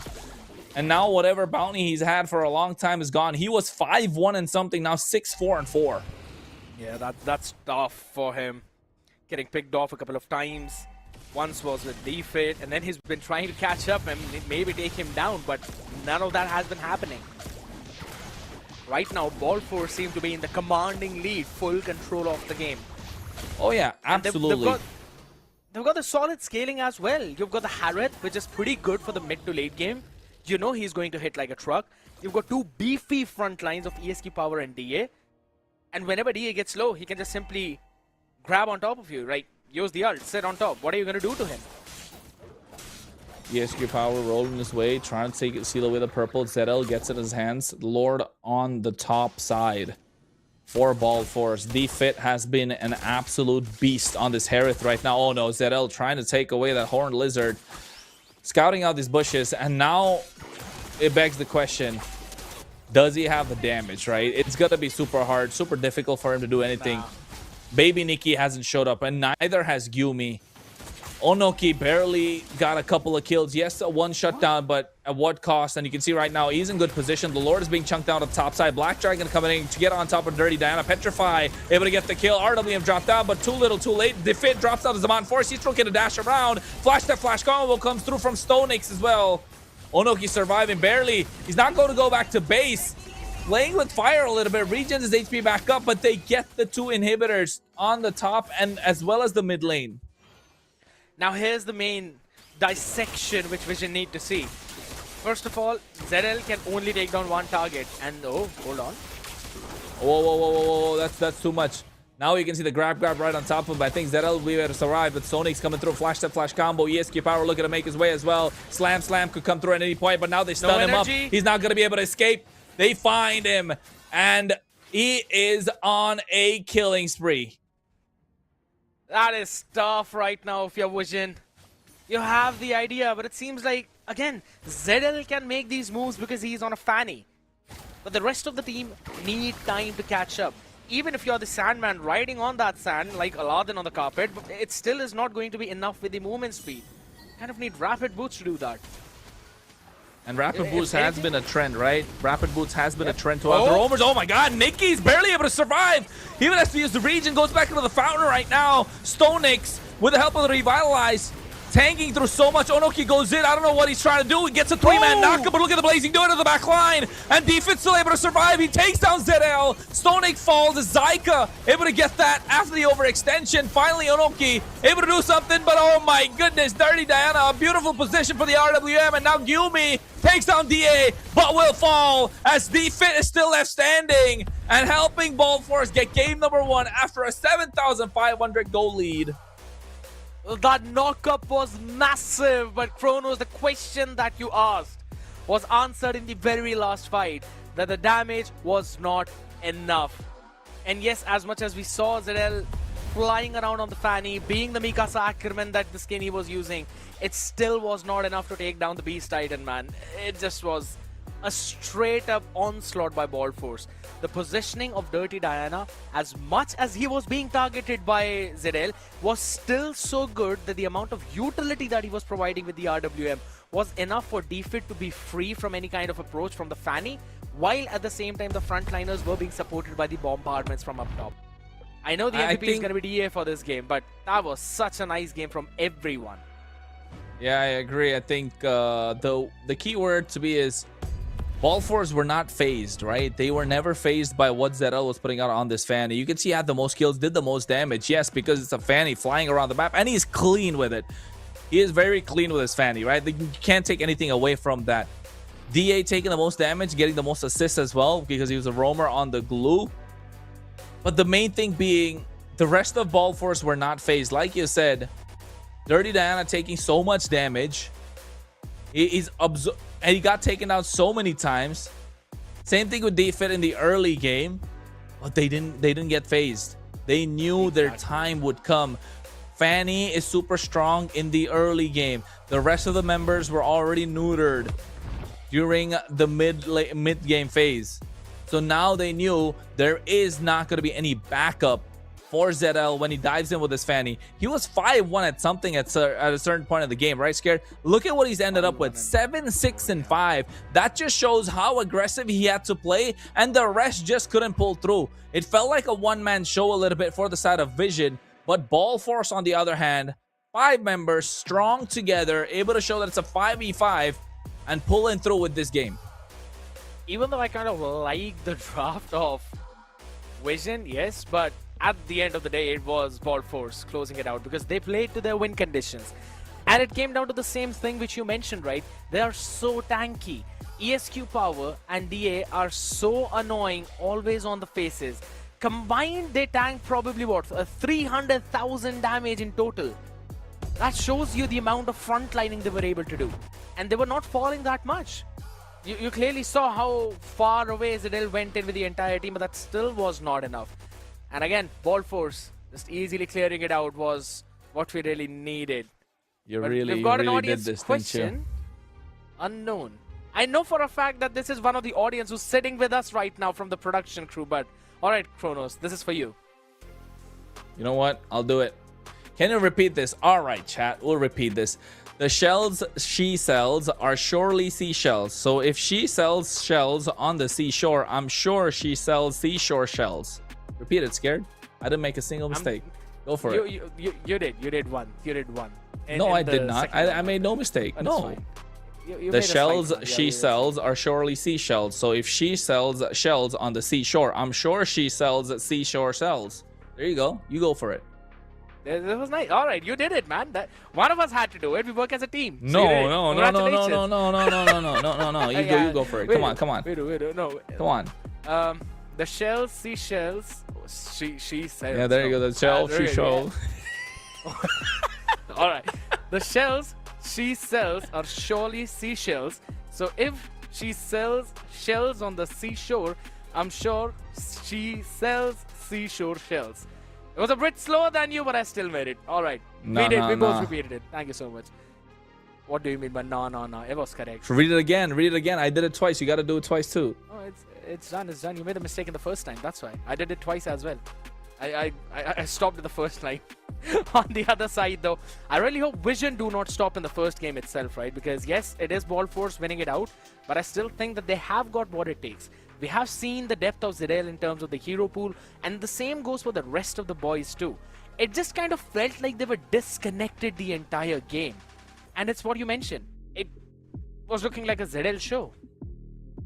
It definitely looked like a Zedel show, right? It looked like a one-man army. And to be honest, it wasn't even that good of a show because he kept getting taken down every single time they went for a fight. Early game wasn't good. He also made a lot of mistakes. So yes. I think this is looking the Ball Force way. They've got too much for them to be able to deal with, and I think it's not gonna be the best game for best game for Vision if they don't get some sort of advantage, because gold lane Nikki wasn't able to come out on top.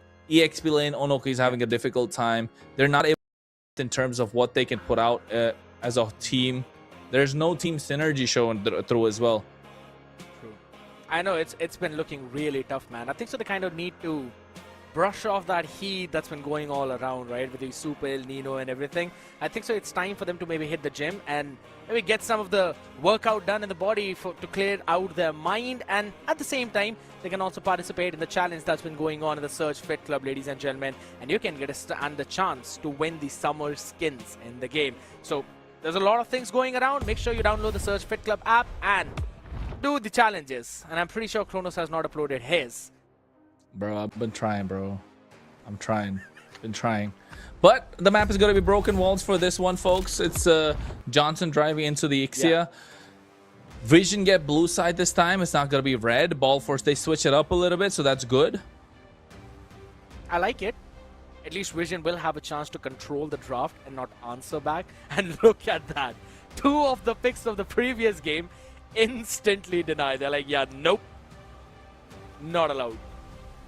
Yeah, I think definitely is something. It's not exactly what 2 picks were there in the previous game, but also these are super strong picks, right? I do understand the glue being taken out. Same with the Boxy as well. Marcel, Harley. I think the Freya is gonna be next. Okay, there you go. And then Jushin coming out from the side of Ball Force, and now all of a sudden Vision don't have a crazy power picks apart from the Phoveus. Here's the thing. Do you think they would rather ban out the Jushin though? Because we both saw it, right? Oh, Guinevere. It wasn't the most, it wasn't the most overwhelming game from the Jushin. It was kind of underwhelming. So it is the Guinevere. First pick Jushin.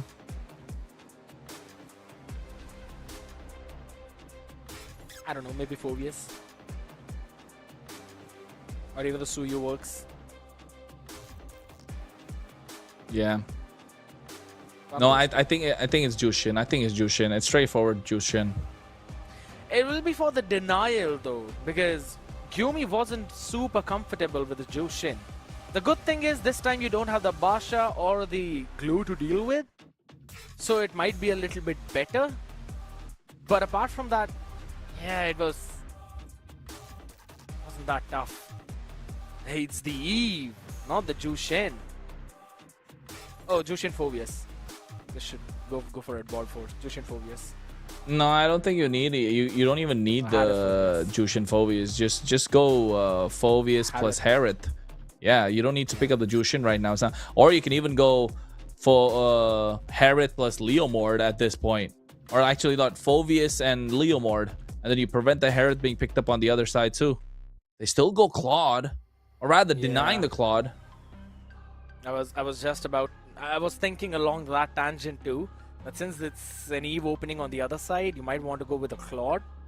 And now to pair that up with, you can also go for the Alice, but it is the Suyu. We've been waiting for him for quite a few games right now. So to face up Suyu, you answer back with the Leo mode. I don't think so there's anything else that you can prioritize here. Leo Hylos? Leo Uranus. Uranus. Right. Uranus. With the Leo. It's a decent opening. I like it what Vision are doing right now. Now I want to see with the last two picks how they pair it all up together. Valentina here. Yeah, Valen works. Valentina is so good. Valen or an Alice? Nah, I don't think you need Alice right now. It's just Valentina straight. No, apart from Valentina, maybe the Kalea if you really wanted to. But you don't have like instant burst on your side either. You do have the Suyo for the snowball effect. The Valentina. They still go Jushin. Okay. Makes sense. I mean, rather, yeah. I forgot about the Jushin.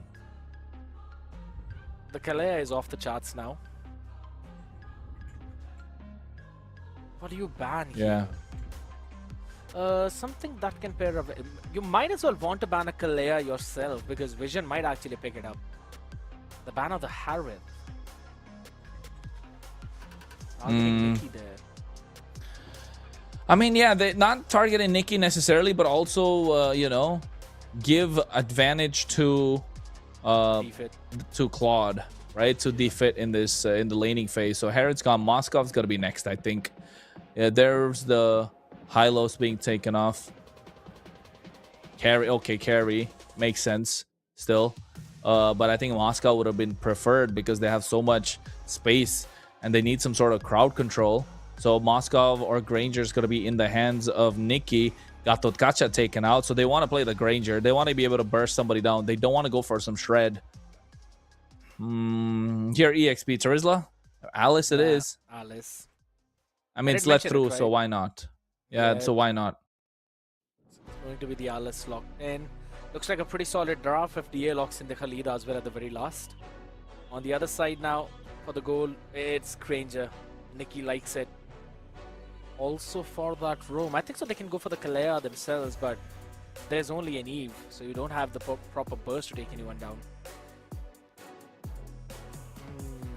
Do you go a Khalid?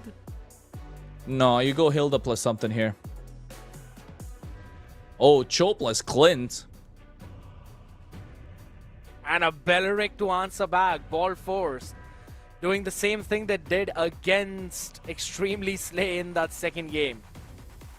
I don't know. I know, man. I was making that face as well, but it ended up being a pretty solid game. So I don't know. It still sounds pretty good. I don't mind the Belleric. I don't like the Clint and the Cho. There's no shred.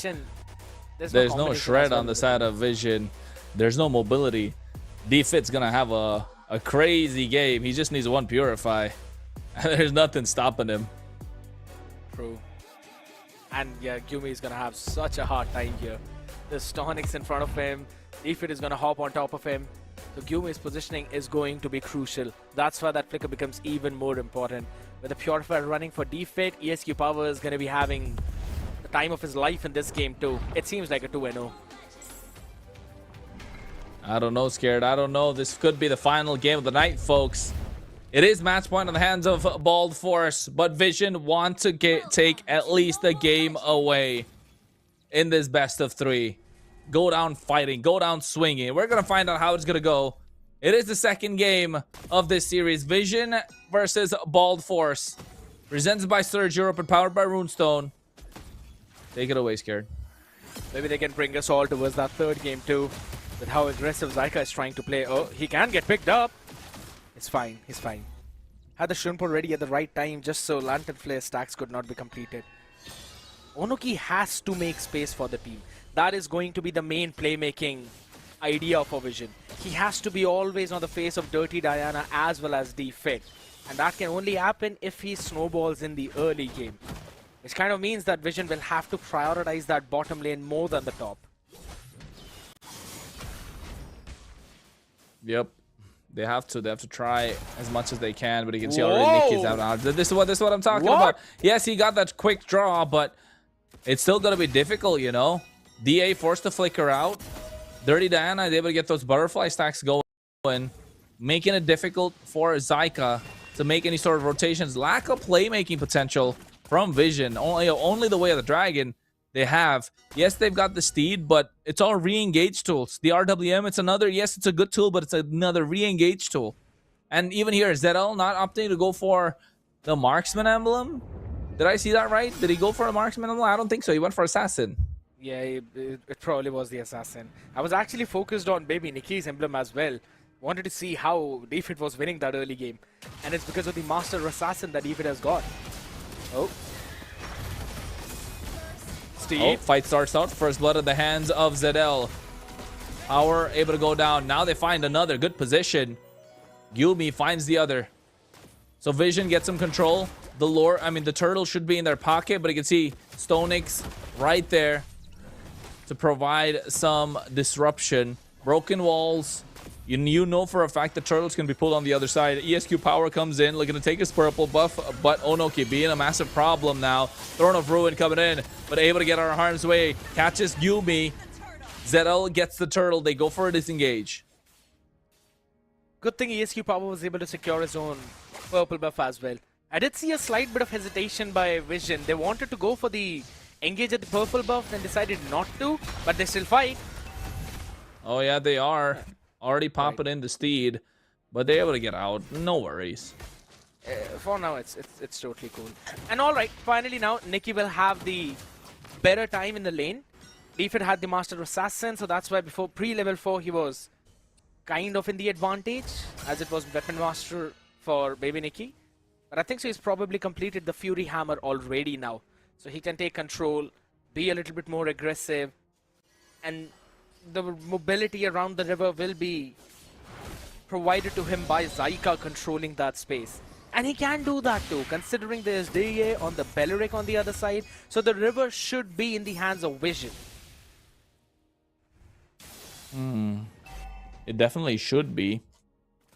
It is. This is how it was kind of like in game number 1 as well, right? They got the early game. Yes, they fumbled a little bit, but this time they didn't make, you know, they didn't make the mistakes. They were forced. We'll see now.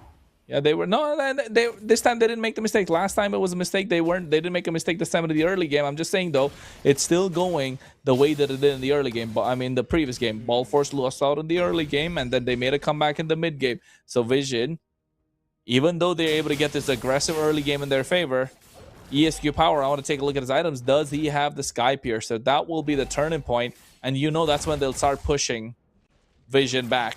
And Stonix as well, not going down a single time, not having lost on many items. You can see they're proxying the waves, a gentleman's agreement between both the EXP laner looking to get into these team fights. The one good thing that Vision do have is this Uranus, and he has to play a great game and push back and be the front lines appeal for the rest of the team. ESQ Power hacking away at the turtle. Seems like RWM drop down. ESQ Power goes in, but Nicky able to steal the turtle away with a quick draw and able to find ESQ Power in the process. Moving in our Vision, and now all of a sudden Ball Force losing a little more than they'd like. A good play yet again, but on the other side of the spectrum, it's going to be the mid-tier 1 as well. So Vision slowly and steadily getting a proper hang in this game. And they're also going with a lane switch up as well. So the bottom tier 1 should be prioritized. And it is the same thing, which I mentioned up in the early game. You double down on it as well. That Onoki needs to be the key. Stonix, Dawn of Ruin. Yeah, it comes in as well, looking to zone them out. Dirty Diana going with an aggressive Crimson Beacon. Nikki, this is why I didn't like the Clint so much. Left down in no man's land. Didn't even want to flicker because he knew he was dead meat. I don't know. I think so. He should have flickered out of there. He had the... He didn't have the recoil. He already used it before. He did, but he had the chance as well. Plus, there was the possibility of the Jeet Kundo knock-up as well coming back up too. It kind of felt awkward from the side of Vision though, and I must say. And I agree. In terms of total mobility, Clint doesn't have that much. It's like, it feels awkward because of their lineup, right? Like, they're looking to play front to back with the help of a pickoff, which is normally great. I don't deny it. They need to make it work. And see, it is working. ESQ Power again getting taken down by Nikki. This is what they need to do a lot more of, making sure Nikki is able to get these kills. But if you're a Ball Force, you need to find answers. How are those answers going to come through? That's the big question. Because you're looking to farm up already 1,300 in the hands of Vision. This is the second turtle of the game. They lost out of the mid lane tier 3. And Dirty Diana is dropping those lanterns and making it difficult for Vision to play as aggressive as they like. ESQ Power not having a good game is a blessing in disguise. Or not even in disguise. It's a blessing for Vision overall. It is. Yeah, I agree. They picked him off a couple of times, but Dawn of Ruin. Oh, there comes RWM at the right time. You can see DA taking out super low at the edge. But here's the Blazing Duet coming through along with the Crimson Beacon. Trying to survive, getting outplayed a little bit, but still able to take down Defit. And now ZL will be going down. Double kill in the hands of Dirty Diana. Onoki chasing him down. ESQ Power getting picked off by Nikki yet again. 2-for-2 trade. And Vision still come out on top. From Zyka, I must say, is the reason why Vision came out on top, as you rightfully mentioned. That's a bit of an overextension from Onoki. Nice bait setup from Dirty Diana. Eventually shut down the Uranus. But that's kind of like a little bit of a silver lining after that entire conundrum that happened in mid. And ZL being able to survive for so long on that HP was probably the big reason why we saw Vision eventually secure that big win.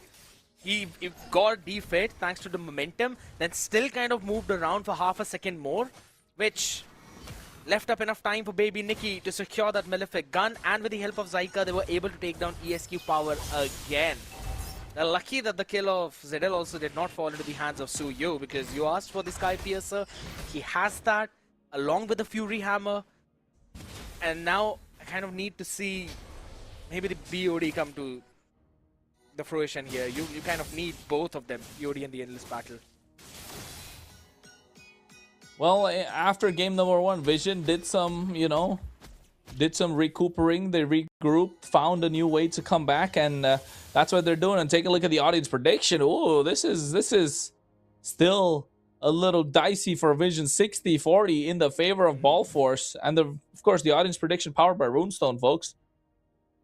At the moment, Ball Force are doing everything that they can to try and push back Vision, and Dirty Diana is in the center of everything. One thing which I kind of want to see from Vision is a Sky Piercer on Baby Nikki. Now you do need the Endless Battle, you basically picked up the Endless Battle, you do need the BOD as well to burst down through this front line of Stonix and DA. But I want them to pick up that Sky. Oh, Zyka, nice flicker. Jeet Kundo gets the way of the Dragon on Dirty Dan, as well as the massive shutdown. And they need it. And again, in the hands of Baby Nikki, everything working to perfection for Vision.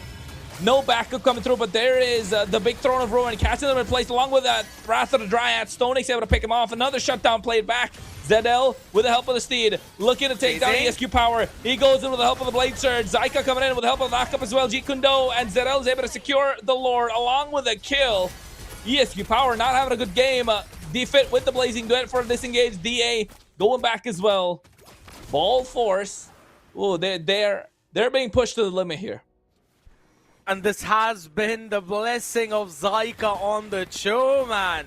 He's playing so good right now. Every single time ESQ Power wants to hop in and do something, There's the way of the dragon. There's the Jeet Kundo. You got caught lacking once, Dirty Diana, and that was an instant punish into the RWM by Gume. And it's all being enabled by the Cho. This man is doing everything for the team right now. He definitely is. Jeet Kundo again around on top of StoneX, but the only way to stop Zyka right now is by StoneX on this Alice. Right? The DA does have the Wrath of the Dryads, which could turn fights around with the help of the Flicker if coming out right on point. Onoki going in. And the problem here is Defit needs to start scaling. Oh, on the bot side, you can see all this Blazing Duet being expended. Zedel, there's not a lot of damage. He gets the Trinity online at the moment. Anti-Cuirass picked up by DA as well. Crimson Beacon coming out early. And now all of a sudden, Ball Force clear out the Lord. It's a good defense. All thanks to... Wait! Oh, Wrath of the Dryads coming through as well after the RWM. Look at StoneX go to the back line. They're looking to catch one and only Dirty Diana to fall. Zyka comes in, and that's the playmaker that's sounded out. StoneX gets taken off. 2-for-1 trade in the favor of Vision. Now ESQ Power, he's being pushed back.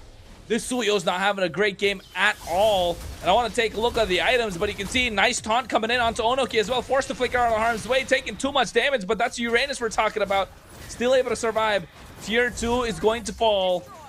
And Ball Force will be able to defend the mid inhibitor through the help of the Holy Defense, but the top side and the bot side are crashing at the same time. ESQ Power doing everything that he can to try and defend, and they're able to defend this. Onoki gonna get picked up and put down. No Flicker. This could be the opening that they're looking for. Doesn't find it, but Beefin comes to the back line with the help of the Blazing Duet, looking to catch Yumi. And now he gets it and gets out with a BMI. What was looking dire? Ball Force finding an opportunity in the heat of the moment, but Zedel looking to go for the engage again. There's the Wrath of the Dryads. Crimson Beacon coming out, but Zedel looking to get taken down. ESQ Power finally gets the better of him. And Ball Force pulling it back one more time. Overextension from Vision. Met with a perfect resistance from the Ball Force. They tried their level best to take that inhibitor down up top though, but that was the perfect moment for Defit. An opening to go in for the Blazing Duet onto the face of Gyumi. The Flicker was used up too, but it didn't matter. Defit popped in the Purify just to have that extra bit of mobility. Picture perfect play coming in from Ball Force, and now they control the river. They control the Lord Pit. Well, at least Baby Nikki gets the BOD, right? Then that's going to be a big game changer. Ball Force right now, looking to take down this Lord. ESQ Power, Blade Surge already used up. You can see RWM coming in. Nice Wrath of the Dryads being used as well. StoneX goes in, Throne of Ruin, catches 3 members. ESQ Power able to get the Retribution. Zyka goes into the back line with a knockup, and here comes the rest of the cavalry as Zedel comes in. Wind of Nature popped in, but it's not going to go through. The true damage is on point, and Nikki is able to get the kill. ESQ Power trying to survive. Nice taunt coming in from DA. Blade Surge makes it out alive. Vision get 2 for the price of 1, but Ball Force get the Lord. And still Vision are pushing through. Top side cleared. Mid lane's gonna get cleared soon. StoneX needs to make his way there as they have the inhibitor that's barely hanging by a third. Here comes the Steed. They don't care about the Lord. They're looking to push for the end. They want to make sure they get at least 1 game, but Zedel is trying, but there's no minions right now. Way of the Dragon able to hand a kill on a silver platter in the hands of Nikki, but still, somehow, someway, Ball Force resisting Vision, and now they need to go back and try and defend this Lord. The wave clear is so tough for Ball Force right now, doing a fantastic job with that. But now with that BOD being purchased, which you mentioned right before that, Lord, Baby Nikki will have so much more impact in this game. 37 stacks on the Sky Piercer already. You get a couple of more kills, and now that Sky Piercer will start to hurt you like anything. Extra range with the Malefic gun means he will probably be playing in a big safe zone, and that to behind the RWM of Gyumi. You can see that Gyumi is being targeted quite a lot, right? Flicker, Wrath of the Riot, StoneX going in with the Thorn of Ruin right onto his face, but he's fine being the sacrificial lamb for the team. For as long as Zedel can move freely and Baby Nikki can survive. Oh, Zyka, Jeet Kundo able to hit it. Shun pulls out of there. 2,500 scared in the hands of Vision. And you're right, but look at the map though. Look at the map though. What? The inhibitor fall clear. It goes, right? No, save or barely. Alright, it's fine. It's fine. They're not throwing right now. I mean a bit, but not much. Don't tunnel Vision. Don't tunnel Vision. I like the sound of that. Because that's what they did when they tried to take the top inhibitor. And now this malefic gun being picked up by Defit as well. He was already being a big problem to Gyumi, and now he's going to be an even bigger problem to both him and Baby Nikki. And also Defit has the window power. features. No. Way of the Dragon coming in after a nice flicker play. And Throne of Ruin trying to stop them. It's going to be a 5v4. I don't know if they want to pick this fight. Stonix a little late to the party. Oh, Ball Force. ESQ Power needs to understand. You got to get somebody else to go in first, bro. This is not the way you do it. It's been 6 times he's got picked off the same exact way. I mean, at some point you think you'd learn. It's not happening in this game at least. And that's why I believe they were all hesitant to pick up the Suyu. He's just one item away right now, and I think so it's going to be the Malefic Roar for him.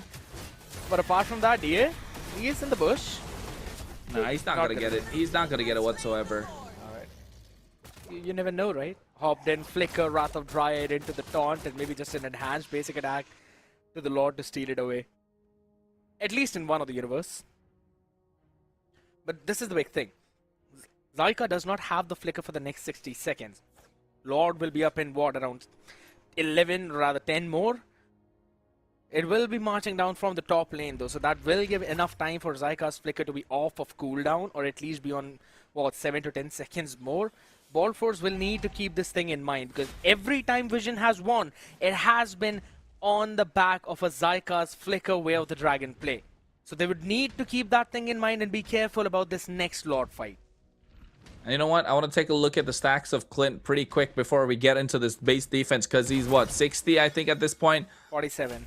Yeah, 47. It's all right. It's still doable at this moment. They does have a lot of damage. Onoki peeling for the rest of the team, and now the Lord is going to crash in on the top side. Inhibitor is going to get taken down, so Stonix trying the best that he can to try and defend. Zedel comes in with the steed. They get the Inhibitor in the mid lane. Lord is being hacked at by Defit. Look at Zyka trying to go through. There's the RWM catching one, and it's going to be Stonix, but the Wrath of the Dryad preventing from it to follow through. And he go in, and now all of a sudden, what was looking good for Vision is not looking hot so more, but Nikki has the damage. Taking them down super low. Zedel comes in, tries to pick up the pieces. Look at the end, but Defit goes in with a blazing duet and the Wind of Nature coming through. They're able to get the clear. ESQ Power chasing down Zedel, able to find the kill. And now they're 2 down. And Ball Force have found a way to defend this. They only lose 1 inhibitor, and Vision are pushed back. Zyka could not get the Way of the Dragon on the right target. He did not get the angle on Stonix whatsoever. And if anything, he healed back up to full HP. And they're chasing now. Onoki, Immortality is going to get popped. The Sky Piercer are starting to stack. It's in the hands of ESQ Power. He finds 2 and make that 3 rather. And now all of a sudden, what was looking super good for Vision is starting to crumble and fall apart. It's all hanging in the balance of Baby Nikki and this Clint. He has the damage. You could see that. The quick draw as well, landing in perfectly. Onoki, or rather Stonix, was dropped down to less than half of his HP. But then he healed back up, all thanks to the Lord and the minions around it, with the Thorn of Ruin popped up. There was no problem about even with the anti-heal there.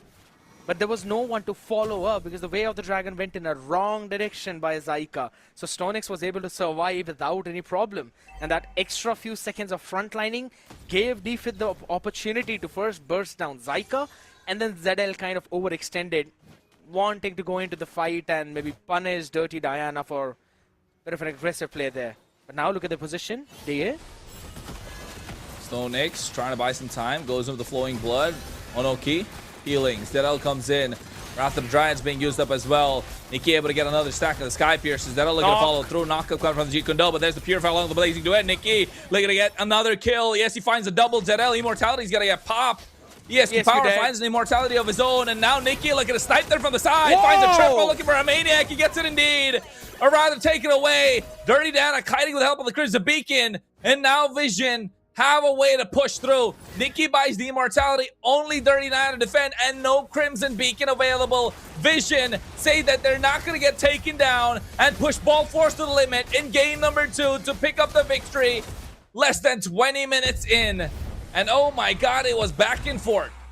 It indeed was, but this is what we wanted. This is finally happening. Vision do not want to give it up, man, and it's an absolute cinema out here in the MEC Season 2.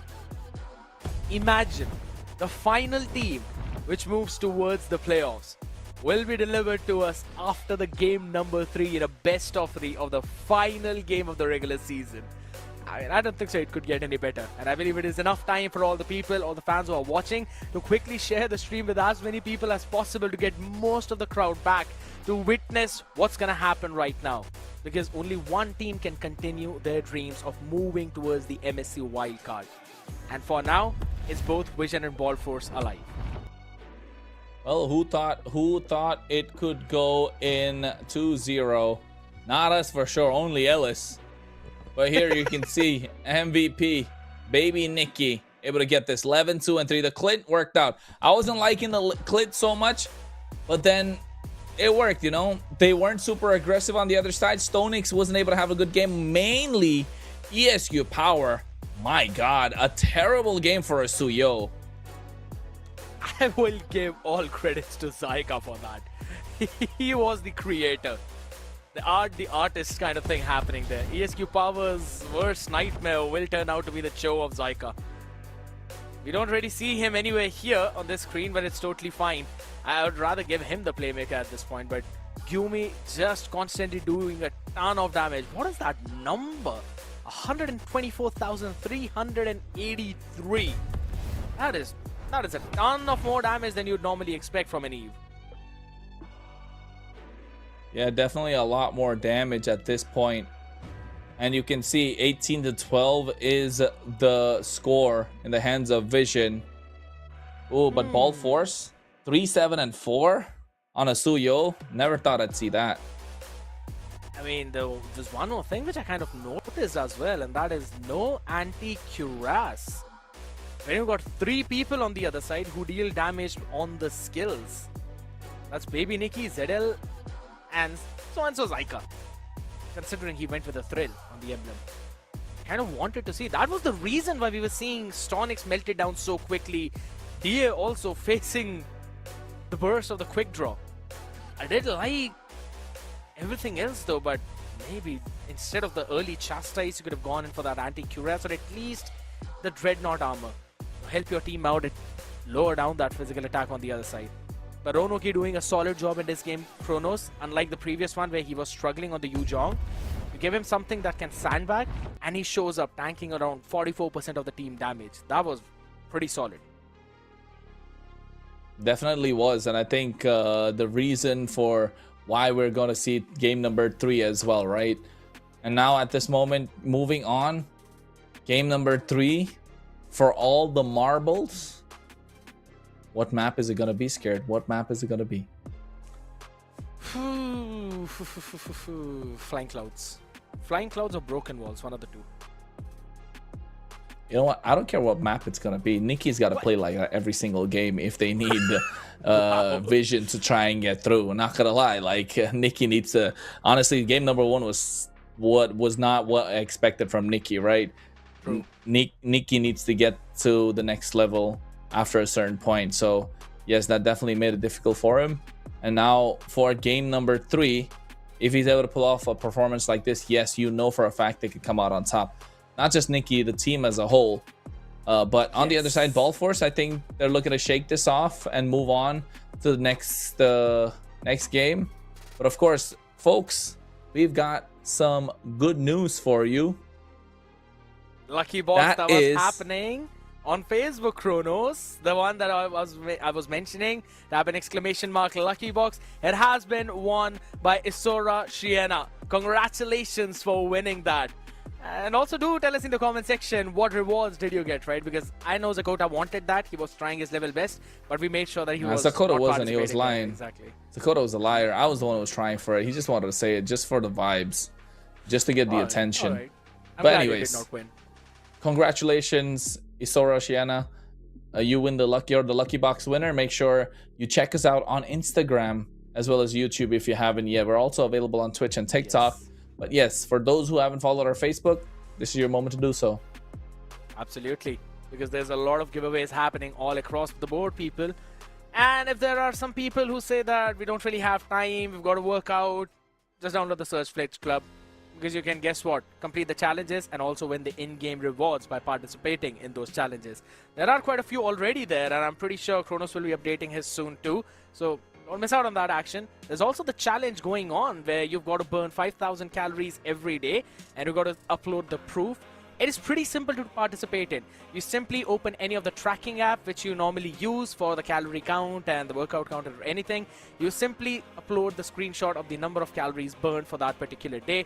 That's all you need to do for consistently for at least 15 days, and then you can win some more fun goodies. But ladies and gentlemen, we always have the time for fun goodies out here, but this time around it's time to hop onto the flying clouds, as this will decide which one of the two teams will move forward in the playoffs. Flying Cloud it is, and you know what? I think that's a Nathan along with Nana. I'm glad I was not zooming into the screen. I'm glad, but I will try to figure it out. I will try to figure it out soon, pretty soon. Hopefully that would be a homework for this week. Out on the other side though, I hope Ball Force have done the homework after witnessing what Vision can do with the Leo mod in the previous game. But as much as we are, you know, focusing on Baby Nikki, Zedel, this time I want to give the credit to Zyka for that game. Because the amount of sets that dude was able to pull off. Yes, there were a couple of ones which were like, not that good. But most of them were like, holy smokes, that is the start which you were looking for. The pickoffs did come through. They were definitely showing. But now game number 3 for all the marbles again. Glue, Freya, banned out. Uranus and Marcel. They go back to what they got, right? Ball Force take out blue side again. So far, blue side get the win. It has been the story of this series. 2 games in. Now Vision on the red side, can they pull one back again? Can they turn the tides around? Can luck favor them? Depends on this one band. It's a Harley, Basha, Harith, Jushin. Considering they won against a Jushin, I think so they will probably ban the Basha. ESQ power was pretty annoying and really solid on that pick. You ban the Basha, let the Zushin through, pick up the Eve. Unless Ball Force lock in the Eve for themselves. So yeah, I think so. It should be the Basha ban. Yeah, I think it's the Basha ban. They don't mind the Jushin. There you go. The Basha comes through. I think here, if you are Ball Force, Fulvius first pick. You don't even go for Jushin. I think so, Eve. Oh, they're locking Harley was left open. Yeah. Ooh. Now all of a sudden, it's not looking so good. I don't know, bro. Harley's win rate has been atrocious this season. Yeah, he's strong though, bro. I'm not. It's one of the best picks right now in the meta. Like it's the only pick that's a justifiable first pick out of anything at the moment. You don't overthink it. It's all right. You can play. You can build a lineup that will definitely help Harley succeed. That's the only reason I'd say Harley first pick. It's not bad. Anything else, you'd be thinking, okay, what's the next step? Harley, you're okay. It's a good first step to start off. You don't. It's not like you have to build around it like crazy. So Harley goes in. I think if you are Vision though, you get yourself you get yourself. Never mind, Cho and a Eve. Sonics, what do you lock in now? Do you go back to the Lucas, or do you try and steal it with the Uranus? I'm thinking of Uranus and Uranus already banned out. That's the reason. Never mind. I'm blind. Jushin plus something here. Jushin plus carry maybe. Jushin plus Claude again. Claude was good. It's not bad. Valen. Yeah, Valen plus Claude does sound better too. Jushin wasn't really the big problem, right? So. But Jushin Claude it is. Claude. Yeah, you called out for it. Should be a Leo. Was it L?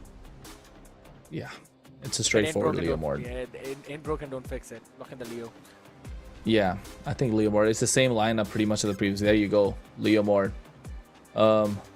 They can even prioritize Harith right now in the goal lane, so Harith's gonna be banned out from Ball Force. Meanwhile, they can take down more roam options. Hilda, the Khalid, Can be taken off. Hylos is another choice that can be banned out. Alice taken off the table. Ooh. I don't know, maybe Ball Force might want to ban out the Clint this game. But if you ban out the Clint, here's the thing. Vision can still go for the Beatrix. If you're just talking about the combinations that a Cho can make with the marksman, Beatrix fit the bill even better, considering now Wesker's Elation has also got the buff of the lifesteal. You can proactively use that Wesker and move around the map, regardless of worrying about that you might actually die by not having enough HP back. That buff came in a long time ago though, didn't it? A while ago, yeah. A couple of patches ago. I mean, okay, I thought it came in again yesterday. I thought it came in again recently, but yes, you're a forced respect ban. They don't see the Harriet. Maybe I think it's gonna be a Harriet ban again. I don't think so. Maybe Nikki on the Harriet was let's say even if they decide to go for the Harriet, you know, Ball Force can keep the Phobius in their hands. It is still open. You respect the Yu Jong. I think Phobius makes so much sense for Ball Force this game. There's the Cho, there's Zedel. There is arguably a Harith pick.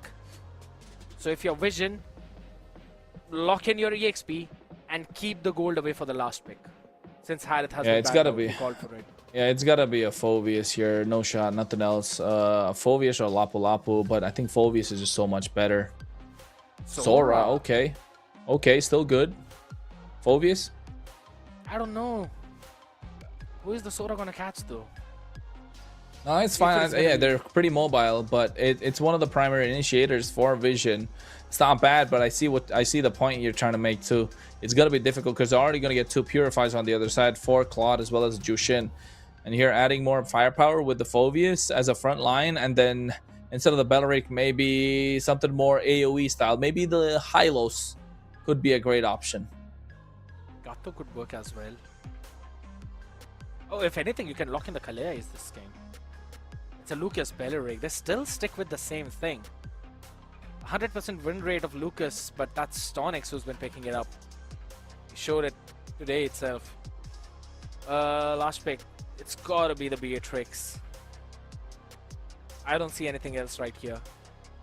Unless you want to go for the Moscow, which against the Belleric,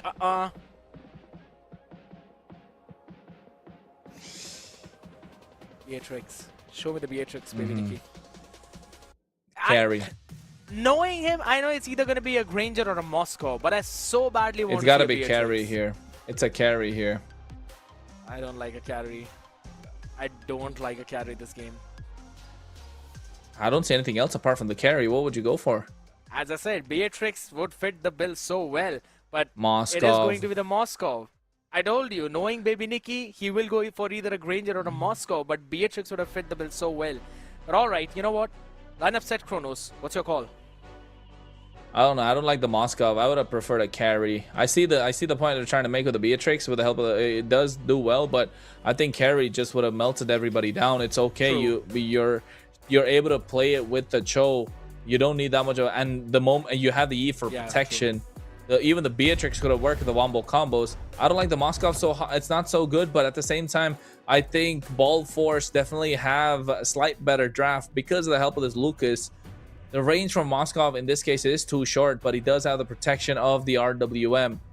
Well, it's going to come down to who's going to be able to get first blood and a massive snowball. The team that snowball seems to get the victory, but Ball Force do have a better chance in that case.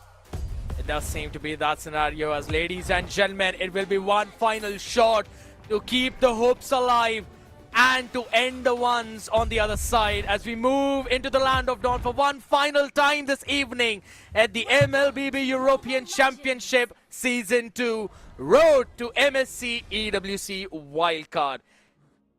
It is going to be Vision taking on Ball Force. Yeah, well, Ball Force do have the advantage at the moment with the help of the draft, but Vision do have fast wave clear, and they're going to maximize that. Yep. They're just going to make sure that they instantly maintain that river control. And that's why you can see Gyumi along with Zyka taking control of that space. Now, good thing for Stonix with the Lucas is that he will win the 1v1. And he might also be able to out-sustain Onoki as long as there are minions around. But on the other side, I don't think so anything's going to be working for them. And I agree with you on that carry pick as well, right? It slipped out of my mind that you can make the Way of the Dragon into the speedy light wheel play. But since it's all set down, I don't personally like the Moscow either. So we do have the agreement on that part at least. Yeah, I agree, and I think Moskov definitely not looking super hot.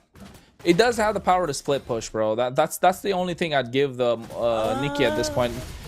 And no, Dirty Diana forced to flicker out early. Zyka doing the same. Traded. They both disengage. ESQ power, hat trick, looking to get a lot of damage onto Gyumi. Doesn't want to use the deadly magic yet, knowing that Zyka was present. Poking him down, he goes for the play again. Oh, they're playing with fire. ZL with the steed. Baited out already. 10 seconds before the turtle. I think so it's a win for Ball Force. Even we could say that, yeah, maybe Vision should have the priority, but look at the... Oh, my goodness. It's going to continue as well. Yeah, it's going to come out from Gyumi, right? He is a Poke Mage after all at the end of the day. And they're going to maximize what they can do. But StoneX, a lot's riding him on this Turtle Pit because ZL will come in with that Phantom Steed. And StoneX will be looking to make the play. But look at Onoki's position. He goes in, looking to get the big play. Does it? StoneX changes forms, get on top of ZL. Flash to flash combo being used up as well, taking a lot of damage. Meanwhile, ZL gets the Steed in. Revitalize to try and survive. StoneX still trying to go in, but a little too deep. Gyumi able to get first blood as Onoki falls down on the other side. EXP for EXP is traded. ESQ Power and ZL both super low. Yeah, and both of them got the kills though. Yeah, it is Gyumi taking on one side, but it's totally fine. No one's going to be able to take that turtle, except now since ZL has got the HP back up. Should try and start it off early. It is Flying Cloud, so we are basically back to where we started. But the good thing for Ball Force is now you can see Defit rotating up from top on this Claude. Oh, ZL able to get the turtle. We have the Dragon on DA. Crimson Beacon comes in. Wrath of the Dryads as well, putting two members back. Zyka taking super down low. Deadly Magic used up. Nothing from either team. It's the exact same idea. Both of them trying to take down those first engage tools from the other side. Vision trying to finish off DA, while Ball Force trying to take down Zyka. I'm telling you, dude, the gold lane is going to turn out as the difference maker. I like how Baby Nikki is actually freezing the wave. Defit. Oh, wait. The Dragon coming in after the G Kundo. Defit taking a lot of damage. Spear of Misery pushes him back as well. He gets it with a Deadly Magic. Blazing Duet coming out from Defit, taking him super low, but Zyka will be able to survive. ZL could go in with the Steed. He's not going to be able to cast him, so a disengage. Again, Ball Force are trying, and so are Vision, because they need the advantage. I agree. I want to see Onoki play a little bit more aggressive as well. With the shifting skies into the Thunder form, he would be able to take the advantage in those fights, because normally that is what the meta is around first turtle. Where whenever you've got the Sora in the EXP, alright, it's fine. It's fine. Yeah, the Revitalize too. Alright, now. Can these guys stop edging us? There we go again! Oh, Onoki fighting. Look at that. Revitalize coming through as well, but at the same time, there it is. Shifting Skies doing a lot of damage. It's enough, but the flash step flash combo making sure he survives, and ZL pulls one out indeed. Deadly Magic coming out from ESQ Power doing a lot onto ZL. He will be going down. A kill in the hands of ESQ Power, and this could be the tide shifting. Yeah, I don't know, man. You'd use so many things to take down a Lucas. Only for your jungler to fall. We go again. Oh, you can see Wrath of the Dryads coming out. Gyumi doing a lot of damage with the RWM. They disengage. Dirty Diana has to regen back up as well. StoneX doesn't have the Revitalize for this fight if they try to decide to go for it. But Vision giving it up. Or either taking the turtle away. I mean, I don't know why Ball Force actually gave it up though, but I think so. They do understand that they cannot take these neutral objective fights. With every time Zyka being there as the annoying frontline, it's okay. Alright, Gyumi is gonna be fine. So with every time Zyka being that annoying frontline, never mind. Oh no, StoneX could try. Yeah, he's gonna be able to defend this quite easily, right? went in with the Unleash the Beast combination. So that's why he's surviving right now. And that revitalize has been pretty annoying. I can already feel Onoki. It's like every time I try to finish him off, he just pops in with the revitalize and gets more HP back than the amount of damage I'm dealing. Onoki. Did he just immune the deadly magic? No, he didn't immune the deadly magic. He did. He did. He did? ESQ powers, yeah. ESQ powers got it on cooldown.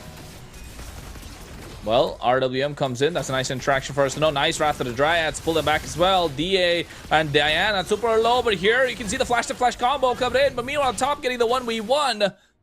Baby Nikki goes down, and nobody goes down in the team fight. Or rather, Dirty Diana did. If nobody did, then Ball Force would have got away with the advantage. And you can start telling that this Claude is coming online. Baby Nikki's not having a good time just because of this pure Fauna Moskov.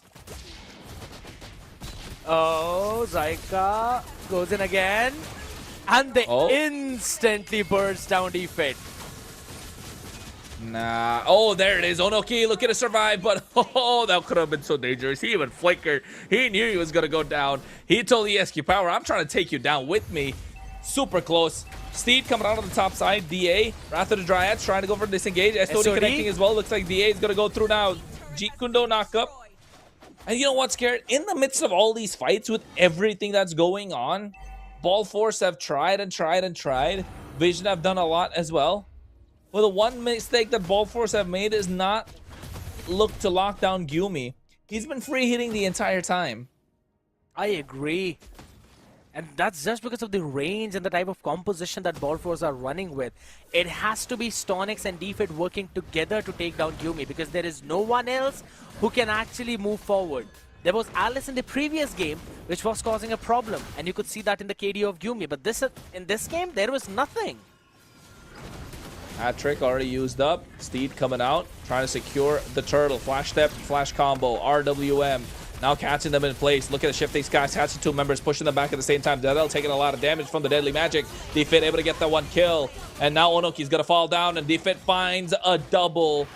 And just when you thought Vision had any sort of advantage, it is starting to slip through their fingers. Ball Force taking things away, denying the purple to ZL and forcing it on Nikki. The big reason why Vision were winning the fights in the previous game was because of the Clint. Baby Nikki was getting activated so early on in those fights that you could see that damage show up. But this time on the Moscow, you need to buy him more time. You need to get him at least 11 and a half minutes finally to show up.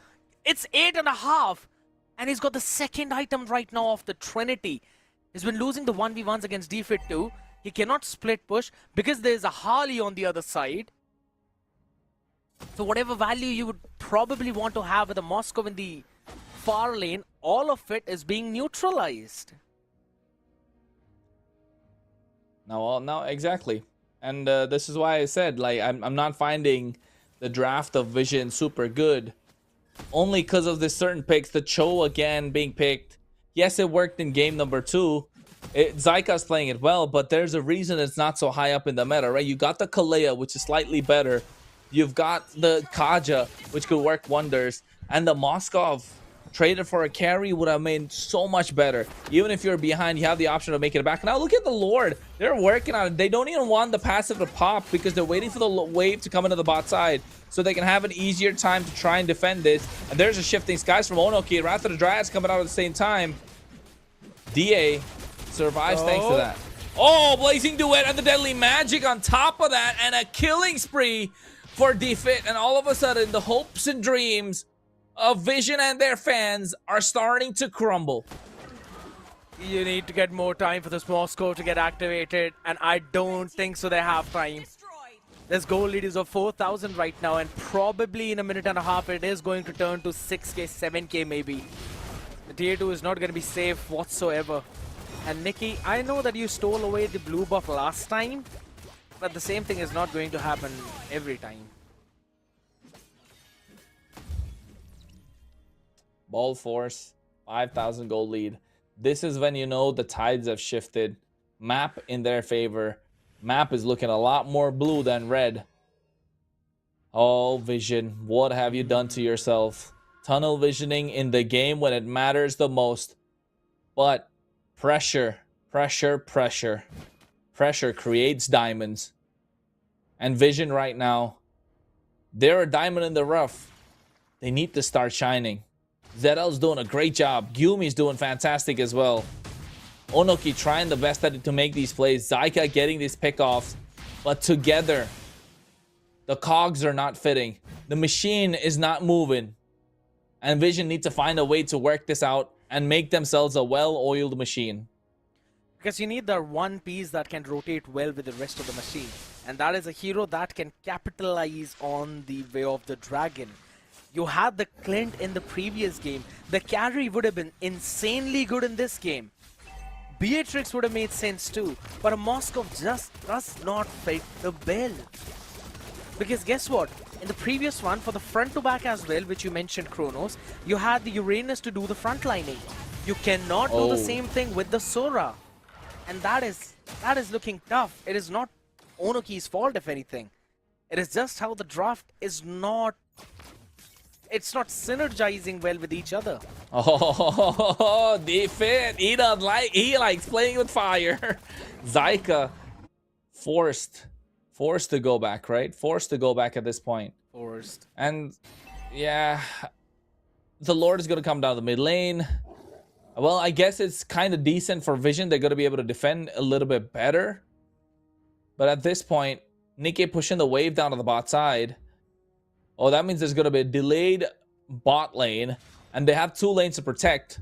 That's fine at this point, but where's the play going to come from? Probably from up top, I feel like.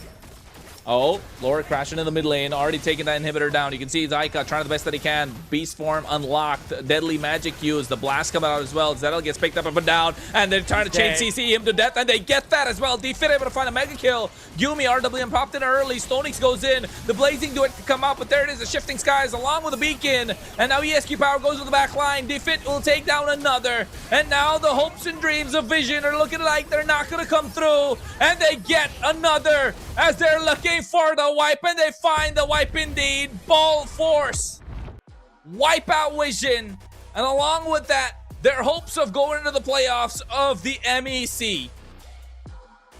What a day this has been for the Ball Force. Winning a game against Extremely Slay, and then getting a victory against Vision as well. Guess what? I don't think so. It could have ended any better for Ball Force. I mean, this regular season run, they started off with a loss, and it seemed like it might not actually be, the best group for them to show up their skills. But then they picked themselves up. Probably one of the, fan favorite teams, Extremely Slay, checked off 2-0. And then Vision, as much as Vision showcased their resilience in that second game, in the third, we clearly saw that the draft was favoring Ball Force. So it still ended up being their victory. And who better than Defit again on the cloud for the MVP? It worked out. The draft was looking solid from them. They had much more fluid and broader win conditions, unlike Vision again, where they had to thread the needle. Yes, they still did have more options on the side of Vision with the help of the Sora, but there's going to be Purifies on the other side. And guess what? Dirty Diana didn't even play with a Purify. And they still got away with it. And that's why you can tell Claude, which was picked up early in the meta, on the top for a reason. And I'll simply say it again. There were multiple times where Zyka made the play, but it just did not matter. Defit is going to get the Executioner, most kills for the 7. He got a triple kill in the very last fight. Gyumi did his job for the Eve, being the war machine for the side, but then everything else just falling in the hands of Ball Force. The frontlining on this Basha yet again.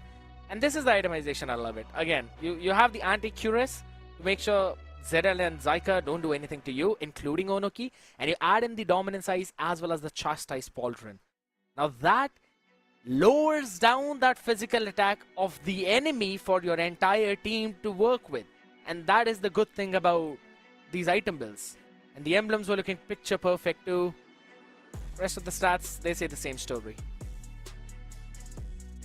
It does. Damage dealt highest on the side of Defit. I think highest, no, not the highest in the game. Gyumi, who was free hitting most of the time, were able to get that.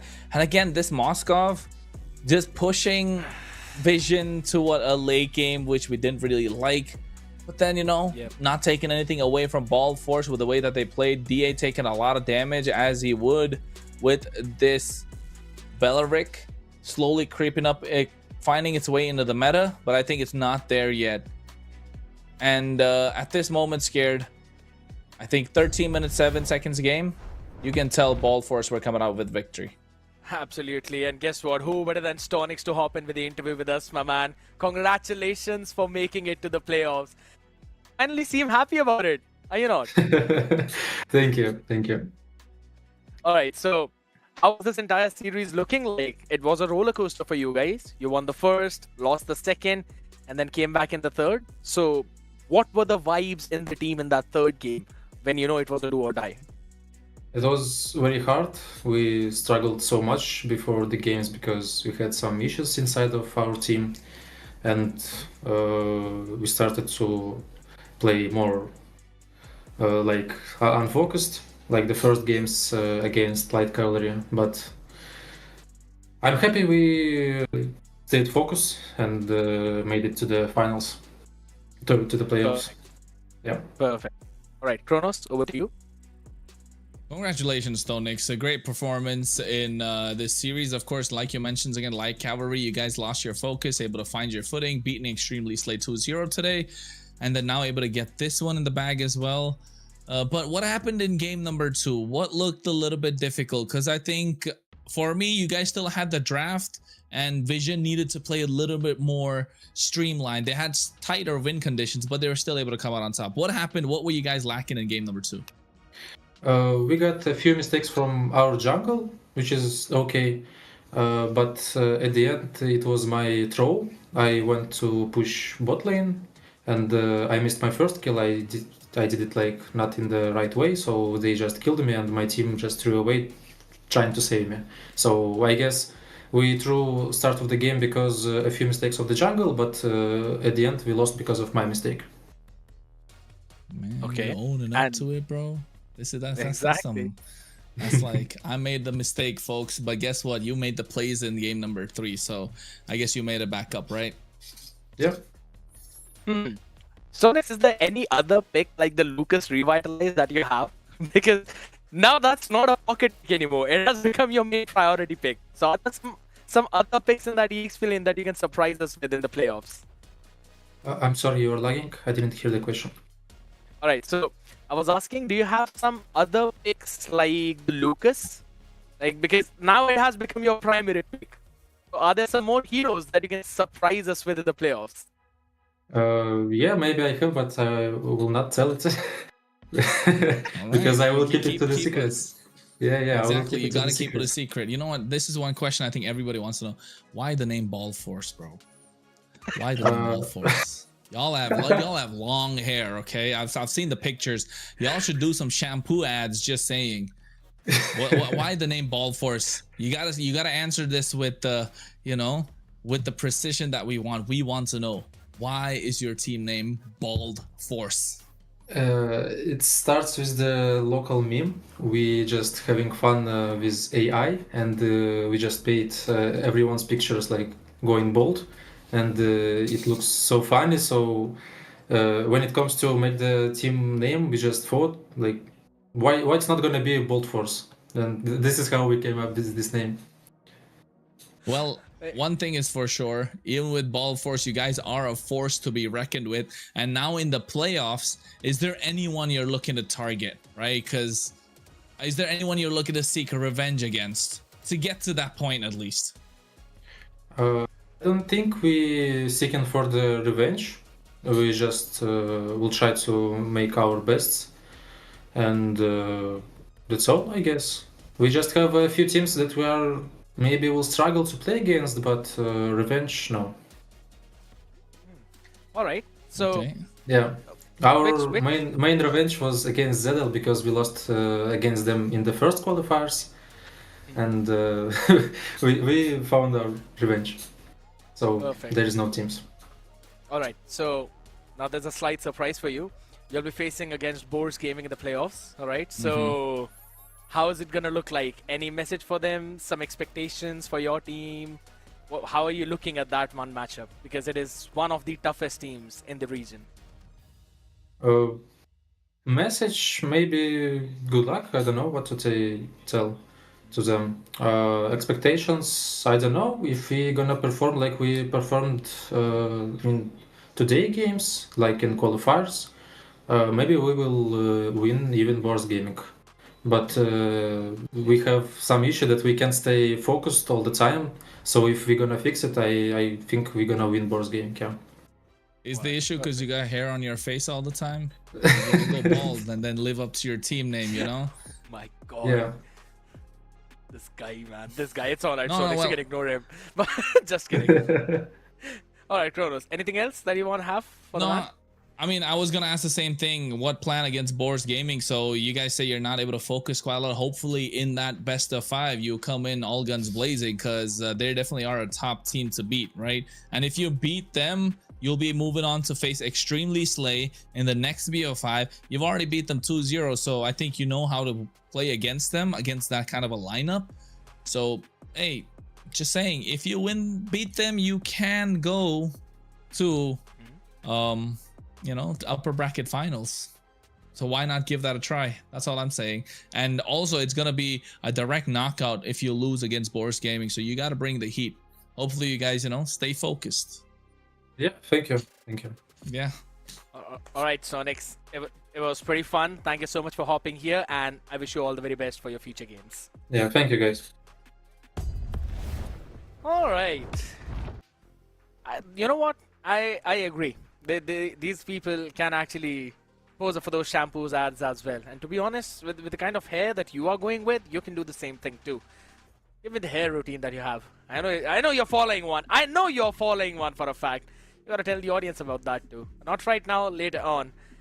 It was absolutely a solid matchup, Kronos. And guess what? You're the only one who got the prediction right. As we have a look at the prediction leaderboard, ladies and gentlemen, it is being led by Warren yet again, but not a single win for him this time, as second goes to Zakota, 3 predictions away, but then it's being followed by Elise and Kronos right after them with a 4 and 8. Yeah, I'm gonna make back up, bro. Ellis, I'm right behind you. I'm gonna catch up. Zakota, watch out, because playoffs is a different beast. Kronos in playoffs is a different beast, just saying. Just like every single team that's coming through. And of course, that means 5th place is gonna be scared yet in our predictions for our talents, I believe I'm 3 and folks. 9. I believe I'm 3 and 9. I wanna see. Come on, Kronos. No, you're 2 not something. Kronos. Come on, Sokol. Skip it. No, You're I think 2 so. It was something. 3. I got Nobody wants 3. to see Yesterday 5th I got place. 1. Yeah, see, 3 and 9. I'm at 3 and 9. Sheesh. Nobody it's wants fine. to I'm see. just Nobody one wants to see 5th prediction away place. from you. Shut up, bro. Shut up. Guess what? Who got removed after that? You. No one wants to see you. Alright. All jokes aside. But now this is the prediction leaderboard, people. Obviously, there will be a few changes here, but let's have a look at the playoffs bracket too, or rather the group stages. VSG being the top team out there from Group A, while White Army qualifying on the 3rd place after winning it 2-0 against Unix. But Group B is where the main drama happened, Kronos. Yeah, Group B is where everything happened indeed. You can see Light Cavalry and Ball Force and Extremely Slay, all 3 with 6 points on the board. And with the matchups, I think that's how you find out who's coming out on top, who's coming out on the lower side. I think through this, we'll be able to see who are going to go through in which part of which bracket. 4 teams will be in the play-in and 2 in the playoffs. And we're going to see that bracket coming soon later on. Yeah, I agree. And there's going to be a few changes as well there, right? Because normally we were kind of expecting Extremely Slay to be all the way on the top as well. But then Ball Force just came out like a speed blitzing force.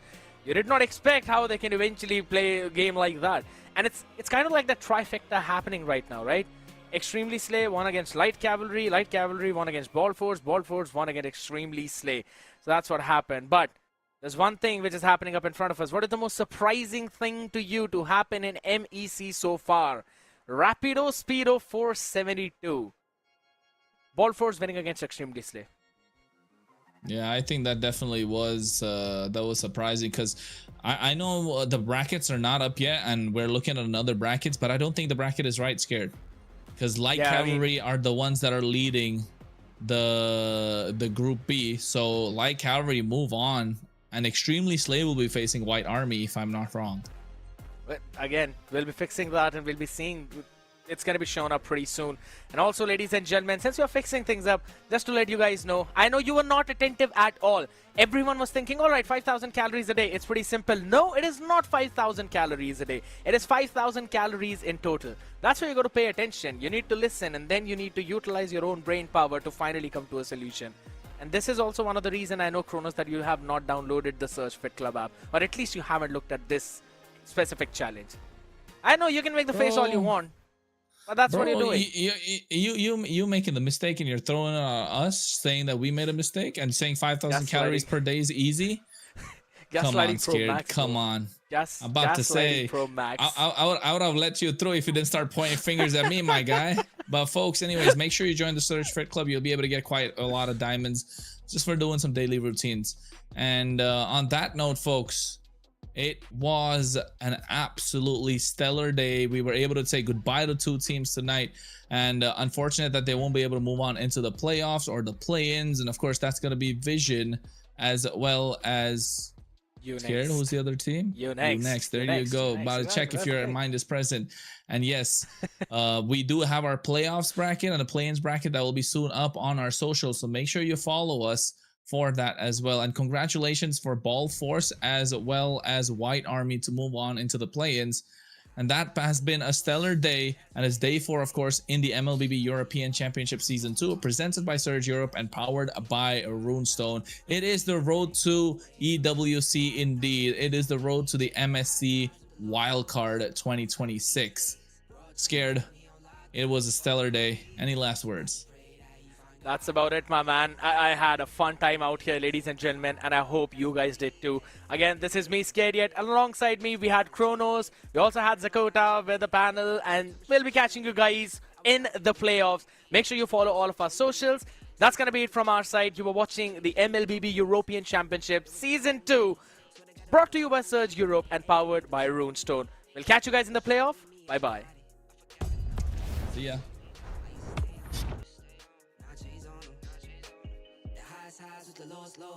That's life these days. Bro chained up, he on lockdown. Phone call 3 ways. I just pray that he find God now. It's no replay. On my way up to the top now. That's on me, ayy. Hit the highs with the lows. That's life these days. Bro chained up, he on lockdown. Phone call 3 ways. I just pray that he find God now. It's no replay. On my way up to the top now. That's on me, ayy. I just saw Jizzy got a plane. Guess that's what he meant when he said nothing was the same. Lately I've been grounded, energizing off the pain. Some things gon' change, I'm just soaking up the game. Through the mud, out the rain, like I remember all those same nights. Now I'm on top, no stage fright. Now I'm on go, no brake lights. Hit the pedal, hit the engine roar. No fear like a matador. Breaking trends and I'm making more. Going up, climbing ladders more. I can't be stopped. Now I do what I want. Real, no front. All the way to the top. Highs with the lows. That's life these days. World chained up, he on lockdown. Phone call 3 ways. I just pray that he find God now. It's no replay. On my way up to the top now. That's on me, ayy. Hit the highs with the lows. That's life these days. World chained up, he on lockdown. Phone call 3 ways. I just pray that he find God now. It's no replay. On my way up to the top now. That's on me, ayy.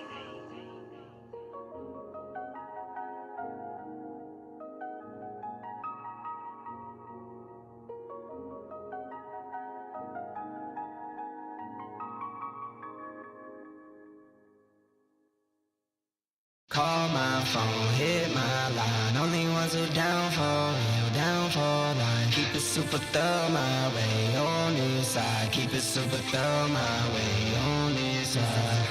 Call my phone, hit my line. Only ones who down for real, down for line. Keep it super thorough my way on this side. Keep it super thorough my way on this side.